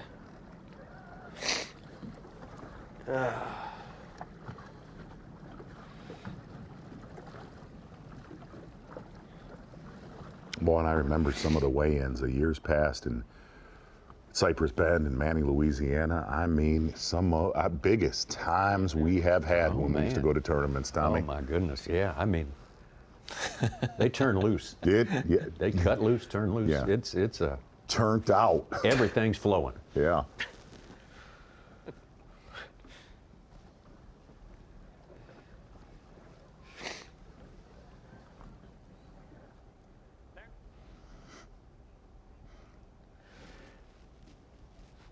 Tommy Z, there might not have been bullies for Jordan Lee, but there were definitely some uncles who hadn't seen their nephew in a long time and said, oh, he's all grown up. It's been 5 years, and he was just a kid when he left. Now he's a grown man. He's like an older Elliot from ET now, right? Like a teenage Elliot. That's right. We always follow those stories when they pop up. We'll be following Jordan Lee this season. Probably quite often. I would bet you. Probably quite often. Quite often. He said he was nervous in his return. I find that kind of hard to believe. You don't ever want to drop a goose egg or he a said 3 he didn't want fish to on flop. day 1 of your return. You want to show out as well as you possibly can. I'd rather have high expectations in a return than people expecting nothing of you. Well, we got 50 anglers out there from our original 103. They're trying to make it into the top 10. If you're just picking up with us here, the top 10 alone will fish tomorrow for the first blue trophy of the season, the championship, the Gamakatsu. Bassmaster Elite at Toledo Bend. Pat Schlopper of Wisconsin having his best tournament so far. He's hoping to keep that thing on track and steer it home. And Luke Palmer, his nearest pursuer, is several pounds back, but certainly in this place, that can be erased with a couple of swings of the rod. That gives hope to these people on this page right here. 11th through 20th. including Brian New and Jeff Gustafson, our reigning classic champion, defend that title here in about a month. Tulsa, Oklahoma. Alex Wetherell, we saw him catch some big ones here on the premises. Oh, yeah. That's Scott Canterbury, former AOY. One of our few former AOYs left in the top 50 today. Look at the points gained by Timothy Doobie. First-year Elite Series angler, was in the 90s, and now he's up to 29th. A lot of movement requested by those guys on those last two pages. Gamakatsu Bassmaster Elite at Toledo Bend, Manny, Louisiana, is sponsored by Mercury, by Power Pole, and by Progressive Insurance. Just picking up with us here, our 50 anglers out there on day number 3 are far, far ahead of the schedule set the last time the Elites were here in 2017. In terms of poundage, way ahead of that schedule. The fishing does not resemble the way things were being done 7 years ago. Probably those two things add up together somehow, but we have got a great competition going here. It's always fierce at the end of this day because only the top 10 will make it to tomorrow. Everyone who arrived on the premises here earlier this week or at the end of last week wanted to stay for 4 full days, but only 10 are going to be able to do it. Luke Palmer now in second place. It was cool to listen to his thoughts and said he might actually go dock fishing. I know one of the anglers that was favored to not be fishing this way in this tournament, John Cox, got to see some nice footage from Pat Renwick, who was in his boat, I believe, on day 1 of this tournament, said on the stage yesterday he really wanted to make it to today, said he was starting to see fish locking on, making spawning beds late yesterday afternoon.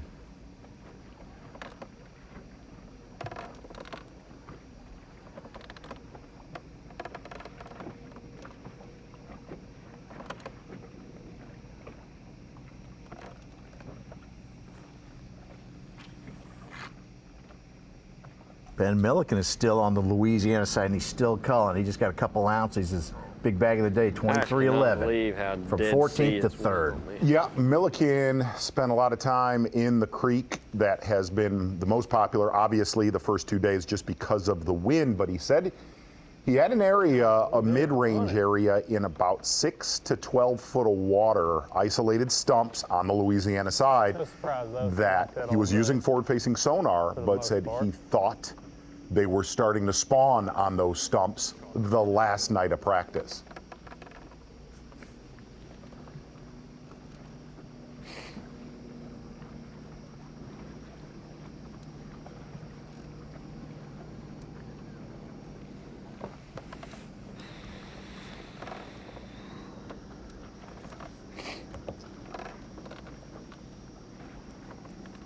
With his second 5-pounder, Alex Wetherell has jumped into 9th place. He's got 4 fish for 16.5 or so.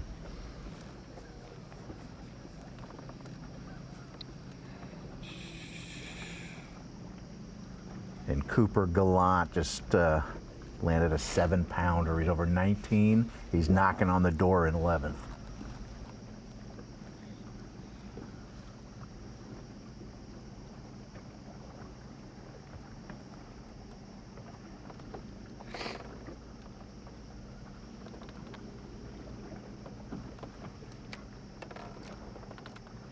So hard to give up on an area when you catch a few there and you see more that don't bite or whatever.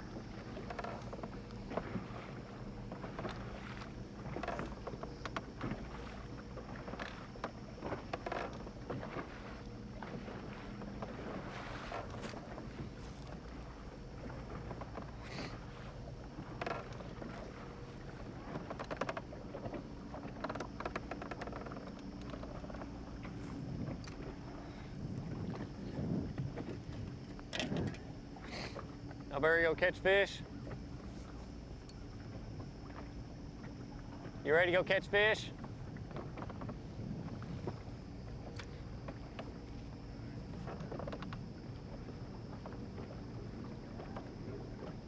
All right, let's get out of here. I'm done with this stuff.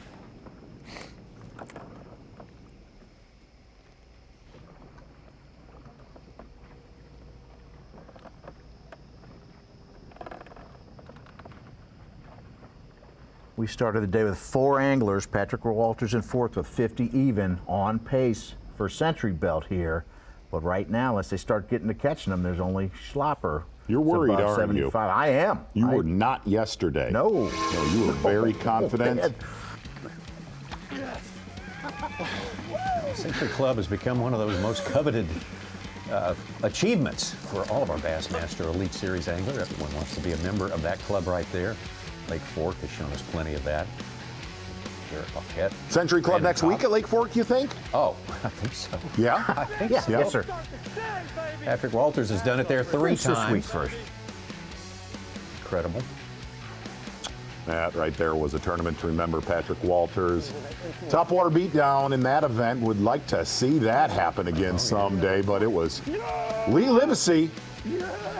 112 pounds, 5 ounces, anchored by a 40-pound bag on the final day. 42.3, the 3rd largest in bass history. Wow. Backed it up the next year. And Apollonik also in that next year would reach the Century Club as well. And for the 3rd time at Lake Fork, Patrick Walters did it too. No, but that's later. That's last year. That is. Only guy with smallmouth and largemouth Lake left. Ontario. 100 pounds of bass, Lake Ontario. Very, very impressive. Could be an even 10 lakes if someone. Could it be Pat Schlapper? Hitting that 100-pound mark here at Toledo Bend. I guess a little bit surprising looking at that list right there. Only 2 Century Belts given away in Florida. Yeah. That surprises me.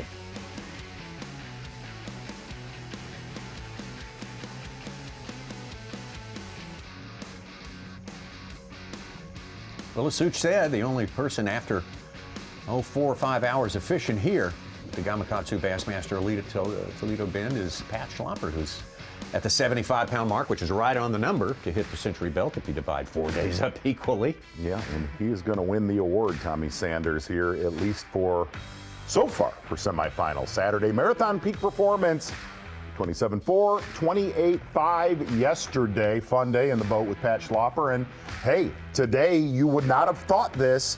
20 pounds and 1 ounce is a very, very good stringer. Obviously, fish on the move.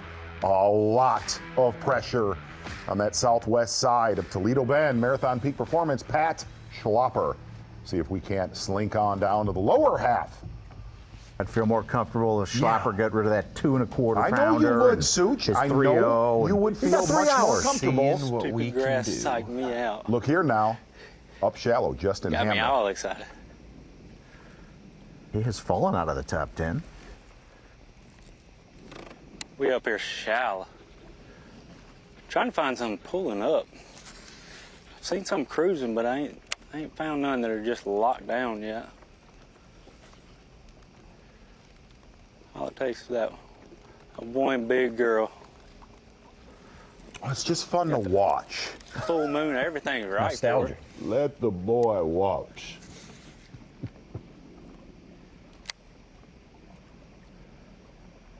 We're just kind of jump fishing today. You can tell he is down by the dam. Lot clear water, Tommy. Fishing a lot of new water, just covering really all these pockets. There's, we're spawning pockets, and it seems like every different part of the lake, they're at just like completely different stage of the spawn. Some of them, really, some of the just the pockets are completely different. I mean, you go from one pocket to the next, it'll be all of them up shallow, and then it'll be some still out in the middle of the ditch chasing bait.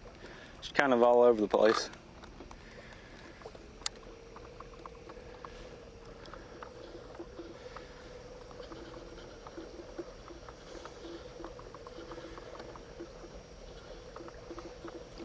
Boy, you didn't stay up our shallow real long.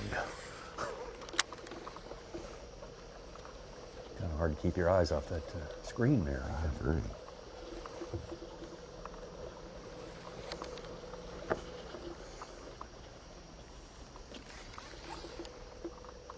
Everybody's kind of giving their thoughts on this a little bit. I've just been pondering, and as somebody who likes to fish the bank as well, You do. Yeah, You're the chatterbait kid. No, I just like I might be young, but I didn't grow up necessarily with that technology.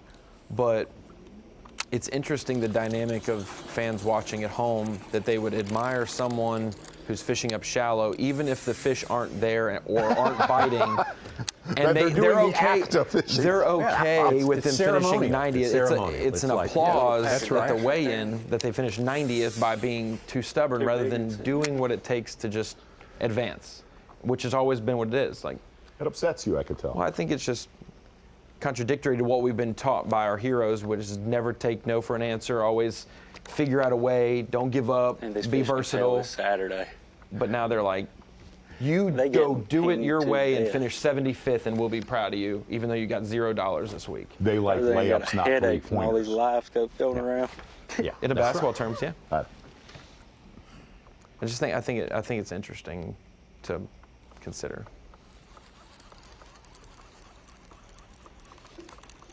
Boy, Ronnie, you mentioned Tim Doobie from 93rd to 50th, pulling his tournament out of the fire. A couple other guys, John Sokup, 74th to 19th to start the day. Brandon Card with an 8.5, 83rd to 37th. And Derek Hudnall, 85th. He was right inside that cut at 49th. Those guys got to be so pleased with having a great second day. And even if Doobie today, like he was 29th unofficially like a little bit ago when we saw the leaderboard on live, the fact that he would have left here with maybe 10 points tops if he was in the 90s. 10 points, his first event of a rookie season. That's not what 60? You want. But now you gained 40 extra points yesterday, and if he gains 20 or 30 today and gets a 25th, he just left out of here with almost 80 points compared to 10. He's got 5 for 13 right now, 29th, but there are several guys whose bass tracks are down. Not many, but a couple.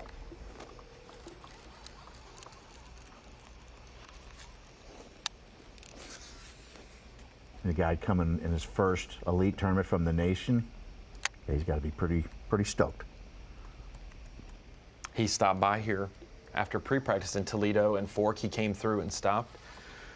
Got to talk to him for about an hour in studio, and then he made his way back to Birmingham to pick up his new boat for the year. Seemed like a good kid. All right. Got to get with Justin Hamner up shallow for 37 seconds. And we are going to head over to Chris Johnston, who also has pulled the plug. Come on now. What's going on? Wait a minute. I'm looking at it. Not as big as I thought.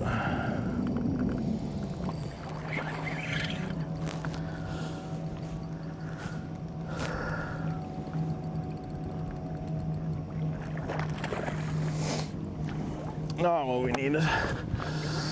But going in the mouth. All right, let's get out of here. Go back to live scoping. This is fun. Okay, we did that for 34 seconds. It's just not happening. It's just not happening. We need bigger ones. What do you have? 26 and a half yesterday, and a lot of it, third of it, came on that one fish, a 9.3.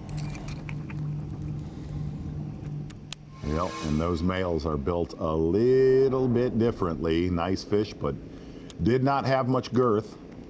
Back out to Pat Schlopper. Begging.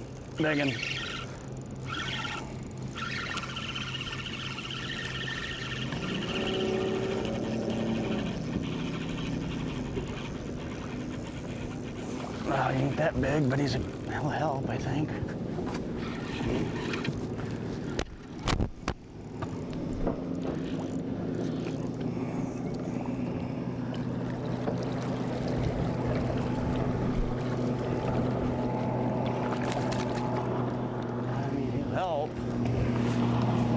Thought he was bigger than that. They were right though, man. He was up where he needed to be. He wanted a rubber minnow. I fed it to him. He's another pushing 3 or high 2 anyways. Get rid of the smallest, 2.5. See what we can do. You said he needed to for 100 soon, Such. Let's go.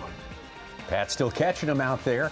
About a little bit of Northland Daily trivia. Here's the question. What was the big bass What was the big bass in that 2017 Elite at Toledo Bend? Murray, was it 9.4? Was it 9.8? Was it 9.10? 9.13 or 9.13? I'm not saying that was caught by John Murray. John Murray was the winner there.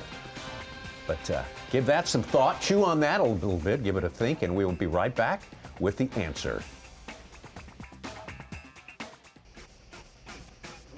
Gamakatsu Bassmaster Elite, first stop of the year of 9 events on the Bassmaster Elite Series that will take us down here from Louisiana to Texas, down to Florida for a couple of events. Hey, the live coverage sponsored by Yamaha.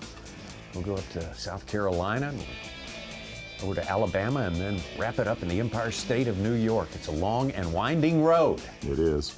I got some business to clear up for you right here. Northland Fishing Tackle brings us Northland Daily Trivia. Here is the question that we posed to you about the last time the Elites were here. What was the big bass in the 2017 Elite at Toledo Bend? Was it a 9.4, a 9.8, a 9.10, or a 9.13? Mark Zona, Tommy, have a crack at it. I think I'm going to go on the heavy end of that spectrum, and like yesterday, though, I'm going to go 9.13 just because of where we're at. Okay. I'll go lightest, 9.4. Oh, I'm going 9.8. Oh, we all missed. Everybody missed. Jason Christie's Wow. 9.10. Oh, my goodness. Hey, 9.10 is what Pat Schlopper had 2 years ago at Sandy Cooper to win the Phoenix Boats Big Bass. Then the next tournament, Chickamauga, he had a 10.5. Oh, that's right. I remember he won that. 2 in a row. And I think he had a single day big bass at the Harris chain because it was like day one. He had a huge day. I think he had one of the big bass there too. I got a piece of trivia for you. What? Uh-oh. Of 9 former Progressive Bassmaster Anglers of Years people fishing in this tournament, how many made the cut yesterday? 9 Angler of the Former Year. Angler-wise. How many made the cut? I'm going to go with 0. I think it's very close. I think it's 1. 1. Who's that? Clark Canterbury. Canterbury. 50th place. Canterbury did it too. Oh, he did he? Canterbury made it in. Oh, okay. All right. Well, I got my Canterbury information started 43rd, Okay. Wentland 48th. That's interesting to me. Absolutely is. That's telling in many ways. It's loaded. Tommy's loaded trivia. Right. Ooh. Oh. Dropping down. Good return. G.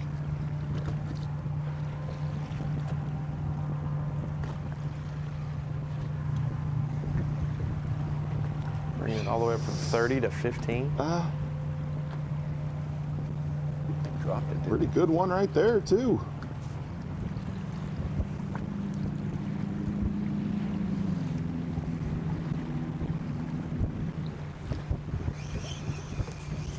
Now if he gets those two together.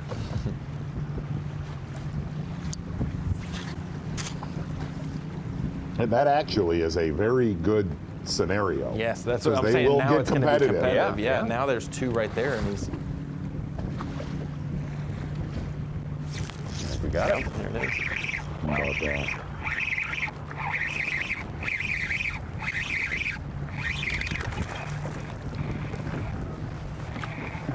Very cool. That was a Came back. really good look. Come here, baby. There we go. That's what I'm talking about. Yes, sir. Out here in the ocean, catching ponies. Ocean ponies. I heard Daryl Gleason or somebody call them that here one time. That's what they are, ocean ponies. They swim out here like sharks in the ocean. That's what I'm talking about. I came back to where I've been catching all these bigs, and they're here. They don't come in here until the evening time. They're here now. They're swimming out here. Let's get it. I need to cull everything I got out.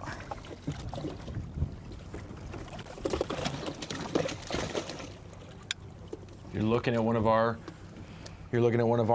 rookies on the Bassmaster Elite Series who just came through the gauntlet of the Opens, Yes, qualifying sir. for the EQ, which is Yes, sir. That's angler what I'm fishing talking all about. 9. And here's your current EQ points race after 2 Opens so far. Tackle Warehouse points race standing. Paul Marks, Easton Fothergill, Andy Newcomb, Evan Kung. Got guys from the South, Midwest, and Canada. Chill out, little buddy. As well as the past. Yes. And then at the bottom, Very Ish well. Monroe 8th, 9th, and 10th. Those are 3 former Tour pros. 4-pounder.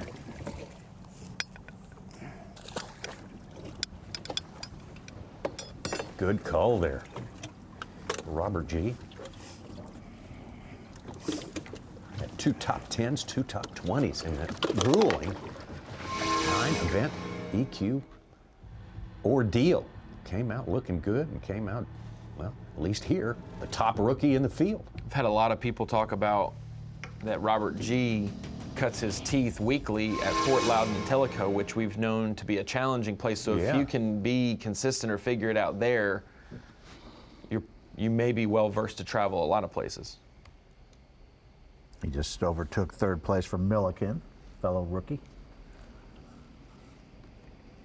This type of fishing, though, if you do this a lot, it does make you just staring at the black box. It's like staring at the TV in Poltergeist waiting for Carol Ann to talk back. Or, no, really, I'm serious. Yeah. It does. I've heard people talking about next strain doing it. Well, I mean, yeah, you just obviously like that, you're everybody's showing up again. looking down, but you do that for 8 hours a day, it makes you sort of psychotic a little bit. Oh, absolutely. You're just looking at an electronic representation of the world down there. It's like you're in the movie Tron. That is a very good way. I don't know how we met Poltergeist and Tron right there. They come together there. I might have to get out the 1/2 ounce head to hit some of these deep ones.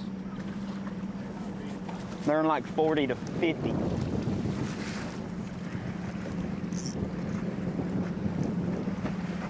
But it'd take a lot of time to make the right cast to hit on them. So I want to go through first and look through all these fish and try to fish for the ones that I can actually hit. And then I'll go back through with a big heavy head and try to pick off them deep ones. See one right there above that pot of baits. He is fishing deep. Yeah, there's a lot of bait. It's about as deep as we have seen, because he's not even marking the bottom at 50. They've been eating in this ditch today, this drain. You can tell the bait's all like scared and scattered. There's quite a few boats out here today. That was an interesting picture. Well, and I think Palmer talked about some of his seemed to be on the bottom today. Justin Hamner has been throwing a bottom bait. For some reason today, I don't know if it's this afternoon with the wind coming up a little bit in some places, it seems there are more bottom oriented rather than riding high like they've been. Boat pressure running across their heads, whatever it might be.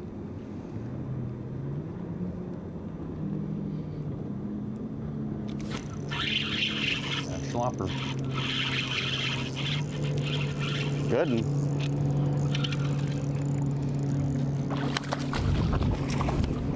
I don't know if it's that good.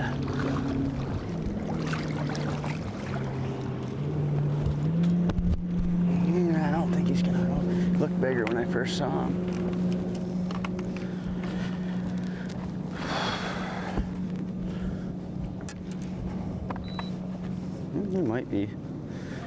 He might help a little.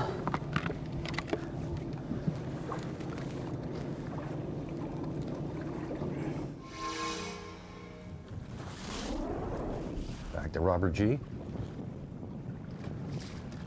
Try to let you know if that one helped Pat Schlopper.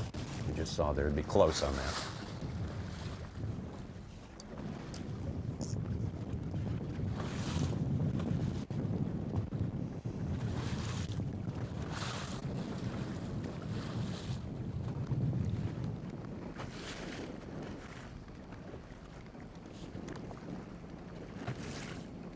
Well, that is a lot of bait, a lot of threadfin shad right there.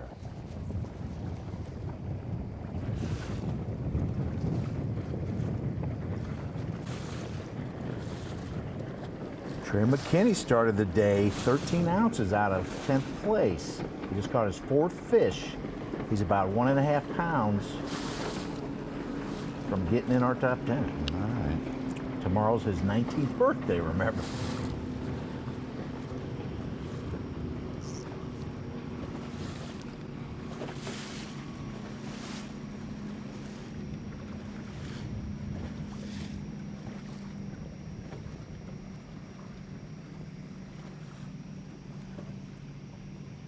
That's a big one.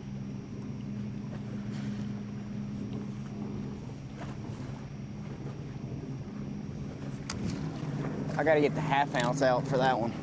See that fish right Yeah, below ripping it. Now through it's him. in. Yes, it is. He is deep.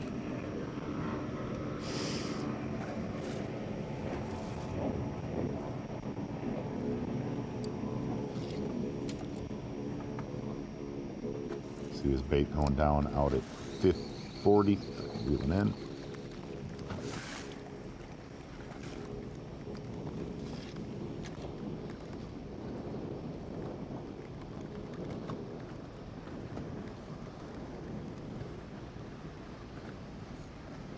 How about that? He was going to the boat dock. Luke Ballmer boat docking.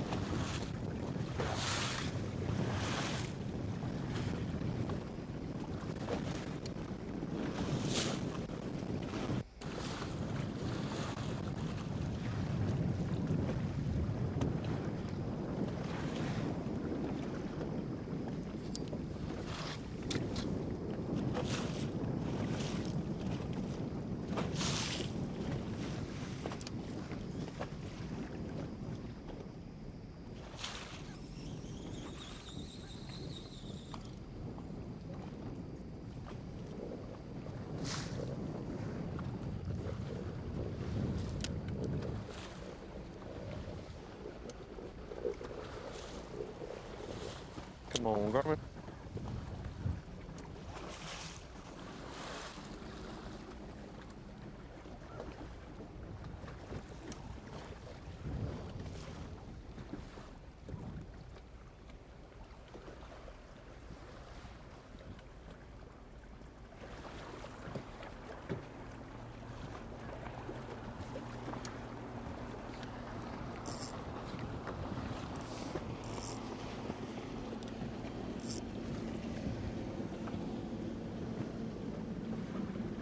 I'll say you never know with the rookies and how they'll maybe behave on camera, who's got the personality when you talk to him in person.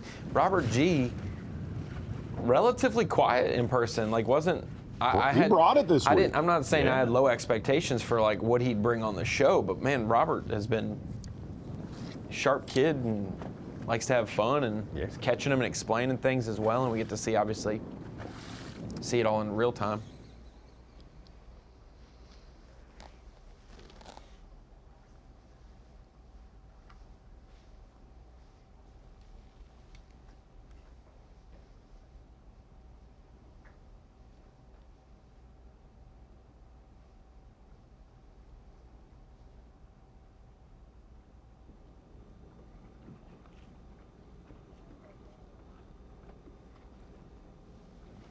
Some of you saw Pat Schlopper on our Good. redfish. Well, hold on. Uh-oh.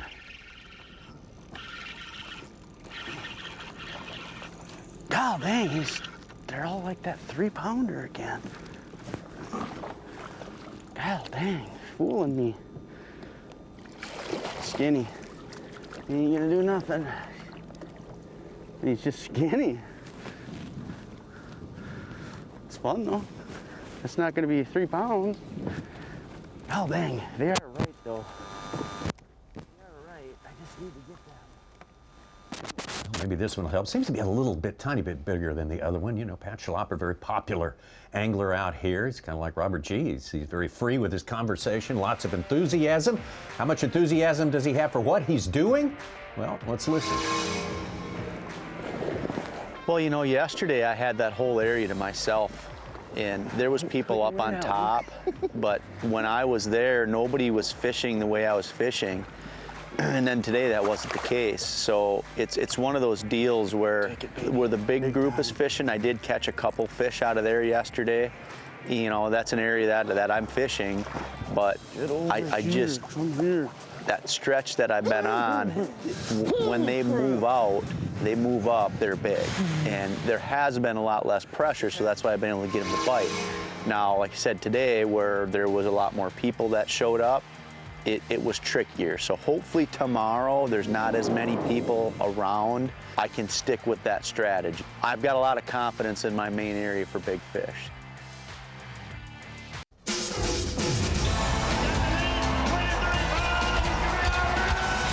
You're watching a B.A.S.S. presentation.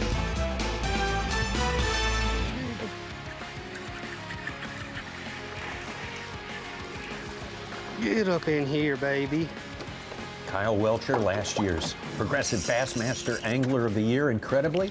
Fishing the top 25 in 7 of the 9 events on the Bassmaster Elite Series last year. There we go. Exactly, Tommy, and a lot of tough grinders where he performed. That right there, some Sabine River footage. One of the things that Kyle Welcher said, he made a lot with a little in certain tournaments that he had bad practices, but it was getting it done and gambling, no pun intended, right there with Kyle Welcher. Getting it done and gambling on the St. Lawrence River, running way out on day number 1 on the north shore of Lake Ontario. Kyle Welcher, your 2023 Bassmaster Angler of the Year.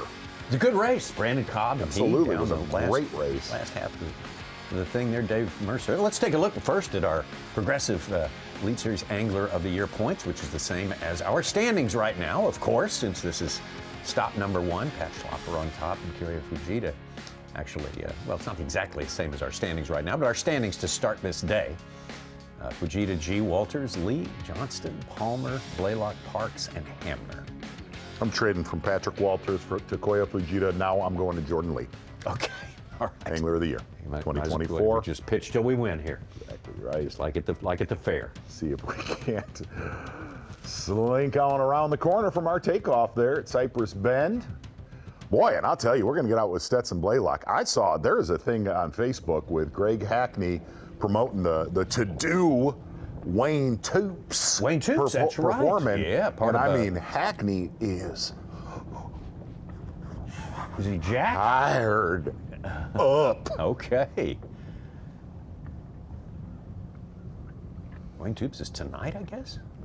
I think so. No, it's this afternoon before the weigh-in. Oh, this afternoon before the weigh-in. Bass on the Bend. Now. Right now. Bass on the Bend Festival going on. That one ought to get rid of that other one. It's Blaylock.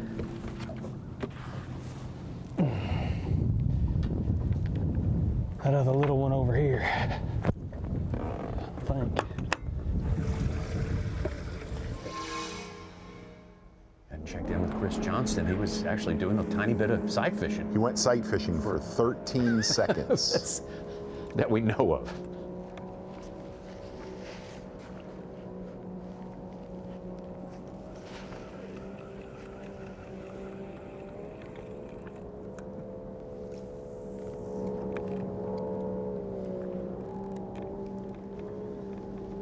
Ooh, Alex Wetherell just finished his limit up.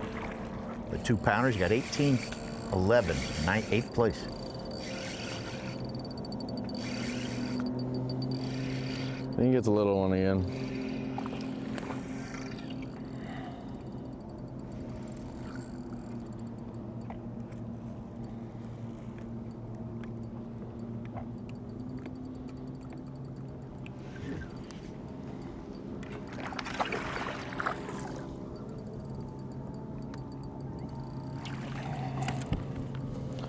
That one should call the spot though. Pretty close.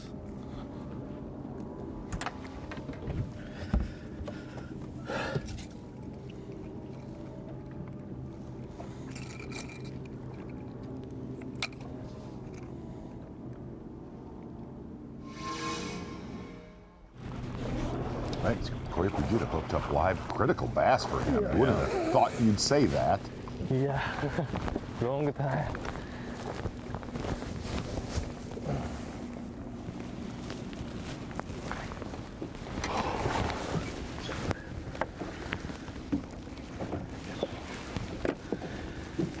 Started this tournament with the biggest bag still in the tournament, over 31 and a half pounds. Day number 1, and then he came out on day number 2, firing again. A little bit slower start than he had on day number 1. Got most of the work done very early. Yeah, day number 1 was just a magical, a dazzling display with Koya Fujita done by 11:30. 30 foot of water. Timber was not concentrating really on very much grass, even though it is in the area he is fishing, a little bit shallower, but fishing those boat lanes. The Housen area. Really kind of told us that by how many boats were running past him yesterday. Closely running past the description. Hey, that's if you're going to fish in the middle of the boat lane, you might want to get ready for traffic. But a beautiful day. We just not have seen anything like that right there, Tommy. Nothing like that. Definitely told his cameraman, Jake Latondras and Davey Height, he had a lot of backup, but that backup is yet to play. Bassmaster Live semifinal Saturday. Yes. He had an 8-pound, 8-ounce fish on day 1 and a 31.3. So he had another one, upper 7. 2 fish about 16 pounds.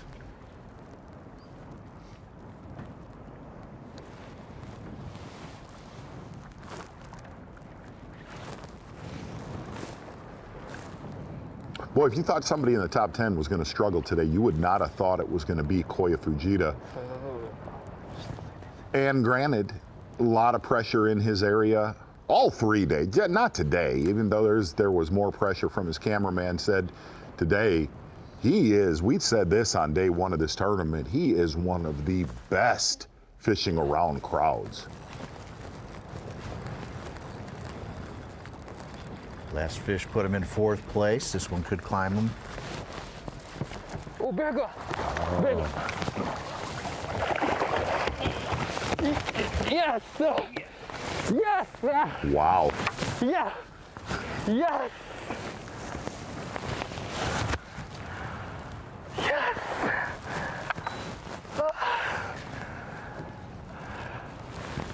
Long time today. 6-pounder. Yes.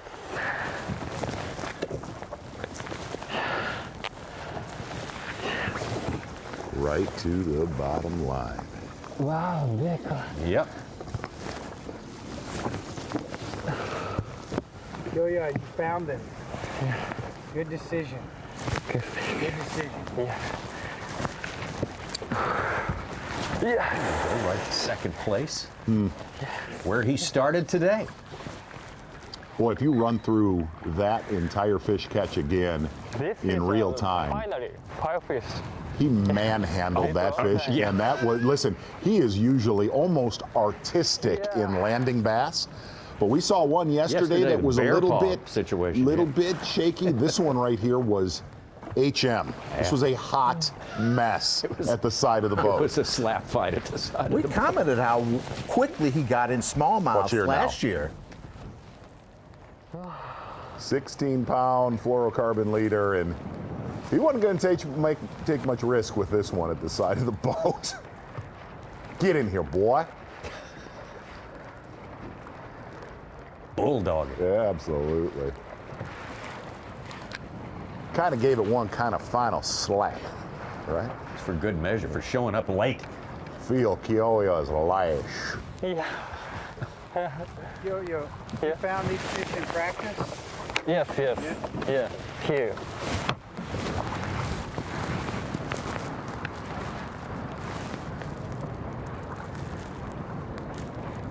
I don't think he was giving cameraman Jake much info right there. That was one syllable kind of reply.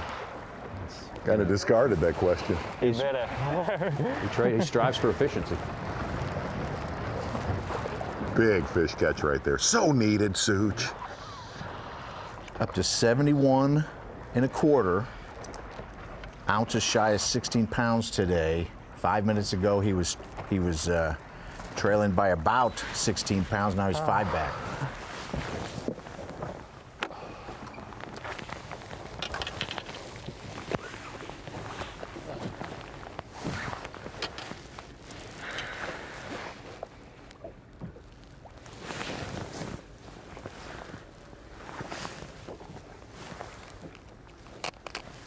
Got a 1 1/4 and a 110 in his 5 fish. Wow. Watch this. I mean, that fish was riding the rail for like 6 seconds right here. If you watch it, just kind of suspends in the vapor, right? Swatted in. So final whack got him in the boat there. He doesn't mess around. Critical deal right there.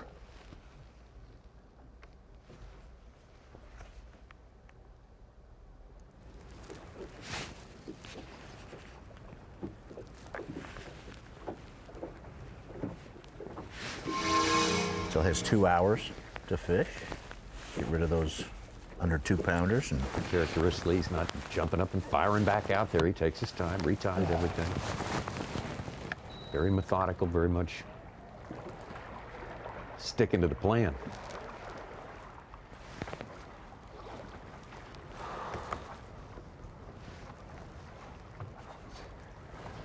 Trey McKinney filled his limit, but he's just outside, half a pound outside of the top 10 in 11th.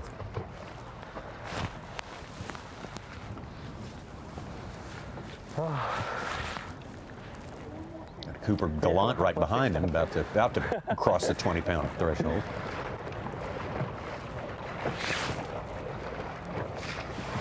Yeah, he tied Milliken with the Phoenix Boats Big Bass 7-0. Too much people. Well, that bass right there for Koya Fujita just got him within striking distance, Leith. Boy, if he could get another cull or two, not even massive upgrades, would be just huge today out to Patrick Walters live.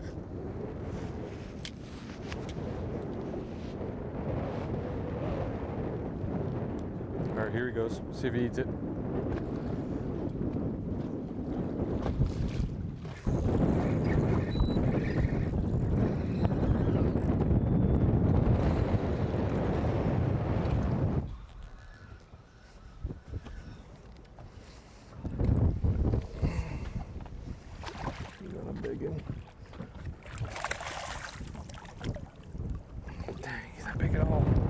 Looked good though, streaking, didn't he? Did you see him on the surface streaking? Yeah. That's pretty cool.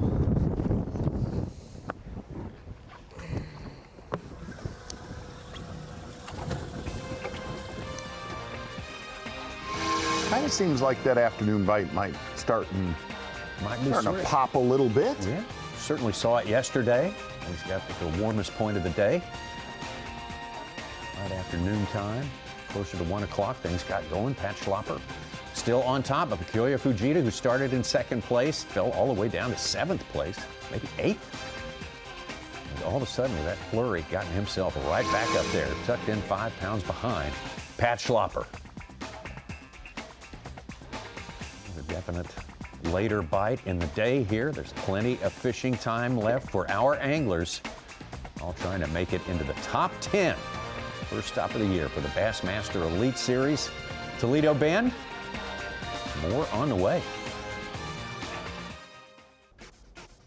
Great to have you with us here on Bassmaster Live. You know, kayak fishing for bass has been around for a good long time, many, many years. But with the emergence of the Bassmaster Kayak Series, the Yamaha Right Waters Bassmaster Kayak Series, it's kind of gone up to a whole nother level. A lot more people are aware of it. A lot more people are participating. And this March, next month, about a month away, also in the state of Oklahoma on Lake Tenkiller, while the Bassmaster Classic goes on in Tulsa on Grand Lake on Lake Tenkiller, they're having their classic right there in the state of Oklahoma. It's going to be a big week for kayak Who you got to fishing. win? Who you got to win that? I don't.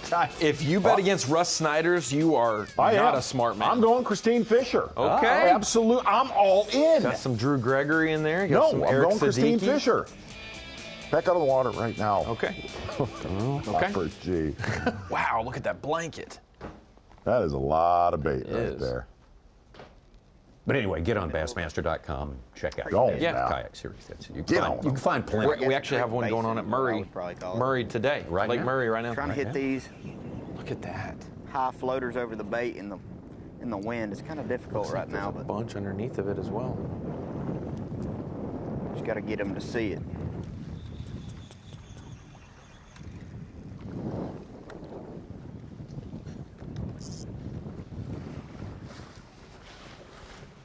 They got to keep looking though, because I know there's giants around.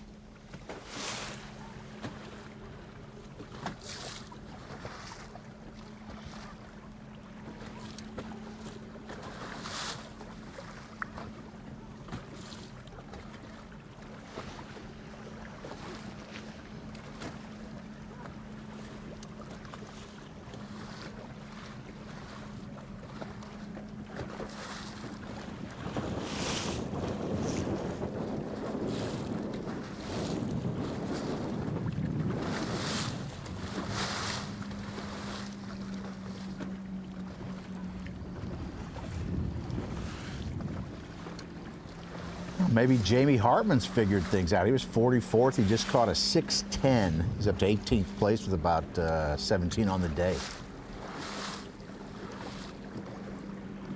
Jamie Hartman spent his time in those popular places we've been seeing all week. Oh, yeah. Years I past, noticed back that. there and emerged. Third here. And submerged vegetation, knocking them dead back there. Kind of be good. He's been in a little bit of a slump Little the last bit. year and a half and been going through other stuff, and be good for a good week from him. It's amazing what starting the season strong will do just to carry a little positivity to a second week of a back-to-back and then refocus for your Florida events. And Ronnie, you were mentioning that three-way tie for 50th in weight, 32 pounds, 10 ounces. Yep. Tim Doobie, Steve Kennedy, and Jason Williamson. You had to explain to me why Doobie got the nod in the tiebreaker. So they drew a name out of a hat. No, I'm just kidding. They didn't draw a name out of a hat. The rock, paper, scissors tiebreaker for 2-day weight is biggest single day bag, and because of Doobie's 21.10, I think 2011, 20 pounds 11 ounces. 21.11, yes. He got the biggest bag out of those 3 anglers, so he gets the tiebreaker. We only had to 3 advance. fish on day 1. Yeah, so he went from 3 fish on day 1. The second tiebreaker, if let's He just say, loves this. Let's just say day 1 and day 2 weights were matching. The second tiebreaker would be total fish, so out of the 10 possible, and then total alive fish. He did it with the bag easily. Kennedy had 20 pounds, 7 ounces on day 1. Williamson was consistent with 16 both days. Yep. Well, you said those 2 points, for somebody could be important after St. Lawrence at the end of the year. Oh, no doubt. I mean, we saw 5 anglers within 4 points at the bottom of the Classic qualification, being 1 point out from Scott making Martin, it. Yeah. 4 points out of making it, and our Rookie of the Year was decided by 1 point. Joyce Cifuentes over Fujita.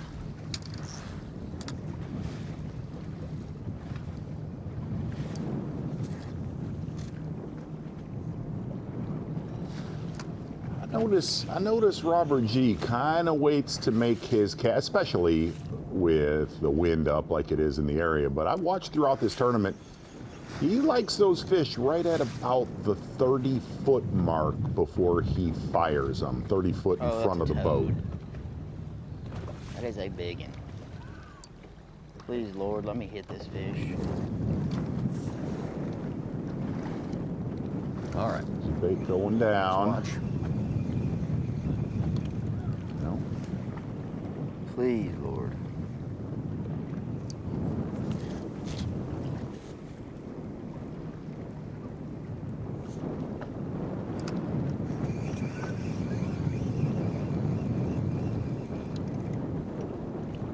It was not easy to do with a jig head minnow in that kind of wind. Those are good returns.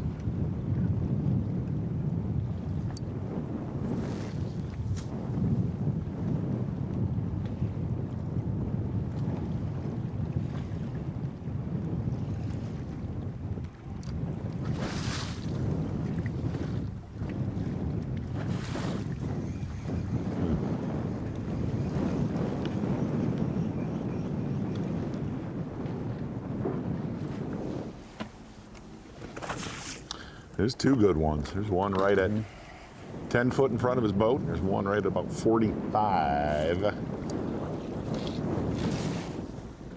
They're just blasting those shad, aren't they? Yeah. It's been interesting this tournament, though, to see how they'll sit about that. He is on them now. All right, watch.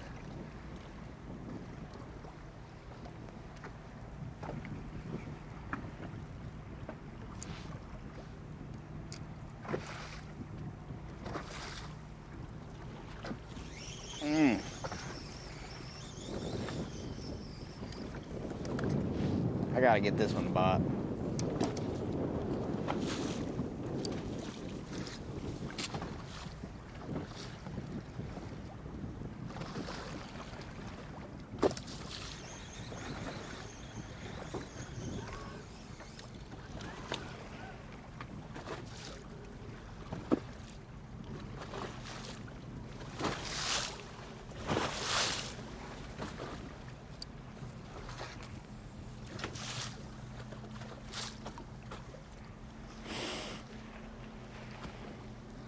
He's on him.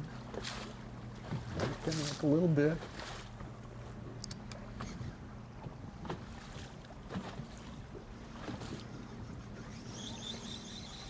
Huh.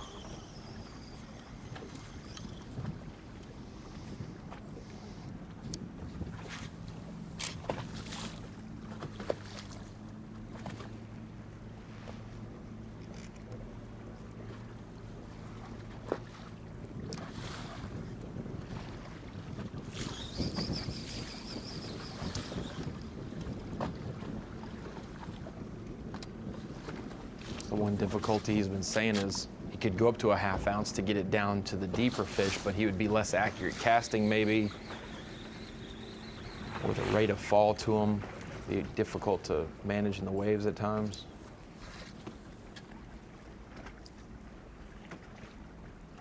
That might be the cast.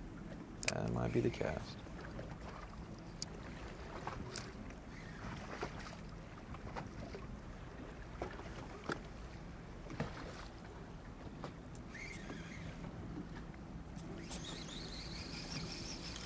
This thing keeps swimming.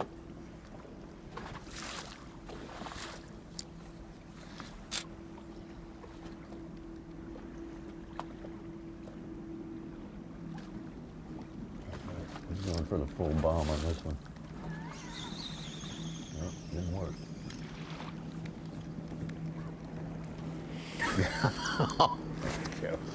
It's about right. There it is. Drag line. That is about right.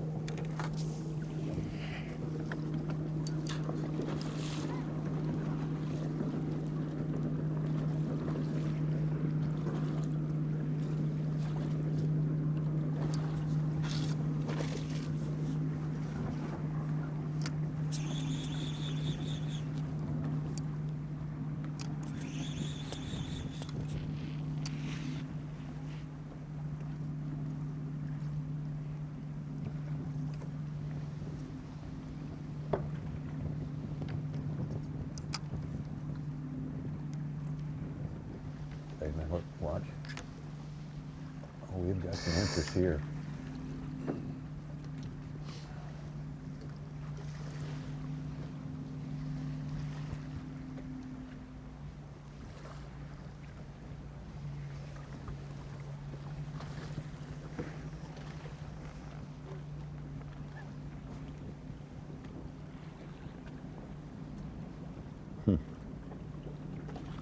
Need that other fish to get involved, like Yeah, bring him to him. in the last hour. A little competition.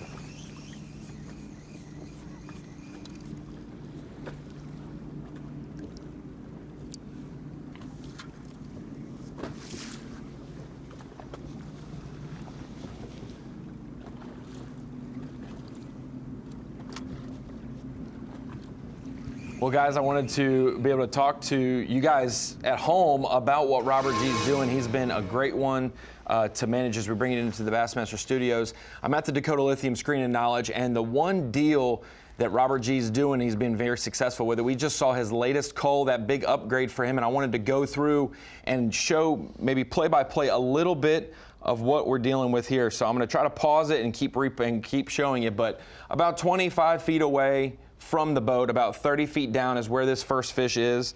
As we keep playing, and if Carrie does push into the screen a little bit, you can see his bait is right on this fish. And like we were talking about earlier, the competition, there's just one fish in the screen. He's raised it up now from 30 feet away. Now it is about 15 feet up the water column, still about 25 feet away just by raising his bait. Another fish comes into the view here, and this is when Robert is trying to still get this one to bite. As he brings it a little closer to the boat, the bait-wise, that fish continues to follow, and then at a certain point it no longer wants to follow, but the other one is getting intrigued at what's going on. Robert reels in and pitches back out, and let's see where his bait drops on the next pitch. He pitches it out. I'm waiting for it to drop. It drops around 45 feet, and he brings it about 5 feet to them. Now they are grouped up side by side in the water column, still about 25 feet deep. As soon as they get beside each other and that fish and that bait gets within 5 feet of them, that is when they fully committed. One of them did and bit that. So I'll rewind it real quick for those at home just to show that moment of he brought those two fish together around 20 feet from the boat. They stayed put for the most part. And when he repitched out there, which he is just about to right now, he's still got it in his hand. And as he lines up where they both are, he casts about 5 to 7 feet past them. As soon as it gets closer, about half the distance from them, as it's dropping, he will bring it a little bit closer to him. And that is where they're definitely paired up. And like Z and we were talking about, that's when the fish get competitive. We see that oftentimes, whether it's bed fishing when two fish are around there, or it's schooling fish. The competition aspect is what Robert G was able to capitalize there. Catching one of those fish is difficult at times unless it's pristine conditions for him. As soon as the waves got involved, he needed a little bit of competition to help make this process a little quicker. So at the Dakota Lithium Screen of Knowledge, a little bit of teaching time from Robert G, who has put on a show this week with his forward-facing sonar in depths that we haven't seen fished at Toledo Bend. It made the 1,000 miles of shoreline expand a little bit and fully have the 180,000 acres of water actually more in play this week. Nice job, Ronnie. Yeah. Pretty much painted the whole story of what we got to see right there.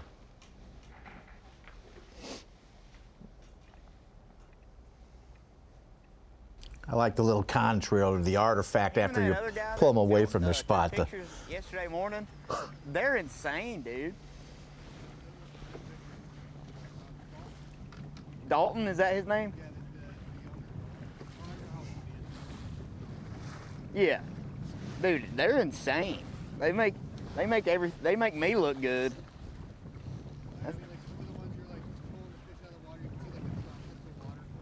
It's insane, dude. They look freaking awesome.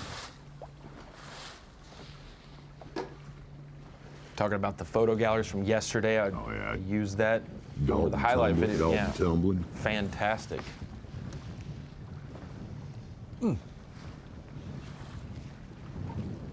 Shane Durant's had some sick behind-the-scenes galleries too. Kyle Jesse.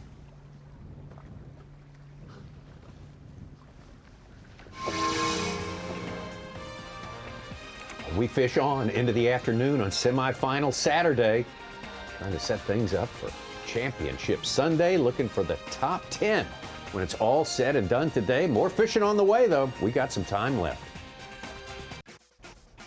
Moving on through the afternoon here on Toledo Bend. A lot going on, as always, this time of year. Yes, sir. Whoa. Holy cow. That's right. That's He's the ready rig. for forward-facing sonar. Bobby Boucher in Louisiana. Oh, yeah. Yeah. Come get it. He'll be Is it the Mud Dogs? He's part of the SCR. Need one more. Come get it. Loud. Yeah.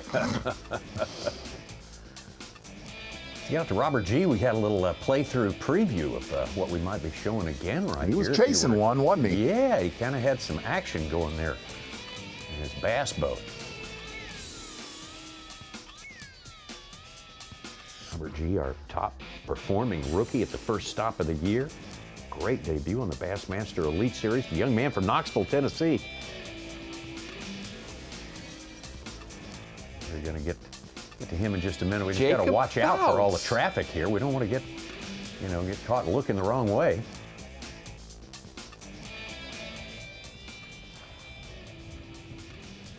In the boat there with A bumblebee Joya flying on me? Fujita. Oh, now we're back to Robert G. Whoa. Holy.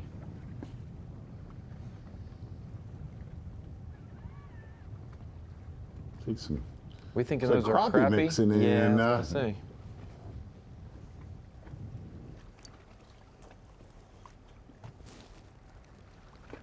Actually turned and pitched behind the boat. That is just a lot of bait. It's a great sign for Toledo. Got him.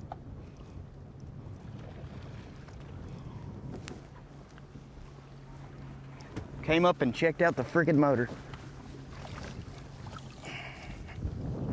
There we go. I think that'll help.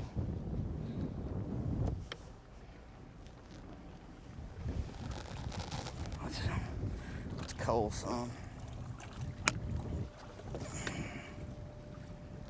2-3 is the smallest. I think that'll help. That's a helper. What did he say yesterday? These fish are curious creatures. They like to just swim up and see the shiny prop sometimes. And Yeah. He pitched to the back and He's close to 15 pounds on the day now. Back in third place. Let's go. looks like the break, the drop starts around 45 feet. Crappie gator slide shad, baby. Still working. That fish literally came up to my motor, and I pitched it back behind the boat, and he came up and slurped it. That's crazy.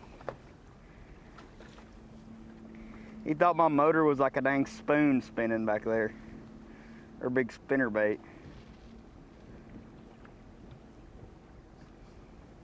That's wild.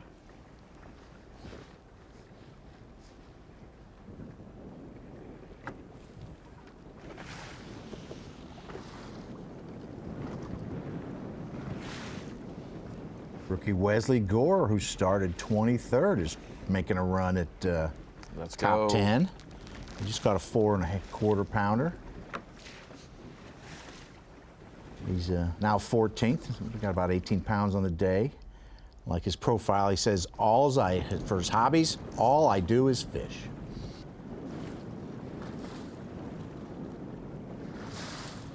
Big one from Austin Felix, 5 1/2 pounder.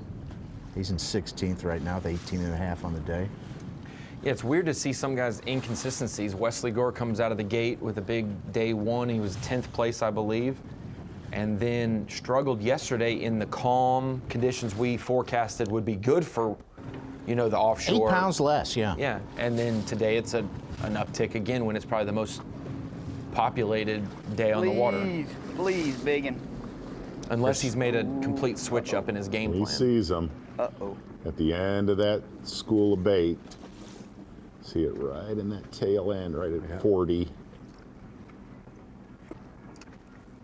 They're slurping them up back there. Uh-huh. Cast it a little too short there. Big return.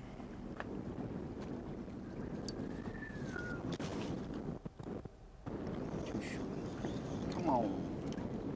Make a better cast.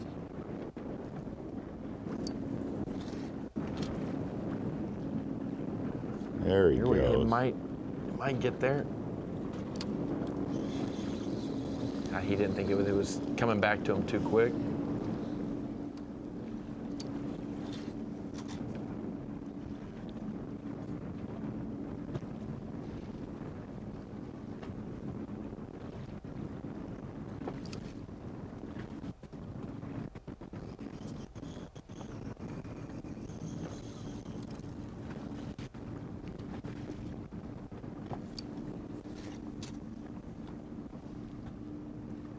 Please, baby, see my bait.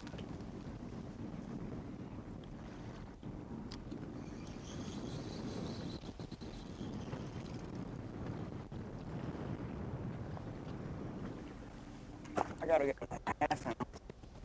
Okay.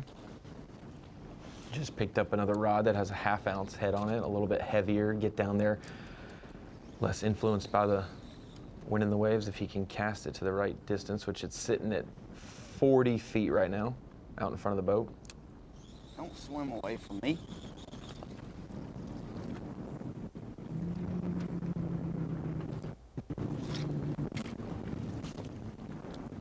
There we go. He just splashed it in 50. It might make it to it now. Sink. Come on, sink. Oh, it's going to be on its head. Ah, these little suckers.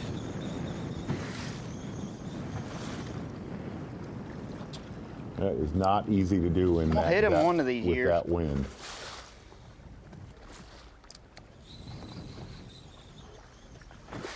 Hey, hard to hit when you're going sideways.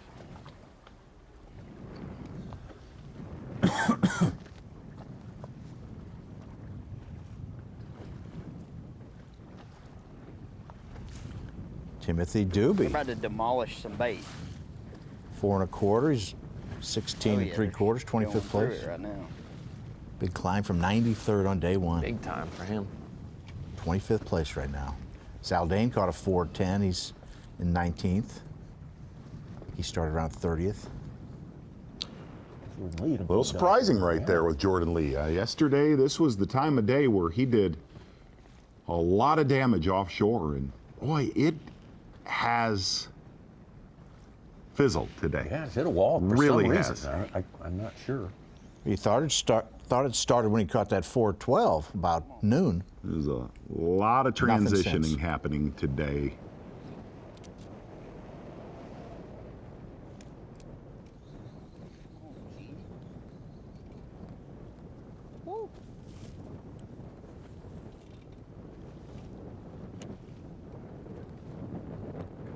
Eat it.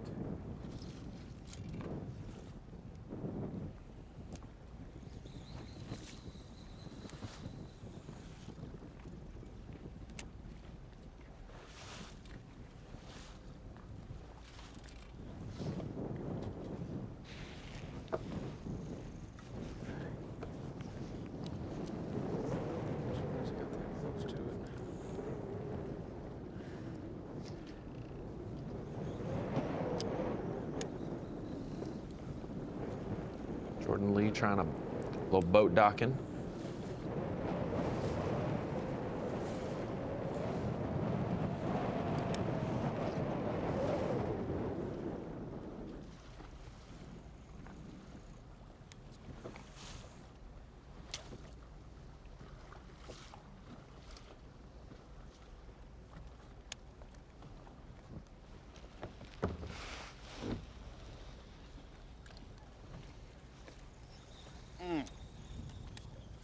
This is a big one. Two good ones. I haven't seen my bait yet, and I've been casting like 20 times. But they're down like 35, 40 foot deep. They're hard to hit. But they look very good. They look real big.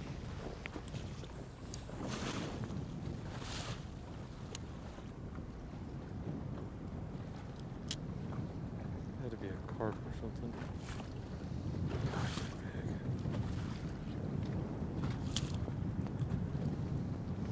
Don't disappear on me.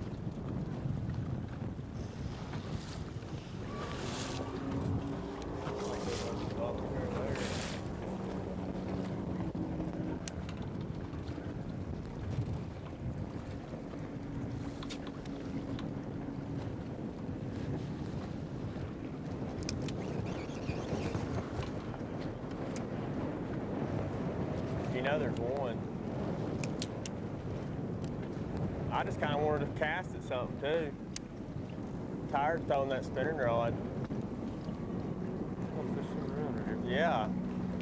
It's like, man. Yeah. Come on, eat it. Come on, you big dummy. I don't think I'm gonna be any. They're being finicky Help for me. myself.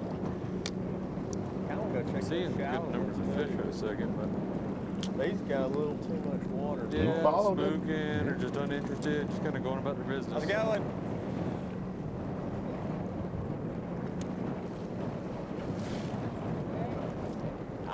Not great, but 4 3/4. I got Didn't like 4 that. small ones in that one. One spot back here in the back. We're hunting a couple bigs.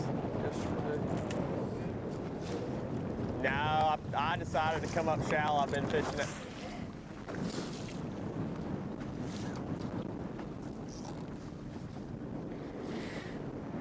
Gotta find the next victim.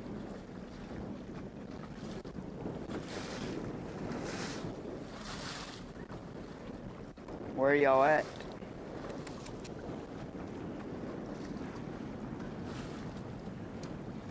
Uh-oh. Here we go. Here we go. This bait is looking real nice and cloudy, like they're running through it. I like it.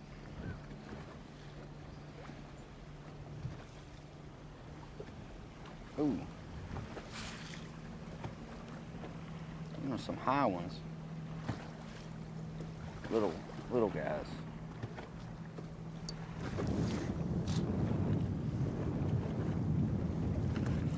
Come on. Dang it.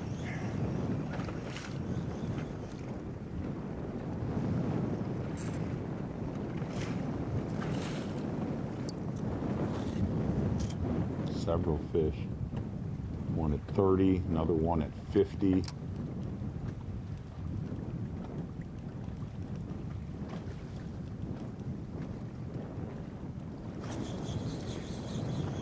You mentioned the bass here suspending above the bait and going down towards it. Come on, big floater. I want to see you up high. Place that you've heard this, or is that a time of year deal where in the summer they're going to do it below? Seen that at home. Home? Seen that at home, yeah.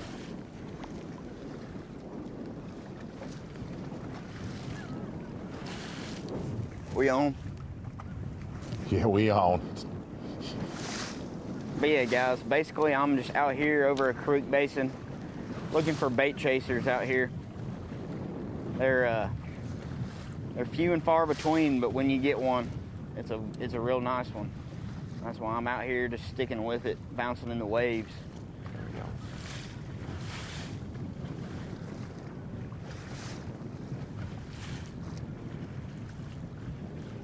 This is where the big ones live.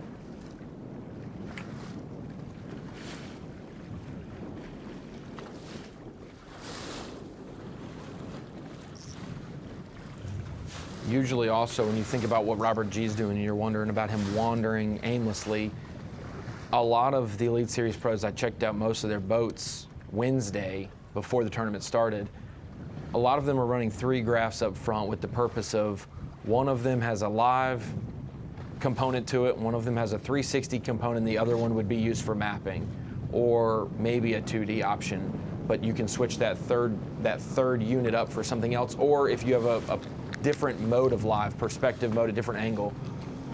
But that third unit can be very key for these guys, especially if they're running Lake Master or other detailed mapping deals, that he is not just aimless, he may be going from the edge of the creek channel to the edge of the creek channel back and forth. Or he's not following a contour line in or out, or... I doubt it's just a line, but it is like a ditch, and depending on how wide the ditch is, you could go from one end to the other, or come and peek in the complete, depths of it, or up on the sides of it, and that's why you see some of those 40 feet out in front of the boat is where the drop is. It's not just all the same depth, it's wherever the turns might be, up on the edge of a knob, as we talked about in the past.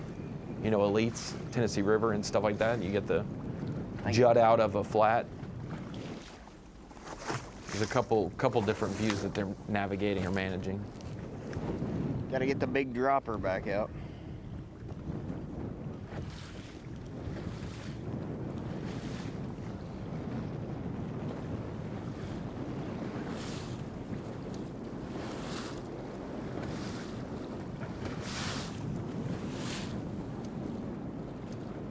Where'd he go?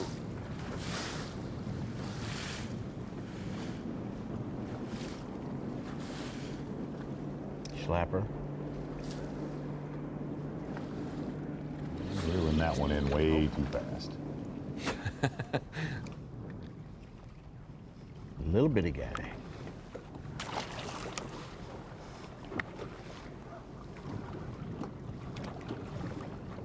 Getting scared, Z. I know you are, It bud. stands how it is.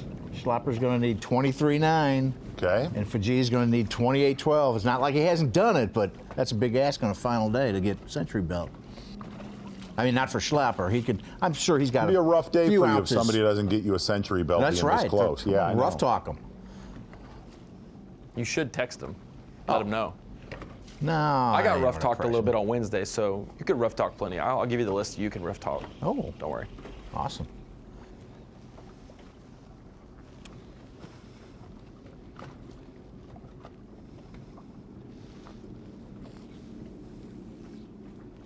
Still got an hour and a half of fishing.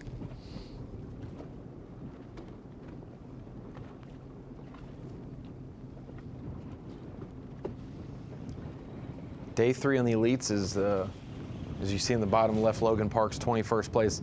Day 3 in the Elites is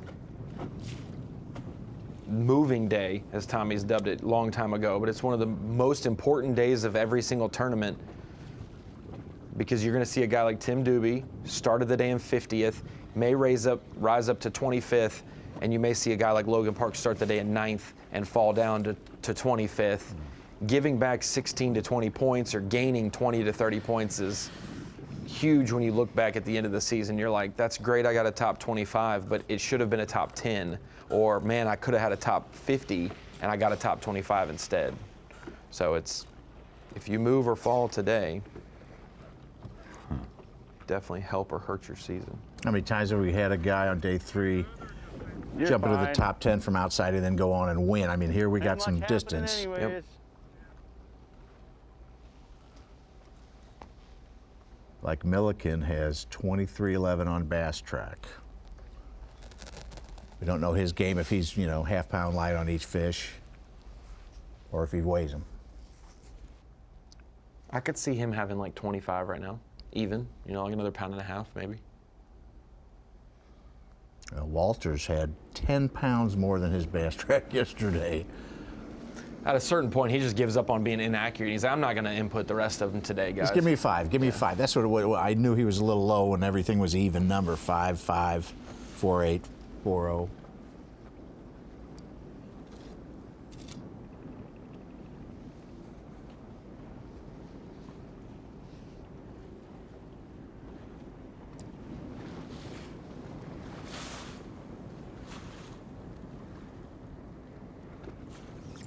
He's got him.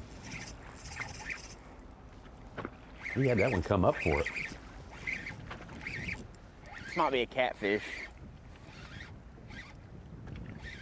I think it is. It's a catfish.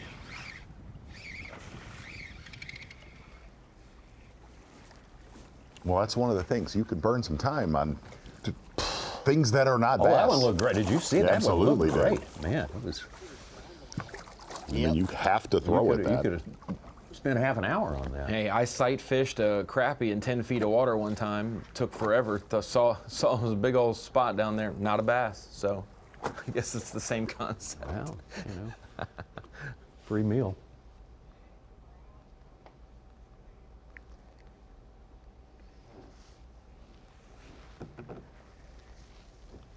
Clock is ticking. Moving day, important day, big crowd. Wow, let's take a look at who's assembled there. Wayne Toops! Wayne Toops, Cypress Bend Park. I guess that's probably going on right now. Man, oh man, a giant parking lot that slopes down the hill. That's live right there. That is a live shot. Tommy, it sucks not being there for this one. I know. That's the one we should be at for sure. Absolutely. The food is good too, man. Yes, it is. Everything is good down there. Good people, good time, and a great park. Great facility. Great facility. Great. That weigh-in coming up about 3:30, 3:45 right here on Bassmaster.com. It's on the way. The Gamakatsu Bassmaster Elite at Toledo Bend, Manny, Louisiana, is in the third day of 4 days of competition and sponsored by Toyota, by Nitro Boats, by Dakota Lithium, and by Humminbird. Big crowd on hand there at Cypress Bend Park. This place is well, it's not adjacent to any big metropolitan area, but they bring people from Shreveport and Dallas and Lufkin, Lake Charles, Alexandria. Well, they come out for these events. The golf course there, the condos. Beautiful, dude. It is absolute, and it's all compressed together. What you want? Yeah, it's all when right there's there. a to-do breaking out like this. Wayne Toops. Magic corner of the lake right here for sure. It's just a There they beautiful are. place. There they are. They Great see the drone up there. destination. Wes Miller getting us an aerial shot. Killer, sick aerial Hey, shot y'all. from Wes Miller. Good to see all these great folks. Salt of the earth region of the country. Pavilion is Bass on filled the up. Bend is the name of this festival that's going on down there, and boy, they are celebrating. They will celebrate in this part of the world. I mean, you know, gotta enjoy life. T-I-M-E, Manny Louisiana. And I can't even talk. I'm so excited about that So wedding today, man. excited. Justin Hamner needing something to happen. Desperate for a big fish right now. Maybe an hour's fishing time left. Maybe a touch more than that.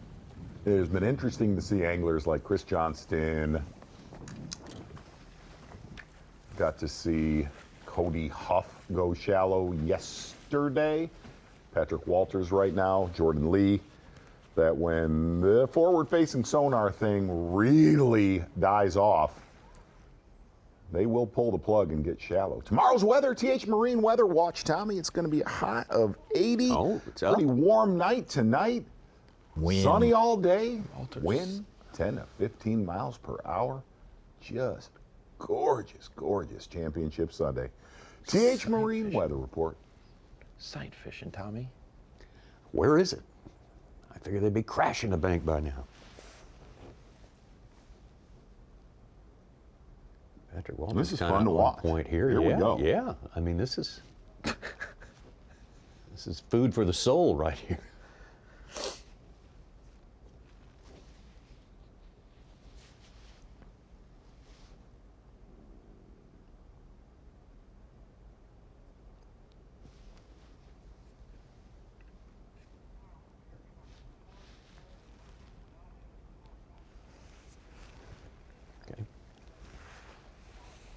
I heard that old to-do is breaking out, especially after that drone flew over. Oh, man. Ooh-wee. Cypress Bend's all up in the house right now. Oh, you know it's right. It is happening. Sure is. That is where Yeah, that's tubes. absolutely where it's happening. Hashtag tubes. Look at them flags blowing from the Once north. again, take a look at the crowd. Bass on the Bend Festival going a big time. Music in advance of the weigh-in, and also on the stage, our one and only, our guy, Dave Mercer, live.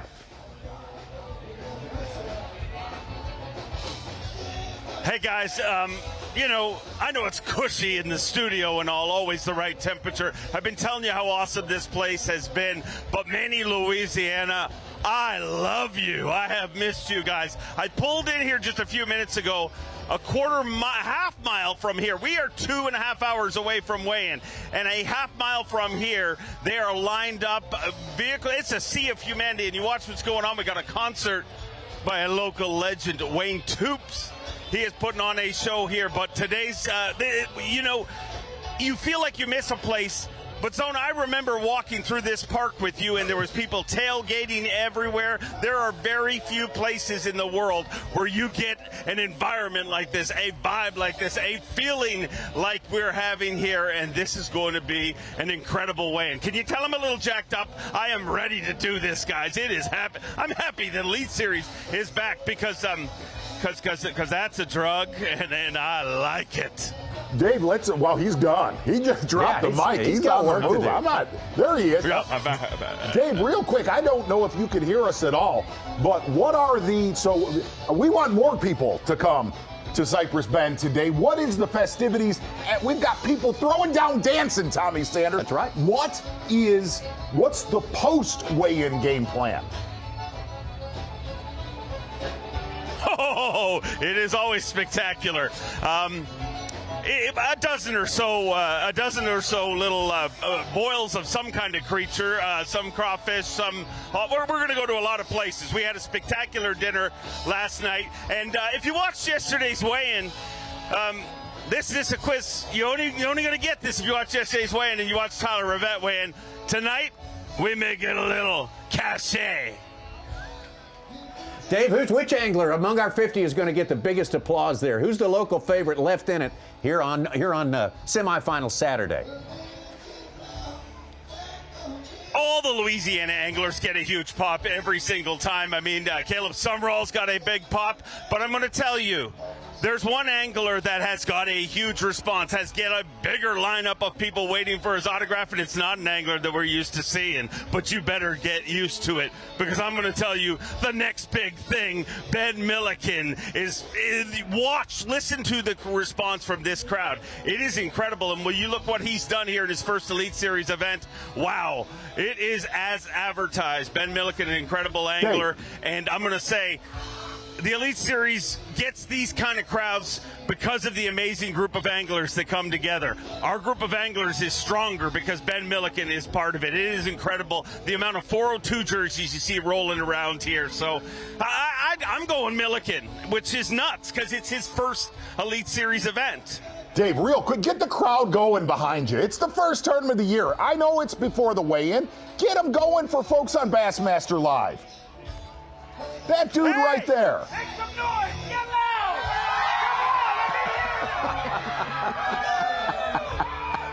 loud! They'll cheer just for cheering, Zona. You guys are awesome. Keep lubricating those vocal cords. It's going to be a loud weigh-in. Oh, that's good he stuff. is fired He up. is fired up, ready for that weigh-in.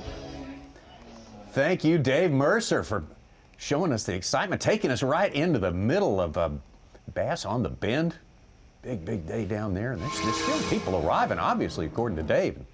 That place may be wall-to-wall, shoulder-to-shoulder by the time the weigh-in gets going. About 3:30 p.m. Eastern Time. You can see it right here on Bassmaster.com. Meantime, there's some important fishing. Everybody trying to make the top 10. It's that or nothing. Tommy, the guy on the way home. The guy he mentioned, Ben Milliken, just added a 4-pounder, called up to 24.5 pounds on Bass Track. The place is going to go nuts, isn't it? Oh, yeah. Tommy, today and tomorrow. For the folks watching Bassmaster Live, of everywhere that we've gone, and Friendo, you and I have been to some venues back before Bassmaster Live. Back when we did the Hooked Up. Manning, Louisiana. I'm going to put it as for the times that we had after the weigh, sometimes during the weigh. Oh, sure. I'm going to put it as number one. I think it just kind of fits our idea of a bass fishing related party better than any place. It fits all of our hobbies. That's right. Exactly. It lets you live your best life. Exactly. That's what's going on. Guys, we're winding down our day. Just a little bit of time left in our show, about an hour left in the fishing day. I wanted to show Bass Track off. If you're watching online, if you're looking at below your video player, you can see the live leaderboard as it updates with fish catches. We got some things transpiring here with some bigger names on who could possibly make our top 10. We've obviously had Pat Schlopper and Kiyoya Fujita alternate the leads the last 2 days. You've got an Elite Series rookie, Robert G, right there in third place.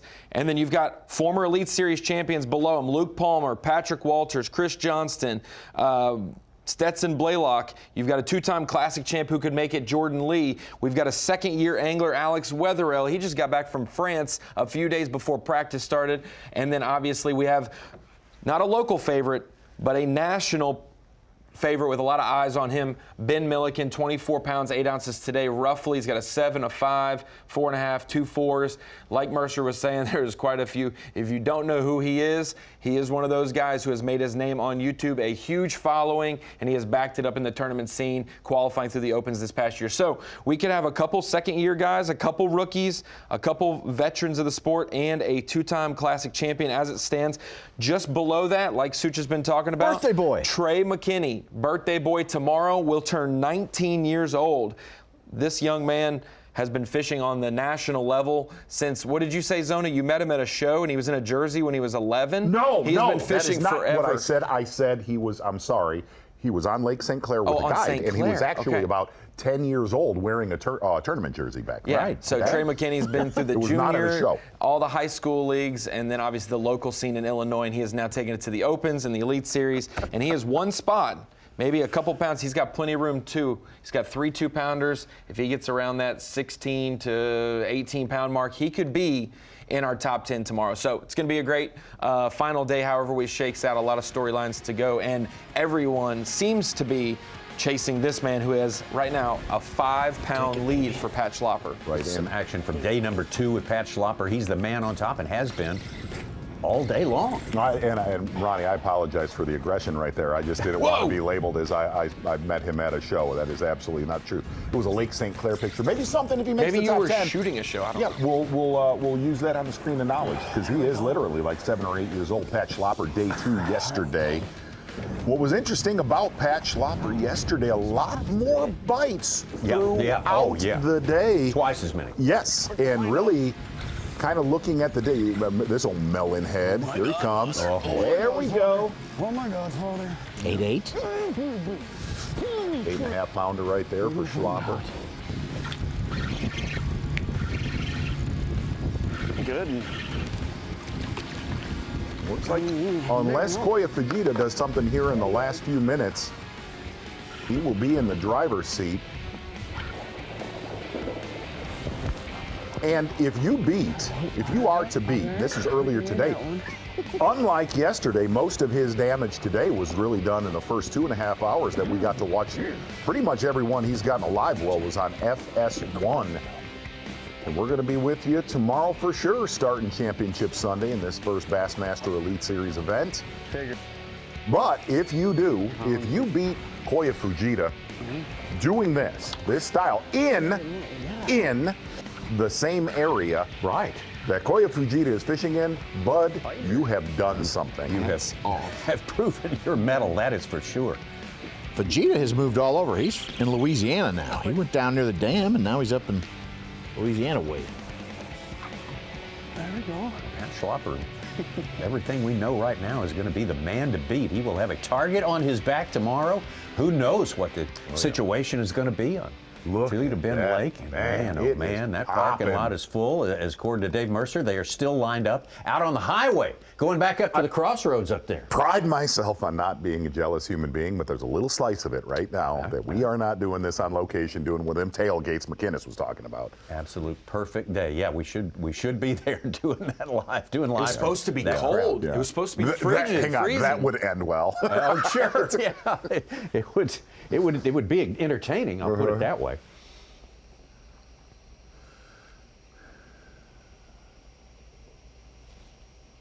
The anglers in the early flight starting to make their way in. And some fans realizing they better load up and get a part of the festivities there. Yeah, come get you a big handful of what's going on back there at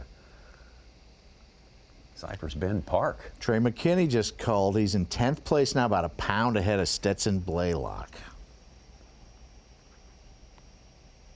On Bass Track, so it's unofficial.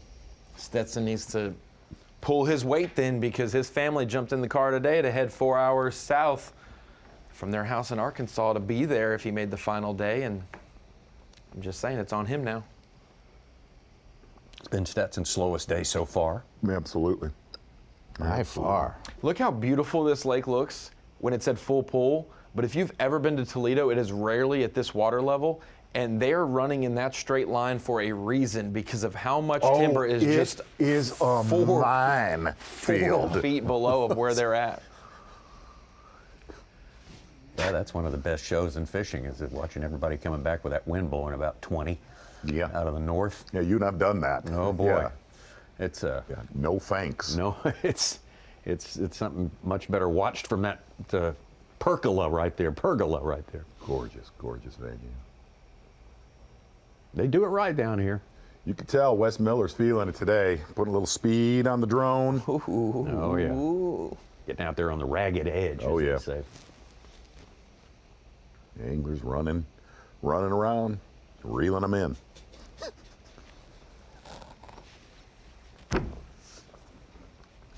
You got 3 minutes, Z. 3 minutes left. 3 minutes. I know. 3 minutes. The afternoon, here's the thing, man. I just call it like it is. I ain't gonna put any lipstick on it. Here's the thing. They were biting pretty good this morning, and we did set up, just if you were to go off of days 1 and 2, there's been a fantastic afternoon bite. That has not been the Absolutely. The only person they weren't biting for this morning was Koya Fujita. And we've talked about it. Later he got on. Tommy, we've talked about it.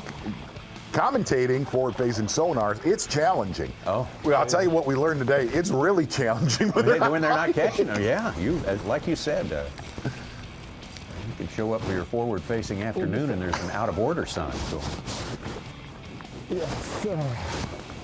Good size. Good one right there from Koya Fujita. That was day saver. Yeah, day saver. This right here is the day saver, Ron. Yes. Yeah. Oh, yes. man. A 6-pounder? Yes. Yes. 6-pounder.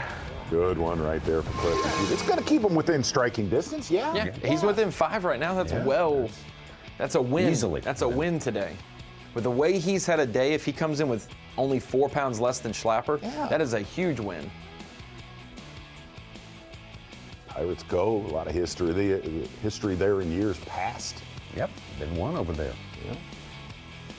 Saw on the map earlier, Milliken was around that range. We'll see if Milliken and Fujita end up sharing water. Like we haven't seen many Louisiana shots all week. Man of the hour, still Pat Schlapper. All right. When we started the day, he remains on top, and he is.